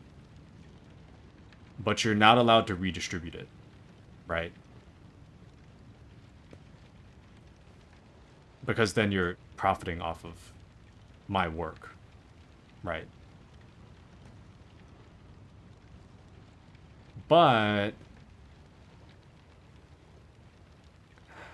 if my brain is frying now, but if I am no longer selling it, if I'm no longer selling Pokemon Red, and Appy's like, if Appy wants a copy of Pokemon Red, Bluxy already has a copy, then I'd say that it wouldn't be legal for Bluxy to give Appy a copy of Pokemon Red just because I'm not selling it anymore. Because Bluxy is the owner of the copy. So, you know?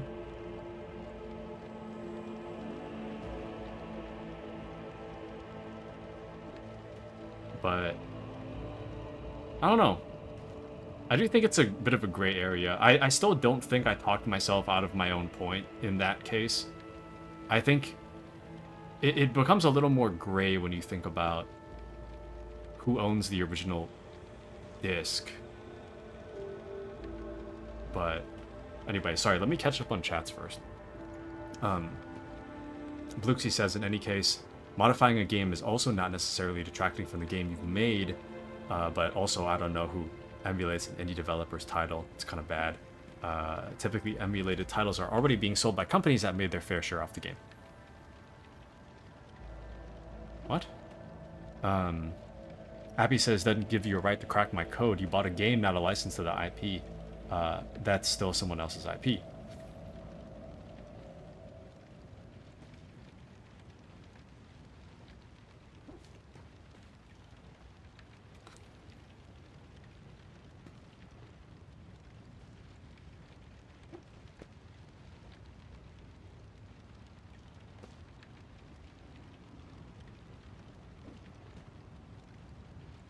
I don't know. Gotta think about that. Asbury says, here's what I think. Everything should be free. We should eat the rich. This guy. Bluxy says, okay, but let's say I'm giving it out for free. I'm not making any profit off my crack. What then?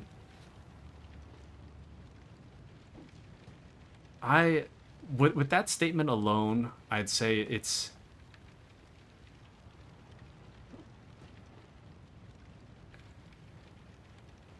You're an owner of the copy of the game. You're not an owner of the right to redistribute. Regardless of price. If it was free, if it was paid, you still wouldn't be allowed to redistribute. If you made a copy for yourself based on your original copy, then I think...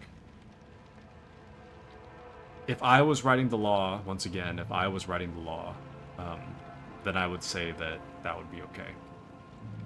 For you to have make your own copies, but not to give them to people who don't own the copy of the original work.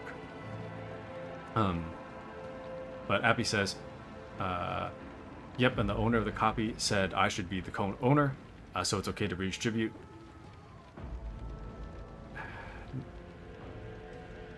I don't think it works like that. Let's ponder about this a little more. I should get ready to go out later. All right. Hope you enjoy your getting ready and going out. Mandy asks where Appy's going to, and Bluxy says, regardless, I'll never steer the argument for Nintendo here, as they're charging me $160 for their umpteenth Mario Kart. Yep. I always keep my options open. I'm very not pro Nintendo, but oh, what's happening here?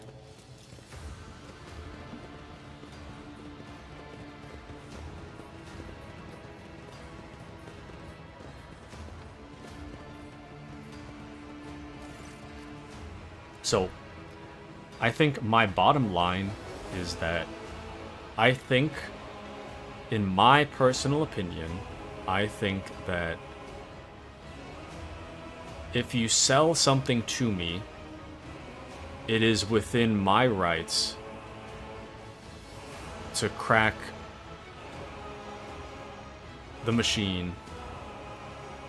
If I manage to get at your source code, it doesn't matter because you sold me the copy. I wouldn't be allowed to redistribute your work. I would consider that to be illegal. But anything that I do with your product or myself, self-contained for myself, then that's permissible.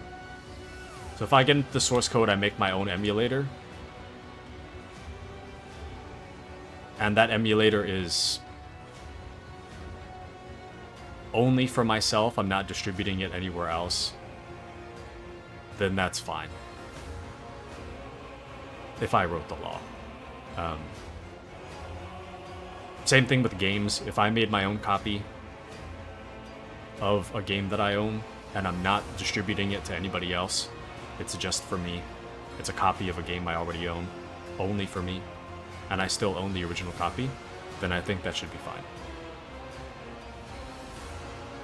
So, but Mandy says, it's kind of like buying a painting and adding some stuff to it and then hanging it on your wall.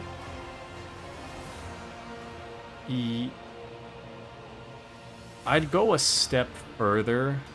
I'd say it's... Is this what you're saying? Kind of. I'm saying that you buy a paint, add some stuff, hang it on your wall. That's fine. I'm thinking of it as more like, if I bought your painting, not your painting, if I bought a painting and I use some like forensic analysis to find exactly what paints you used, how you painted it, what brushes you used, I painted an exact replica and I put it on my wall, there's nothing legally wrong with that, in my opinion.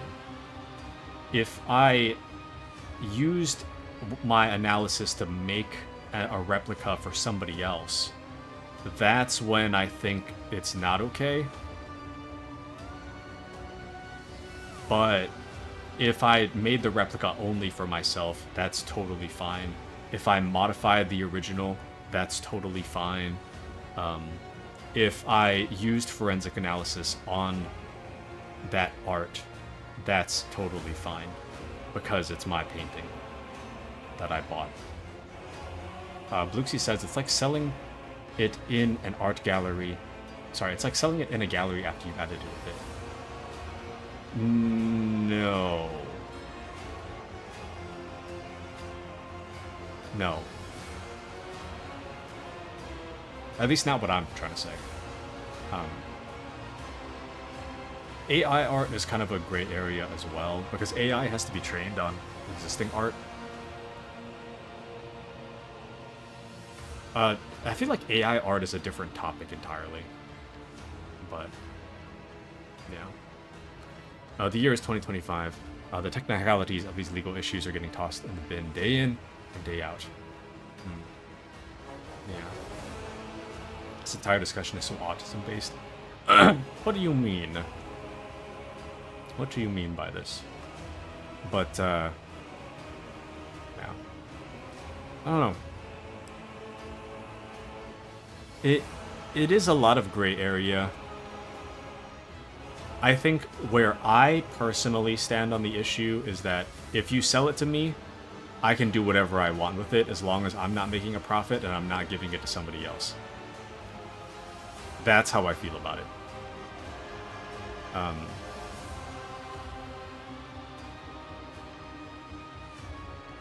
And that does not conflict with what we were talking about on the separate topic about, like, if somebody sells something and if somebody sold a game and isn't selling it anymore, you should be allowed to legally, like, steal it. To me, I don't agree with that. It would be nice if it was legal to just be like, oh yeah, you're not selling it anymore, it's mine for free. That would be cool. I don't agree that that's legal. I mean, I'm pretty certain it's not legal, but even if I were to write the law, I'd say that it shouldn't be legal. Because just on the basis that just because someone's not selling something doesn't give you the right to steal it. It doesn't matter. It doesn't matter if it's in production anymore. It's not yours. It's not yours to... It's not yours to steal just because it's not yours to buy. As much as that's very not pro-consumer, I still stand on that. So, anyways, yeah, that was a long tangent, but we're back now. The stench of Visaline and blood blankets at the starport. Echoes of shouts and gunfire drift over the landing pads. The shards of plexiglass crunch underfoot. You recognize Sergeant Malgar amid the crowd huddled next to the shuttles. He was the soldier who greeted you upon your arrival on Rykad Minoris. A group of bloodied and frightened people is wedged between Malgar's wardens and the shuttles. You recognize them as the governor of the planet and the members of his high-ranking entourage. Their expensive attire has been torn in the fight and many bear wounds left by bayonets. Bluxy says that was riveting. Thanks, of course. I try. Let's see.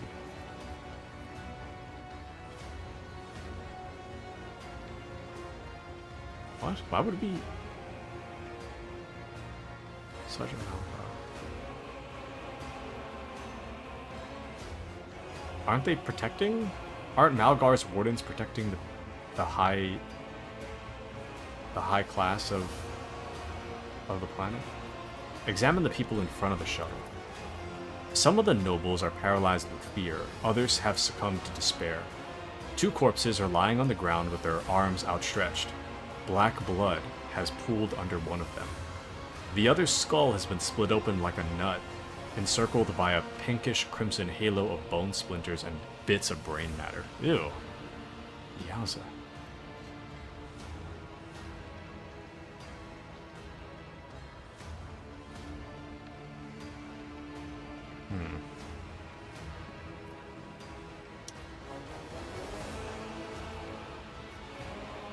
Sergeant Malgar, I demand an immediate report. What is going on here?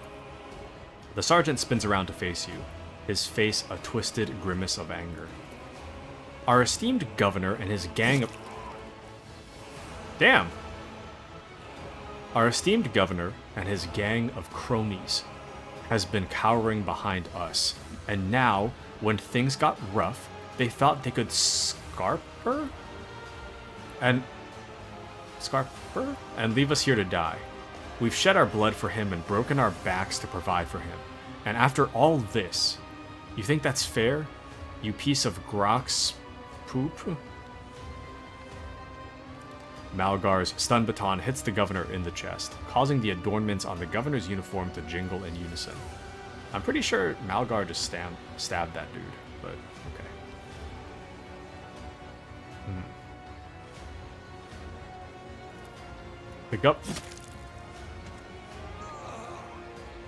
Damn.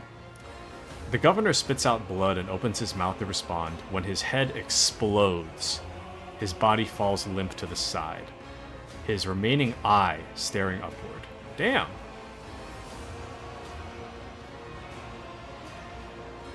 Damage taken, Governor Medina 7.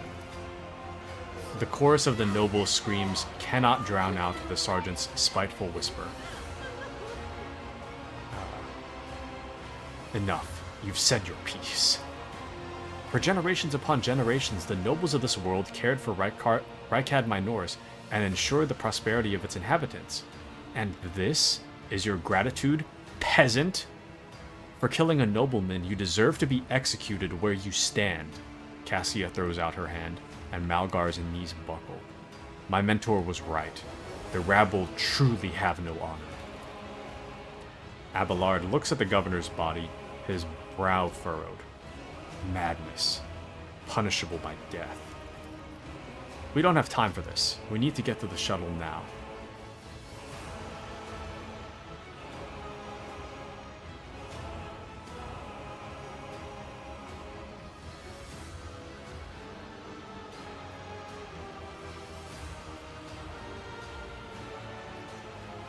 You are acting like an executioner. You think you have such a right? As much right as they do when they act as our executioners.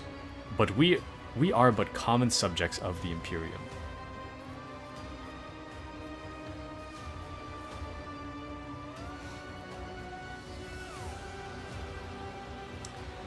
Would anyone like to say anything to Sergeant Malgar? An angry murmur runs through the group of nobles. Some are uttering the deceased governor's name in horror.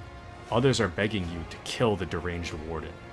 Some are hoarsely wishing eternal torment upon Malgar, but none dare to raise their voice and answer you. It would seem you intend to rise up against the very foundations of the Imperium. That's not true. I am loyal to the Imperium of man, the Imperium of the Golden Throne.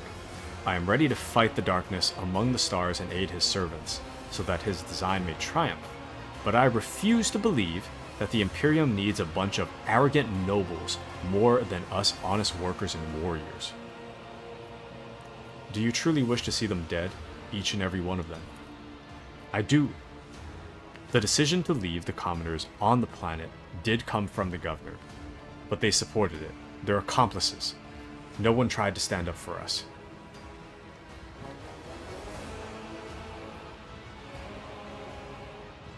There's nothing left to discuss. Malgar nods nervously.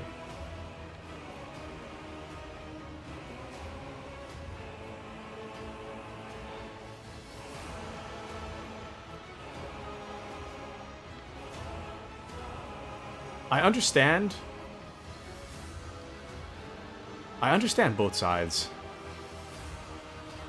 Because, like, yeah, they would have just left these soldiers, but at the same time,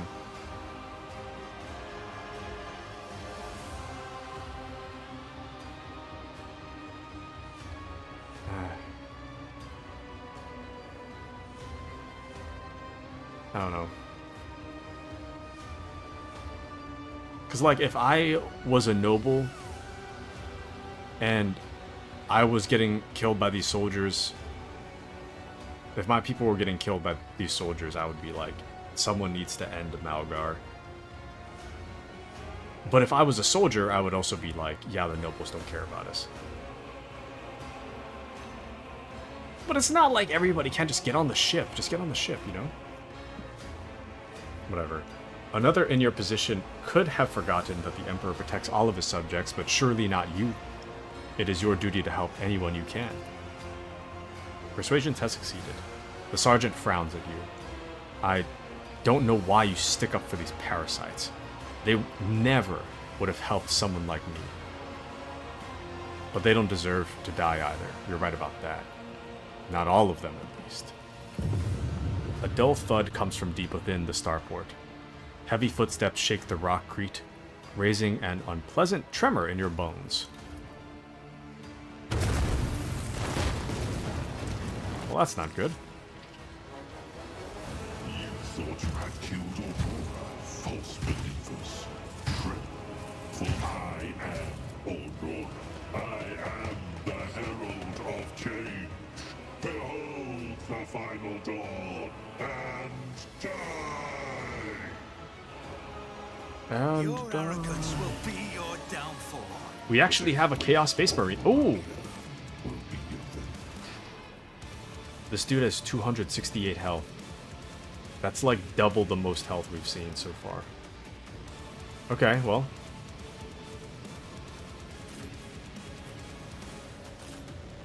I'm gonna spread everybody out and hope for the best.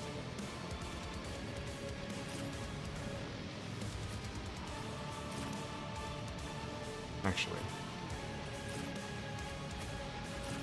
Let's try this. Oh! Okay, I wasn't expecting that.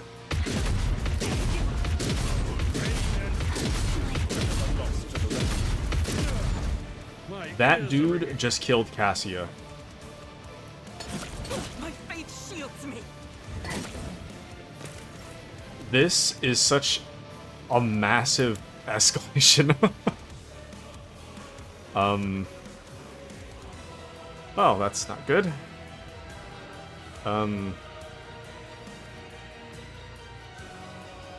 You killed Cassia. Cassia was like one of my best fighters, if not my actual best fighter. On it. Okay, well. Alright, Abelard. I'm entrusting in you to I'll see hit this to it guy. personally. The power scaling on this dude is wild.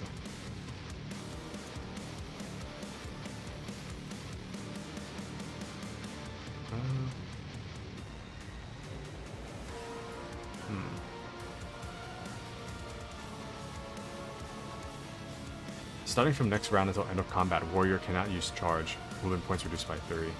Damn! That is not good. I will do my duty. That is not good at all. It will be done.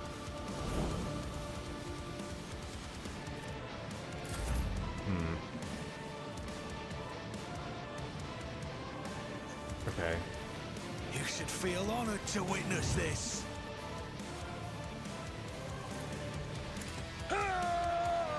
I'm desperate. At your beck and call. Gray hair, sure hand. It will be done. I am desperate to end this guy. Time to slaughter someone. This dude is actually dangerous. Let's get to it. This one Chaos Space Marine is no joke.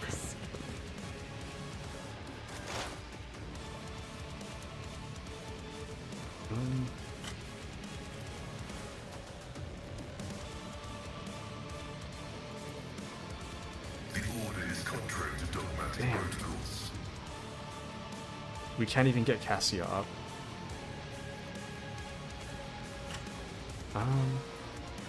Too bad, too. Cassia was like the one guy that could kill tons in one go.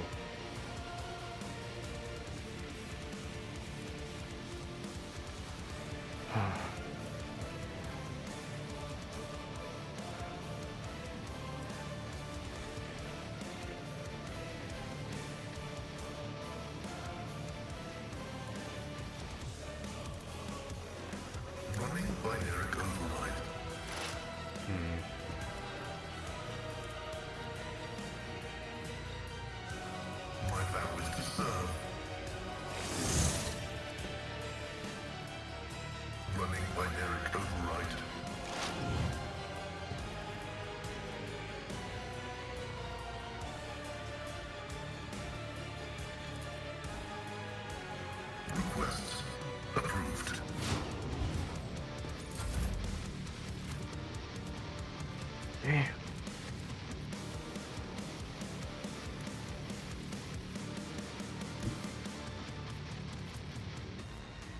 More trouble than it's worth. Yeah. I won't object to it.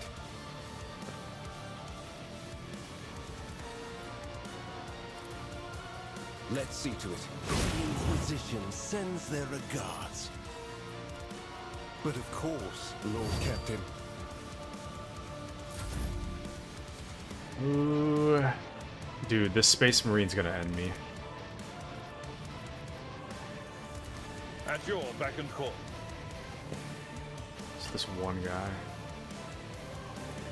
Should I try to hit?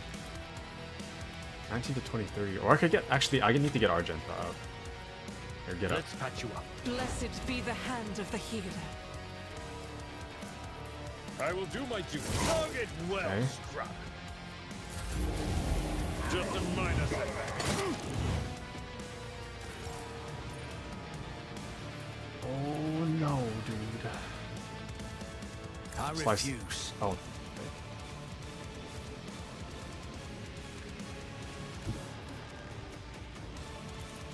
Voice of It's command. as good as done. I'll Go to see the it Emperor. personally. Extra attack.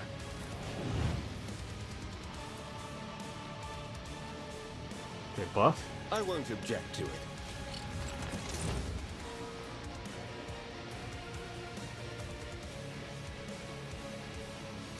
Breach. Someone's death wish is mine to grant. And I'll just keep whacking this dude. For the throne's good. Let's see to it. Nothing stands against me. I won't object to it. Holy terror, smite your enemies. Show me what you've got.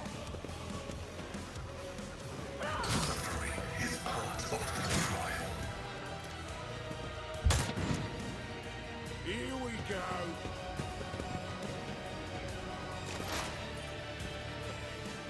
Oh my.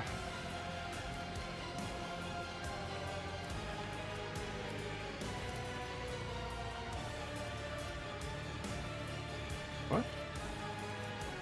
Oh. Shoot. Nice! Authorization denied. I should have done, analyze first, though. Running binaric override.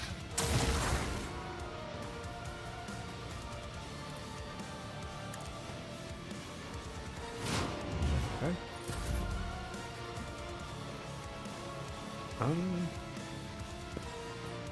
Damn, I totally forgot to give Argenta close range weapons. Let's dash one away so we don't provoke attack of opportunity. And then we'll shoot. As the Emperor commands, I act. That was pretty pathetic. Not gonna lie.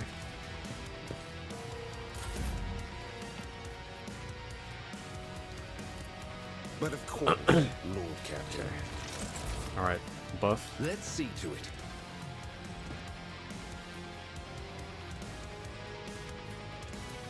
Slice. For the throne's glory.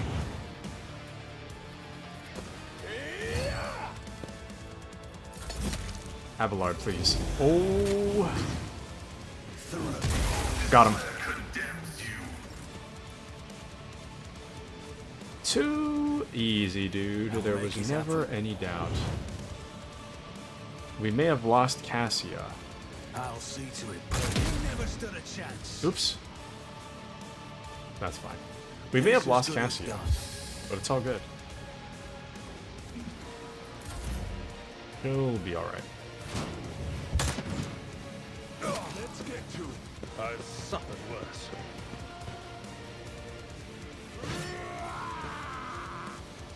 I will endure. Okay. Smoke that guy. Nice. Successfully terminated. The Analyze this dude. comprehends all.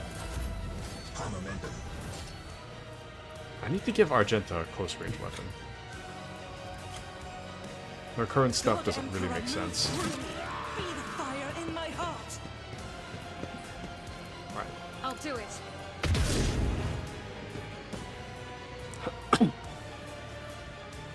Faith without deeds I is should have worthless. run and gun earlier. Should have done that earlier. Nice.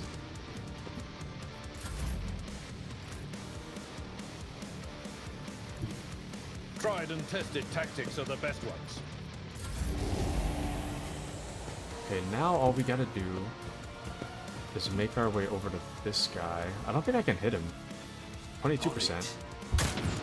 Oh, no, I did hit him. Not bad.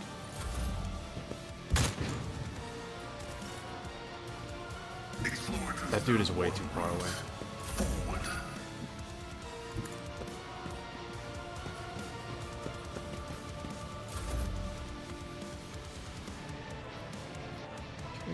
I'll put my psychic abilities to use.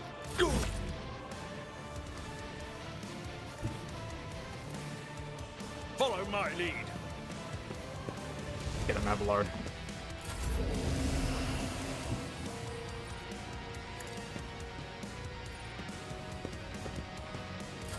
Let's make it quick.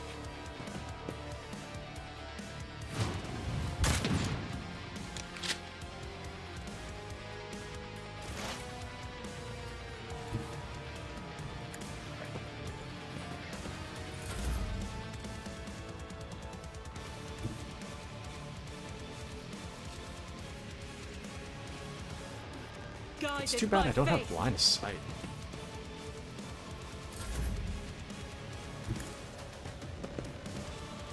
I've suffered worse.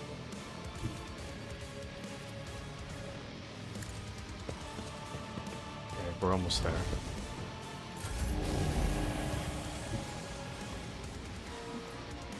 Just slowly making my way over. I'll see to it personally. Hold on.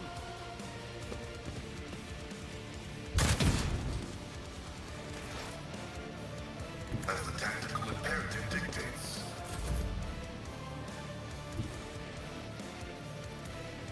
Rejoice in battle. Okay. I need a foothold. Just a minor setback. It Alright, will be good to done. go. I think it's over now. I took care Yep. of this one. Got him.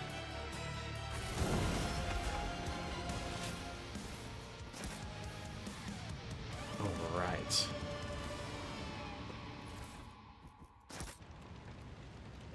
Not bad. Not bad at all. Can't believe we really killed the Space Marine.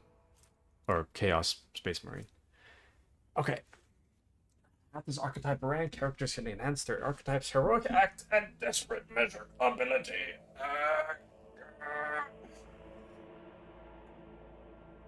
Whew. Okay. Let's see.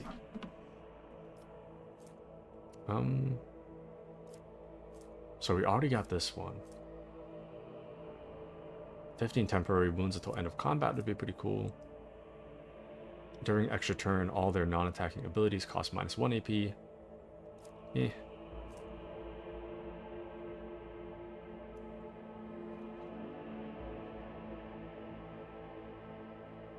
Dealing 15% more damage would be cool, but I think we should do temporary wounds just in case. What? Oh. Okay.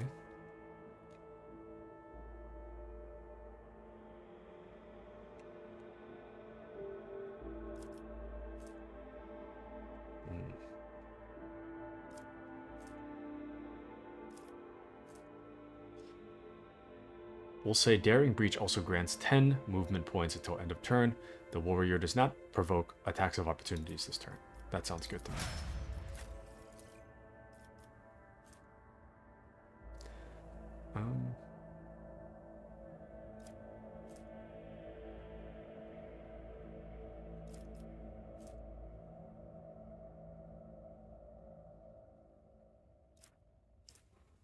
Until the end of combat, all of the soldiers' attacks are 20% harder to dodge. Until the end of combat, the soldiers' range attacks gain 10% armor penetration. Good.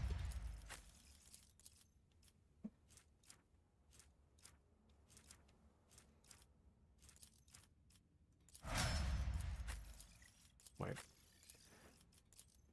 Let me double check that.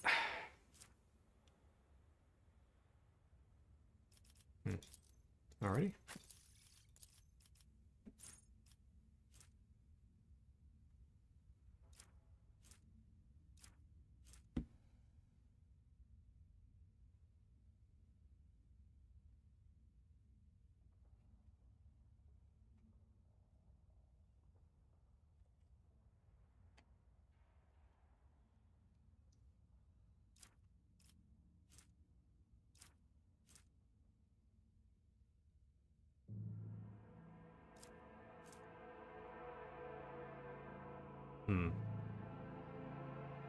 Kind of forgot I was streaming for a second, sorry. Forgot I was streaming. Just kind of sitting here in silence. Alright,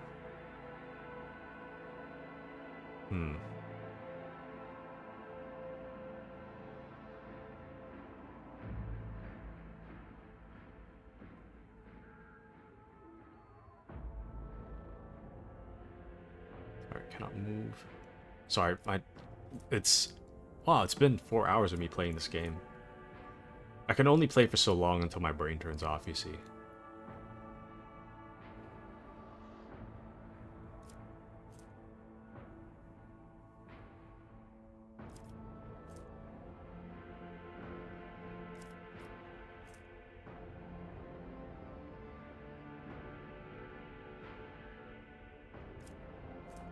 We'll say target also provokes an attack of opportunity whenever it attacks.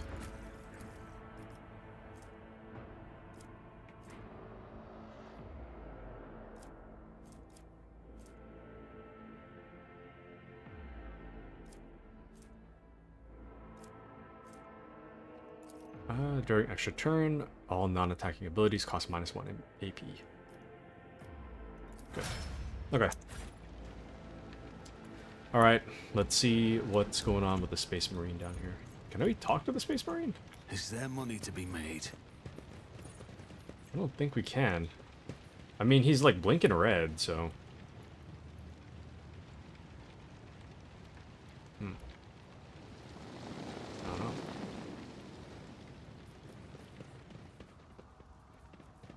Well, at the very least, we did not need to make a moral decision. Being that, regardless, Aurora blew everything up, so it's no big deal. Okay. Here we go. Only thing bad that happened is that Cassio went down for 2 seconds.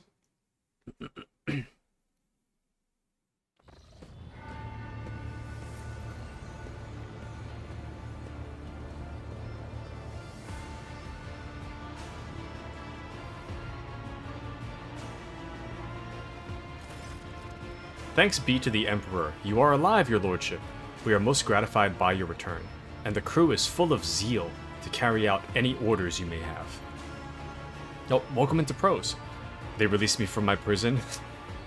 What prison were you being held in? Welcome back. Welcome back. What were your charges? We are most gratified by your return, and the crew is full of zeal to carry out any orders you may have. Let's see. Oh, the sun exploded. You do not remember the Grand McDonald's robbery? Traitor. Did you make out with large fries? So true! I have vague recollection of the McDonald's robbery. Hold on. When was the McDonald's robbery? This was... What month is it? Oh, this is like 2.5 months ago, roughly. Let's see.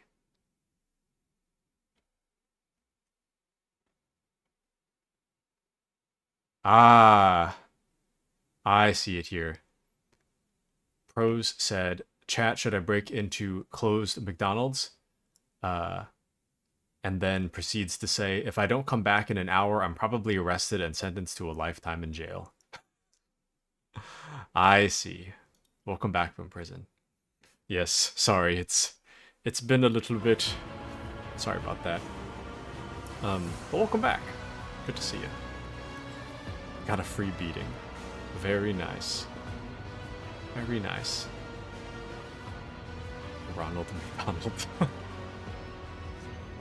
But how have you been over the past 2-ish months, Pros? How have you been? I was hungry. That's real. Understandable. As am I, slowly. As am I.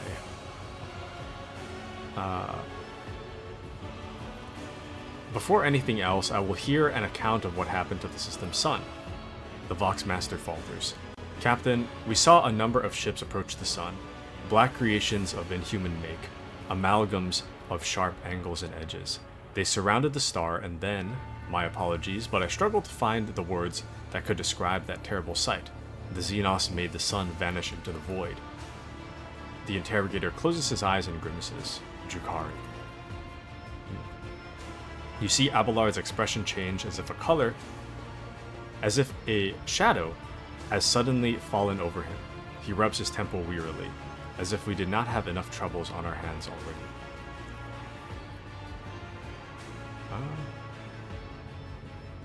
Would you care to elaborate, Heinrichs? Heinrichs gives you a keen look. I am talking about Xenos, rogue trader. The Aldari. The Eldari? One of humanity's most ancient enemies. More specifically, I am referring to the most cruel and devious of their kind. The design of their ships matches the description provided by the Voxmaster.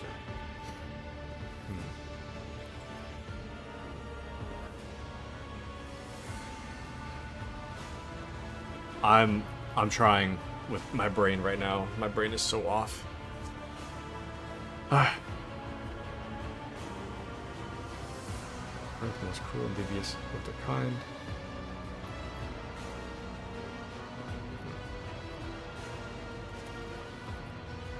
Mandy says, I have to go on a walk with my sister, unfortunately. The outside world. You know, at the very least, it's not every day that you see a rat outside, so you might be okay. But have a wonderful walk with your sister, Mandy. Have a good rest of stream. Have a good ratless walk with your sister. Have fun. Tell Mandy sis Taku says hello. Goodbye, Mandy-chan. Hello, Mao, thank you. You're welcome. Well, welcome. Like all Xenos, the Drukhari are a blight on the face of the galaxy, but their technological superiority is indisputable. They abhor and fear warp sorcery, which is why they rely on creations of their twisted intellect. And many of these creations are capable of things that may seem akin to sorcery in the unenlightened eye. The theft of a sun is one example of what they are capable of. What?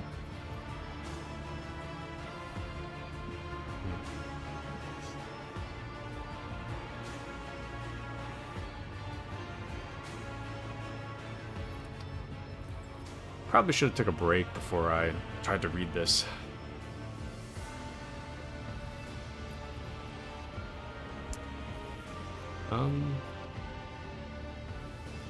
Are the Xenos in league with Aurora's cultists? We can rule out that possibility. The Drukhari would never ally themselves with the Arch-Enemy's worshippers. If I had to name one thing that humanity and the Xenos have in common, it would be a shared loathing for warp corruption. Heinrich glances around. The situation calls for immediate action, Taku. We can continue this conversation later if you so wish, but right now, he gestures at the desk, teeming with tumultuous activity. I believe you should assume command.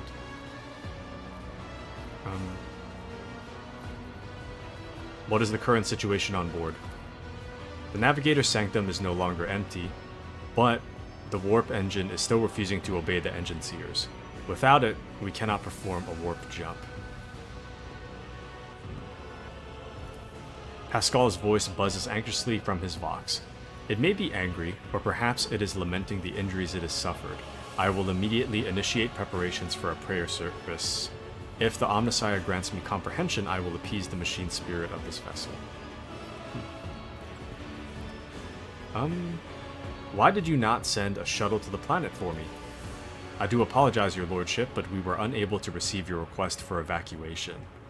The Voxelink was overrun with vile interference, screams, blasphemous hymns, and other equally sinister noises. Any who listened to the interference for a protracted period lost their sanity.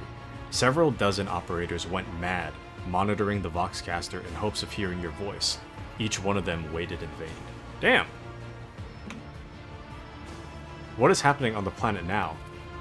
Our Augur operators are reporting numerous uprisings and other manifestations of the Arch enemy's powers at various locations on the planet. Based on the fragments of communications picked up by our Vox operators, there is practically no resistance being offered by the governor's forces. Millions of people are converting to the blasphemous Final Dawn cult en masse and assembling in prayer circles. Do we have any hope of retaking the planet? I fear that Rykad Minoris is lost. The situation is deteriorating by the minute. We must leave the system as soon as possible. However, there are still people on the planet who have not succumbed to heresy, who are worthy of rescue. Besides a small number of our own shuttles, we also have the shuttles salvaged from the starport. The dark eyes of the Sister of Battle flash. We must save as many as we can. This has all happened for a reason. Saint Argenta, whose name I carry with a reverence and trepidation, is famed for saving the people of a dying world through the power of prayer. The Emperor himself sent a star from the heavens that lifted the saint and her followers up to the sky, away from the corruption and death. We must do as she did, direct all our efforts to saving those people who at this moment look to the heavens in hope of salvation. The lives of peasants are of little value. Our prime objective is to save the Holy Relic, the miraculous fusion reactor, and the Electro priests who guard and tend to it. Abelard furrows his brows. Every moment we spend in proximity to a dying world, we are putting ourselves at risk. Your life, Captain, is far more valuable than all of Rykad Minoris. The Von Valentius dynasty cannot be allowed to perish, and so, lamentable though it is, we must rule out the idea of any evacuation. Heinrich's eyes, like two deep, dark pools, are resolutely fixed on you. The world is doomed, and its inhabitants along with it. The disappearance of the star was the final nudge toward death, the finale of the cult of the Final Dawn's plans. I once witnessed a similar event, a world that had surrendered to the servants of the Arch-Enemy and permitted corruption to enter too deep. At this moment, millions of people are bowing down before those who promised them salvation, and they are willingly giving over their souls to chaos, a sacrifice great enough to bring forth a demon world.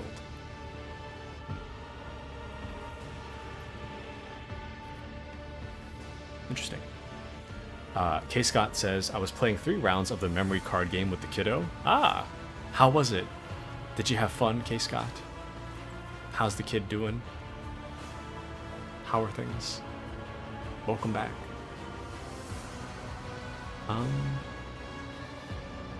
Is your kid doing well at the memory card game? I missed that card game. The first 2 rounds were fun. The last round wasn't fun anymore. The third one, I was over it. Come on. You'll cherish these memories, I know it. Come on. Why not 3 more? Why not 30, 300 times even? You know? Ah, man, I would have loved to do that with one of my parents when I was young. We did a cooperative game because he gets really sad when he loses so far. Oh. Oh. We were on the same team. Aw. It's very nice. Very nice indeed. I don't know. Maybe there's a, I'm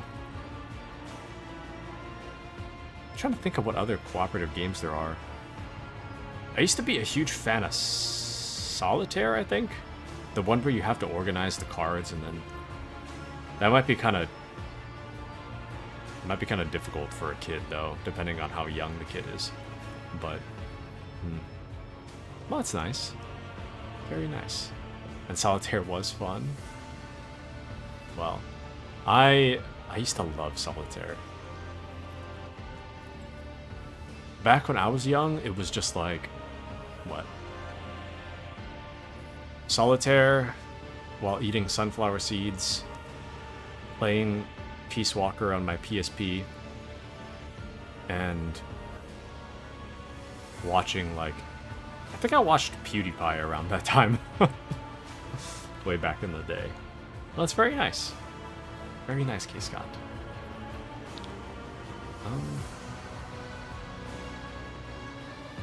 Hold on, let me figure out this dialogue real quick. Finale of the Cults Valentines.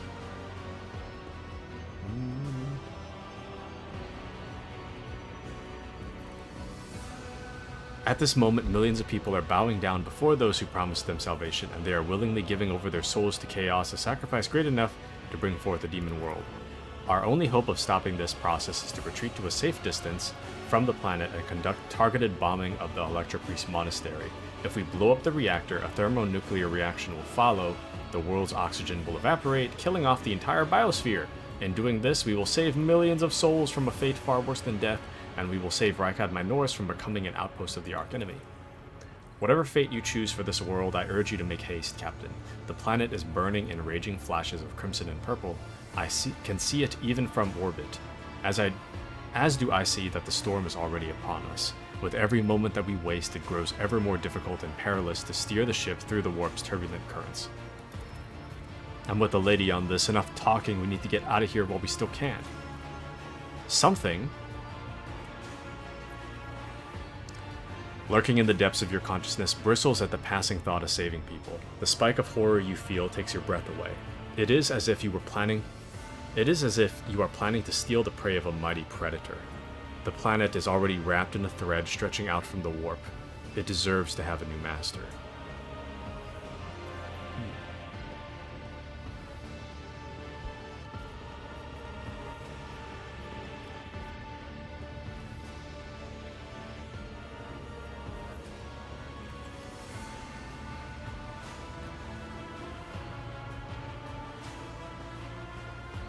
Why can we not try to evacuate at least some of the people? For the simple reason that the transformation process will soon become irreversible and our sole weapon against it is useless. The energy released by the bombardment could stoke the warp energies. I have never witnessed the aftermath of bombing a demon world before, but there is enough evidence of such attempts for me to say with confidence that you do not want to see it.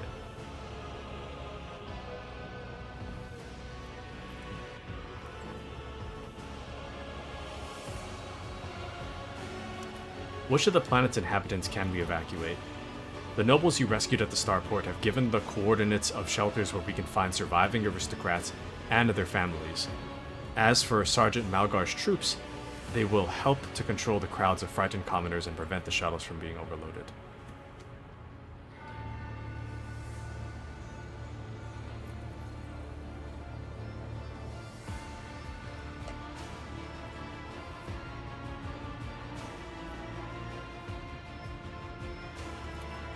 Thanks to you, we have salvaged many shuttles from the starport that we can now use.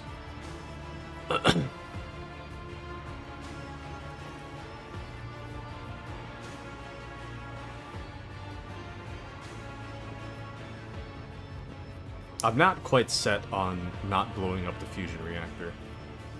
Have the pilots extract all of the commoners who have not yet converted to the cult of the Final Dawn. Any delay caused by loading and transporting to the ship will cost us precious time. Do not deceive yourself. If you indulge your vanity, you will doom billions to eternal torment at the hands of the Archenemy.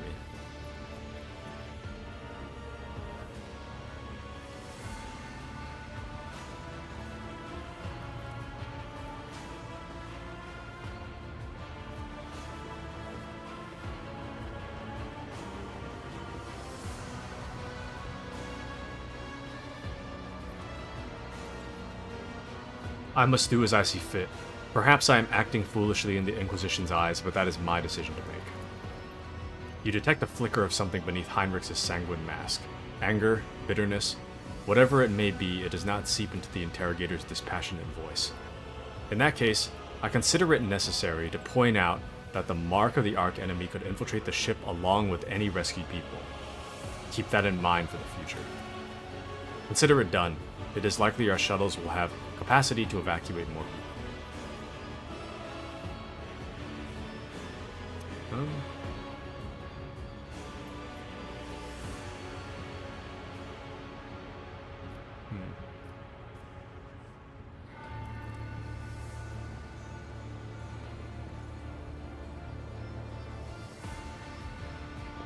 So we could say to prioritize nobles, which I don't really agree with. We could say to save the fusion reactor. We shouldn't, because we should blow it up. We should send a shuttle to Sarikat Philia. Prisoners don't deserve to be devoured by the warp. I don't know why they're there, and I don't remember where Rakat Philia is.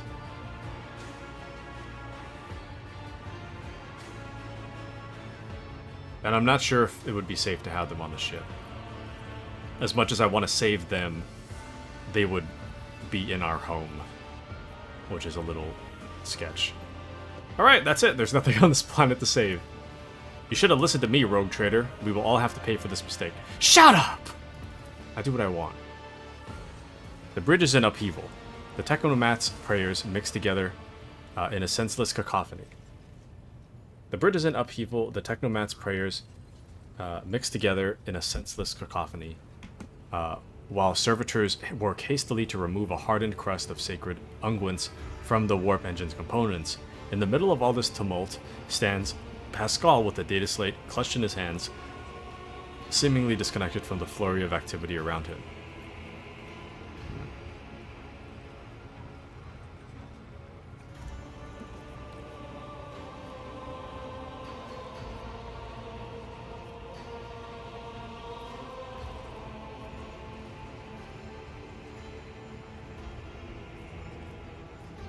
What is going on here?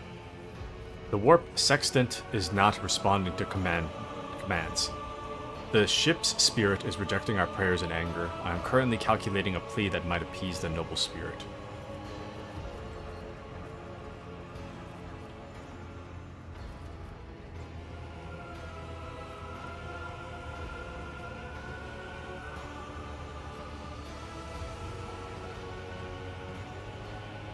Magos, why don't you assume control of the Technomats? Surely their contribution will speed things up.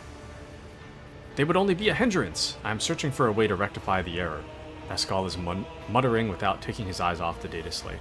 There is a certain anxiousness to the way he moves his mechadendrites.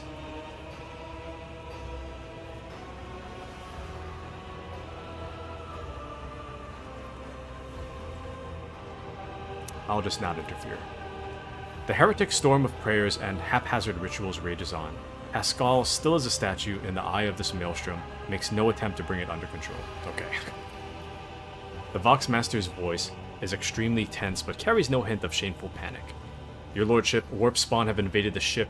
We have blocked their advance by depressurizing one of the infirmaries in their path, but it is only a temporary measure. The crew have been ordered to arm themselves and pray for the success of the captain and his Engineer Prime. Crew, heed the word of Magos Hahnemann. Pascal, I kindly request that you take charge of this mess. Thank you, your lordship. You are right. Pascal's voice changes when he addresses the crew. He now speaks with authority and resolve. Tech comrades, heed my instruction. The mayhem immediately subsides and the crew's actions fall into some indiscernible logic. The Omnissiah's servants start working in sync and the binaric clamor becomes a symphony of reports which the Magos coordinates like a skillful conductor.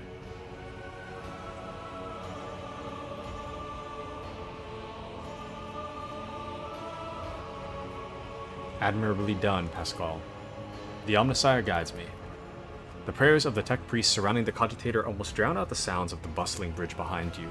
Pascal, poring intently over the data slate in his hands, extends a mechadendrite toward you.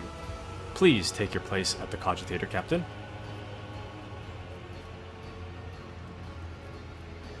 First, explain what we are doing.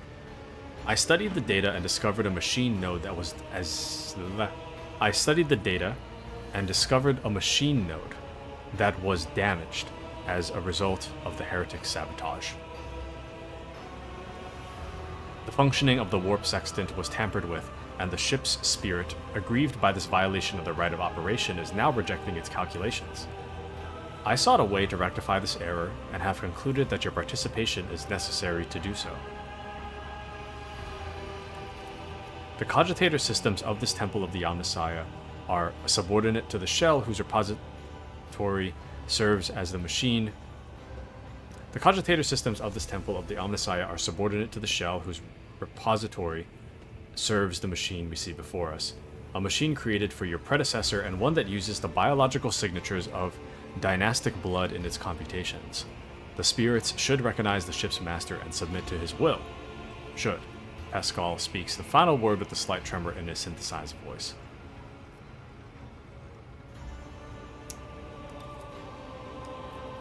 We're stepping up to the cogitator. The huge machine in front of you is lit with dozens of vid screens and hundreds of lumens. The blinking lights and endless rush of symbols and digits on the green background make your eyes water. And a vague sense of alarm simmers in the depths of your mind. The typical reaction of a layperson when confronted with the magnitude of the Omnissiah's creation. Among the numerous controls you see, the mouth of a cyber gargoyle. Among the numerous controls you see the mouth of a cyber gargoyle, the same as at the gate to the warrant chamber. Pascal's voice becomes imbued with imperious force. Servants of the machine god, hear my command. Acolytes, prepare the incense instrumentation for the liturgy of machine spirit propitiation. Senior technomats recite the prayer to generate a current data report. Operations will be marked with the campanological protocol Omnissiah Rejoice. I must inform you that for the purposes of safety, complete reassembly of the warp sextant and updating of its datasmith blessings are required. If this is not done, then at launch, the volume of aggregate calculation errors could result in the destruction of the data crypts. But as we do not have 100 hours at our disposal, we must omit this procedure. Pascal looks down at the data slate in his hands, a minor deviation from the right of operation for the sake of appeasing the spirit.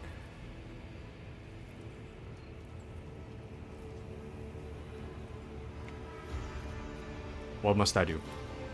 Place your hand inside the throat of the cogitator guardian, the cyber gargoyle, which has been assigned to guard the forbidden data crypts. The dynastic blood extracted from your veins will serve as a key to the data core where the machine spirit dwells. To it we offer our prayers so that we may bypass the protective protocol for defective connections and launch the warp sextant. Pascal's voice grows quieter. The laws of the Omnissiah know no exceptions, and so in this ritual I will remain at your side to placate the wrathful machine spirit, in whose abode you will be intruding. Follow my liturgies, Captain, and may we receive his blessing. Place your hand in the cyber gargoyle's mouth. The metal jaws clamp down on your hand, breaking your delicate corporeal sheath and releasing a warm red liquid into its gullet. At the same moment, the image on the vid screen before you changes. Connecting. Success.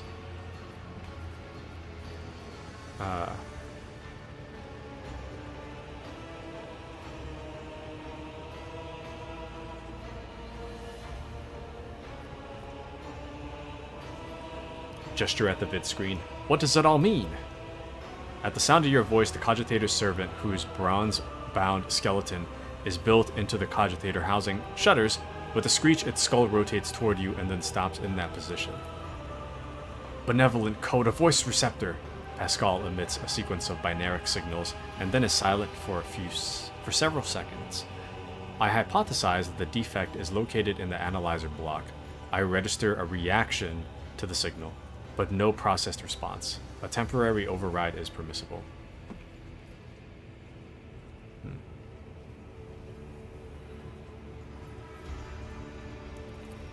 The Magos intently studies the vid screen. The shell was created on a forge world unknown to me, initiating standard invocation of the machine spirit.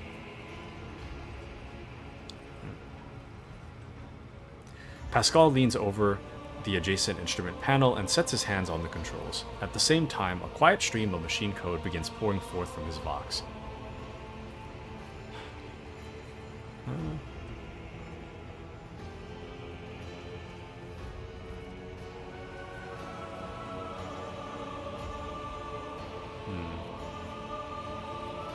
What should I do now? Captain, I now ask you to address the machine spirit. Speak the following command. By my authority, I revoke the inviolability protocol of the warp engine. The voice receptor will receive the vocal entry. Without your sanction, the machine spirit will not accept data from the warp sextant. By my authority, I revoke the inviolability protocol of the warp engine. Sure. One of the Cogitator's vid screens turns red. Pascal sees this and raises his hand, signaling to the rest of the tech priest, then withdraws a connector from his sleeve and connects it to the machine. Servants of the Omnissiah make now the offering of cleansed data crypts to the machine spirit so that it may be filled with their true and calibrated data. May the Omnissiah have mercy on our souls.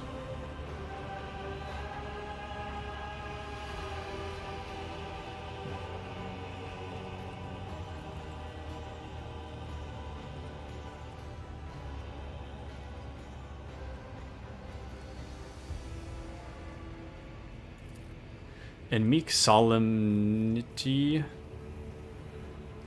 the acolytes offer up the cleansed data crypts to the warp engine one after another, repeating prayers of exaltation.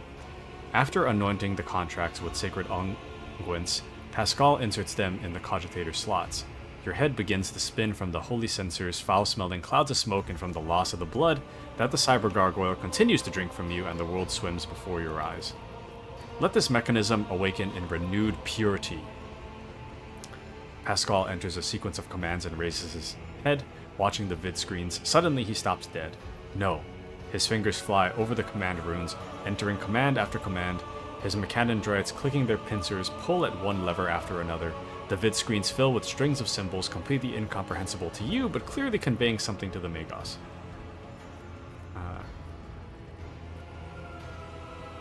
What is happening? After a few seconds, one of the data crypts mounted on the cogitator begins to emit sparks. A moment later, another data crypt does the same. The next bursts into flame and gives off foul-smelling smoke. Around you, the Omnissiah's servants break off from their prayers and someone bursts into frantic pleading. Pascal mournfully grates out. The massive errors in the warp sextant calculations is destroying the data repositories.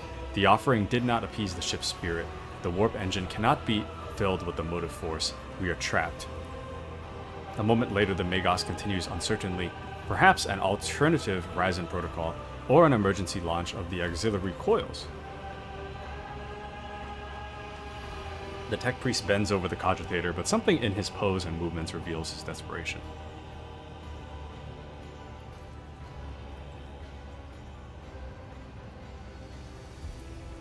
While the other vid screens are filled with more and more strings of symbols, the monitor in front of you blinks and its static image changes. Pascal is too engrossed in his ritual to notice.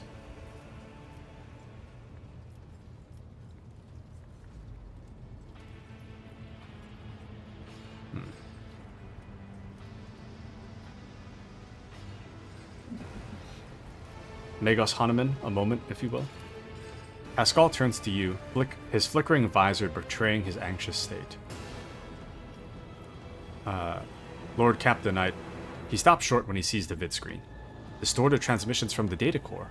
Most likely the residual cognitive functions of built-in servitors. Omnissiah, shield us from machine ghosts. He returns to manipulating the cogitator's command runes.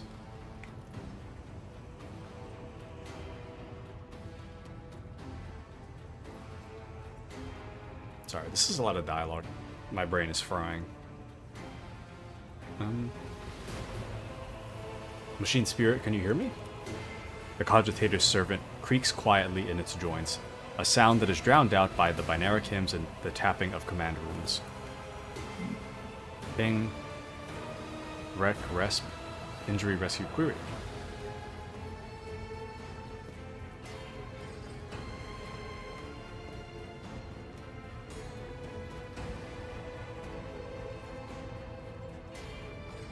Operator response, injury, operator response, rescue, operator response query.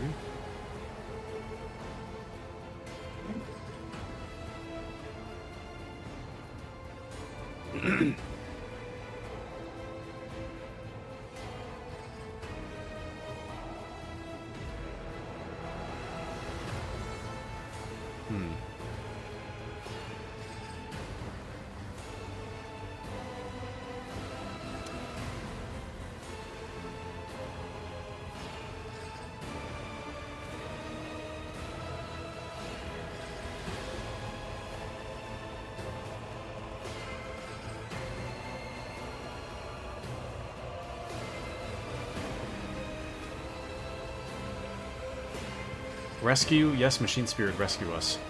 Pascal turns to you. Captain, the excess emotion in your command will render it unintelligible to... Pascal's next vocalization goes unsynthesized as he sees the vid screens begin to stabilize one after another. The strings frenetically galloping across the green background are replaced with stable images or regularly updating status reports. Only one monitor remains inexplicably red. The tech priest's vox crackles in shock, but his report is as clipped and cynical as ever. Registering, warp sextant activated, registering, data stream stabilizing, registering, 0 data errors found, reporting, the warp engine is ready for translation. After a pause, Pascal adds, I am also reporting evidence indicating a Category 3 miracle fulfilling the criterion. Thou shalt witness the mechanism that toils in glorification of its function and in defiance of deactivation. Captain Ravor here. The crew are almost finished carrying out the orders given earlier, and I've just received confirmation from the engineering halls. I don't know what you did, but the warp engine's up and raring to go. We're ready to begin the translation to the warp, your lordship. What just happened? I hypothesized that the ship's spirit heard our prayers and intervened. It summoned the power of the Omnissiah to do something beyond my comprehension.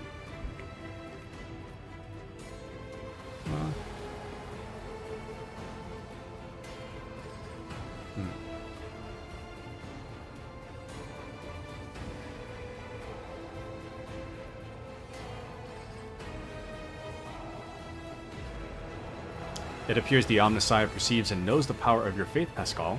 He would not have worked this miracle otherwise. I hope he will grant me a revelation that will allow me to comprehend the nature of this miracle. Pascal's vox buzzes with wonder and an undercurrent of exultation. The captain speaking. I give the order to commence translation to the warp. Waiting for you to ascend to the captain's throne, Captain. May the Emperor protect us. Alright, let's get out of here. My voice is kind of going out in real life. My voice is getting kind of sore. I don't know if you guys can tell. There's a lot of reading today.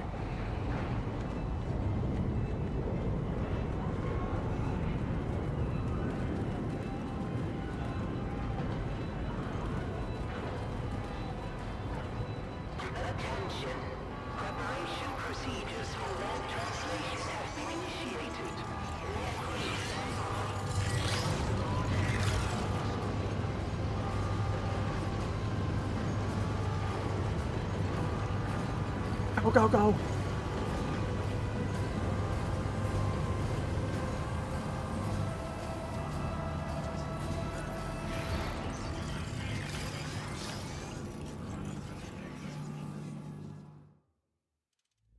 Oh, we appreciate your efforts, though. Thank you, Bluxy. I was just thinking that's a lot of reading. Oh, hold on. Sorry, cutscene.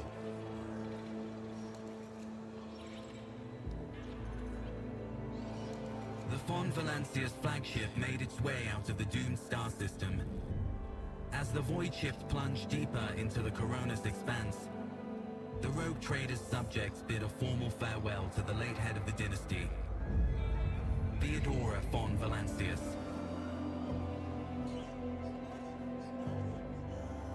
Having paid their last respects, the crew gathered their strength and braced themselves for whatever was to come next.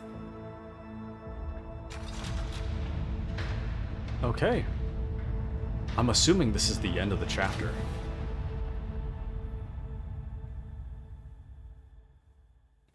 I bet there's like 5.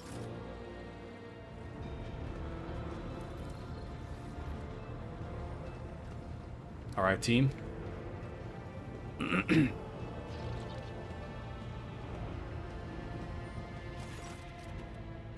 Okay. Was just thinking it was a lot of reading.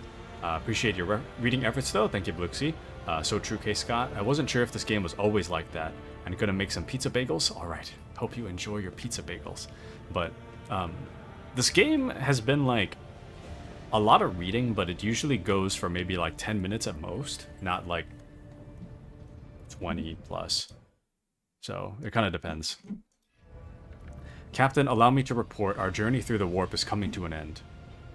Lady Navigator Orcelio informs me that we have reached the point where we can translate to real space in the Furibundus system. The Lady Navigator and her pilots are awaiting your permission to begin the process. The Furibundus system is home to Footfall, the only Imperium outpost with a functioning wharf in the Coronis Expanse.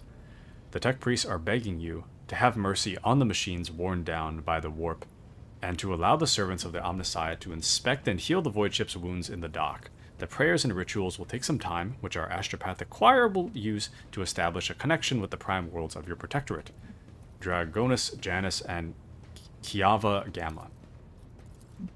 Mastery Zachary Weiss has recovered an invitation previously adrift in the Immaterium.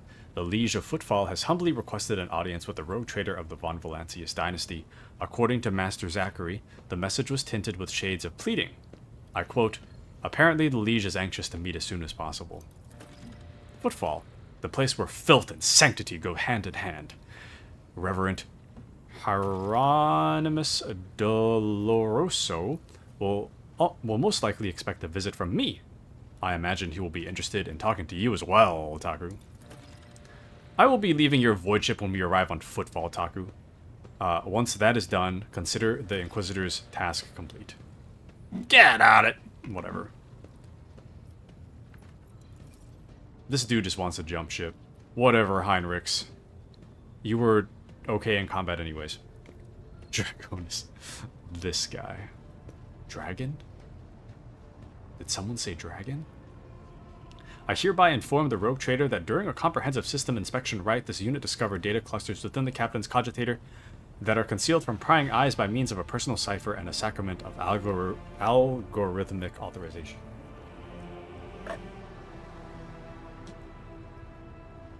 Like, my throat actually hurts from the amount of reading today. I mean, I really like this game, but the amount of reading is not good for my voice.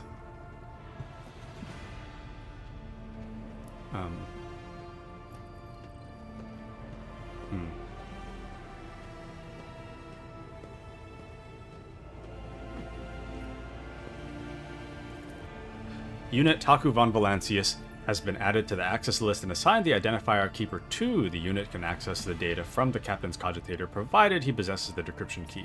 You detect a hint of something resembling curiosity in Pascal's mechanical voice. Oh.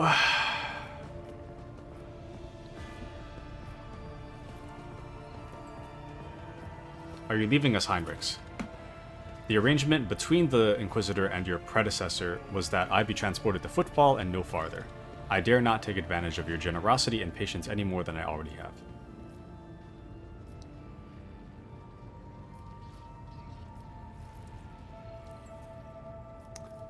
I hope we meet again. True servants of the Emperor are always welcome aboard my ship. Heinrichs regards you with a curious look and a polite smile. An interrogator of the Inquisition seldom gets to hear such words. Thank you for your hospitality, Taku. I will not forget it. Argenta, who is this Reverend Hieronymus who wants to talk to me? He is the head of the Drusian mission of Footfall and one of the most prominent clergymen in the sector. Paying him a visit is a good thing for any loyal servant of the Emperor to do. I assisted his mission before I joined Lady Theodora on her voyage. I need his blessing to accompany the new rogue trader of the Von Valancius dynasty. If you wish to have me aboard your voyage ship, I request that we meet with Reverend Hieronymus.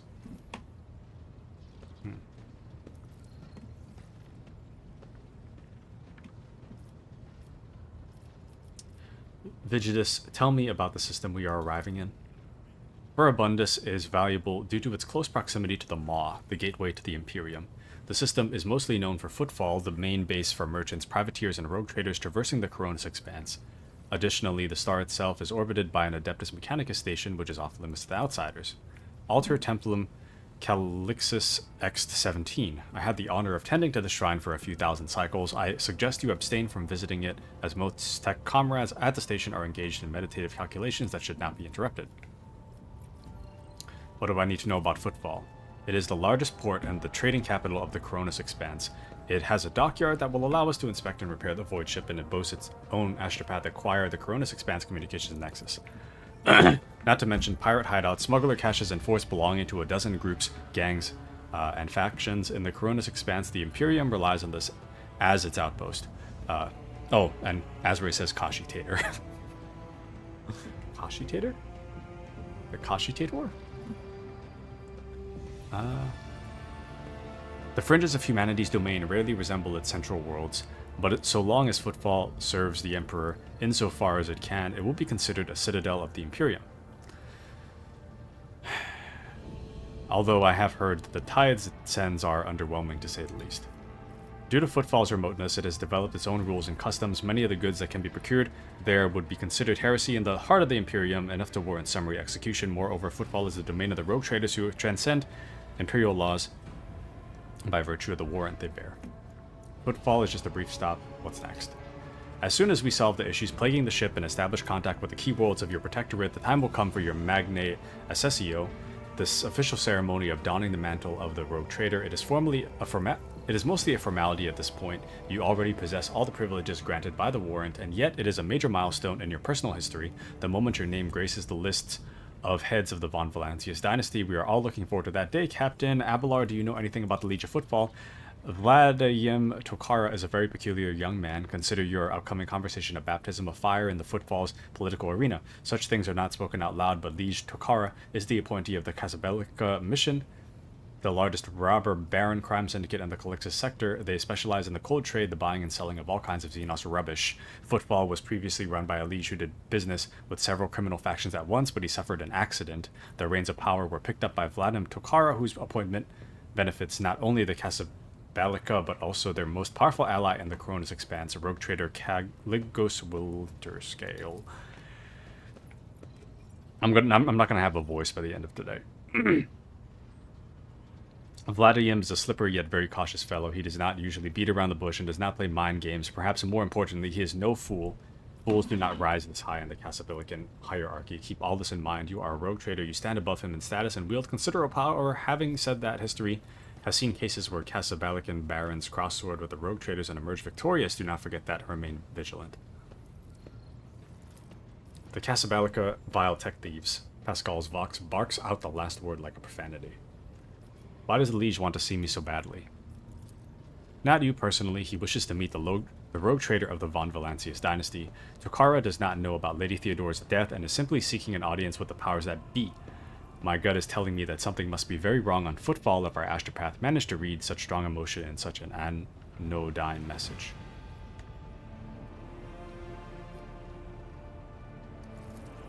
We have no information, Captain. The broadcast from the Footfall Astropathic Choir was the only missive Master Zachary has received lately. Tell the Lady Navigator I give her leave to make the translation from the warp into real space.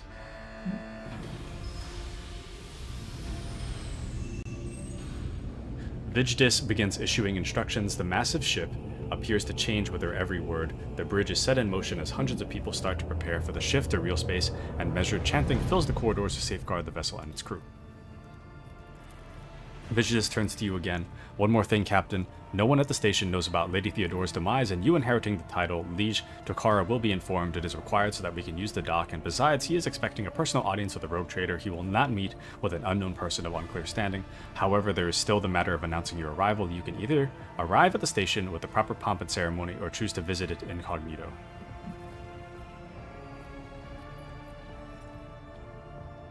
Tell me in detail how these choices will benefit me. According to Footfall's unwritten laws, rogue traders enjoy special privileges that exceed even the power of the liege. However, they may choose not to exercise these privileges in certain situations. Arriving incognito will give you more room for maneuver, while an official visit will allow you to directly intervene in local affairs. I shall explain if you do not mind. As per this unwritten rule, every rogue trader arriving at the station has the right to veto any of the Liege's decisions. But there is a catch. The Corona's expanse is home to several influential rogue trader dynasties, and footfall is where their interests intersect. Of course, that does not prevent certain persons, namely Caligos Winterscale, from subtly pulling the strings on footfall. If you, as a new rogue trader, start your career with an official landing and parade in your honor, the other dynasties may see this gesture as the newcomer challenging their spheres of influence. I do not see that as a bad thing necessarily. Old Man Winterscale may take slight offense. Chorda will be put on her guard, but you have just risen to prominence, and most people in the Corona's expanse have not even heard about Lady Theodora's departure yet. It must be made clear that the banner of Von Valancia soars as high as ever. If I may, I would recommend arriving incognito. You will have plenty of opportunities to savor the sweetness and the burden of power, but right now is the last time you can take refuge in obscurity. This way, your arrival will not draw much attention, and the people will treat you as a person and not the almighty sovereign anointed by the Emperor. It could turn some situations to your advantage. I have decided, tell the Liege I will arrive incognito. It will be done, Captain. Vigidus bows again. With your gracious permission, I will return to my duties. Whew. Okay, I gotta save, dude. What time is it? I've been stuck in dialogue for like 2 hours, I think. But, okay. I think I'm gonna call it here. I'm gonna take a bathroom break. Well, I say break, but I'm gonna peace out for today. It is about that time anyways. Thank you all for joining me today. It was very fun. Thank you all. I meant to play Space Marine at the end of the day, but my voice is kind of going out, and I gotta rest my voice for the rest of the day, so. Thank you all for joining me. Thank you to Abby, Mandy, Bluxy, K. Scott, Asray, Coy, Pros. I said Bluxy already, right? Super early on. Yeah, but thank you all for joining me today. I hope you have a wonderful rest of your day.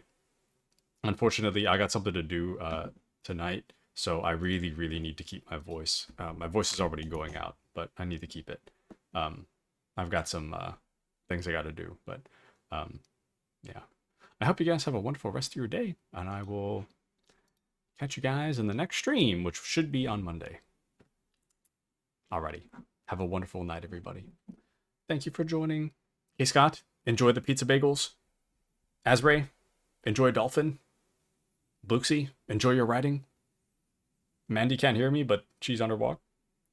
Hope she enjoys her walk, and I hope you guys have a wonderful rest of your night. Good night, everybody. Good night.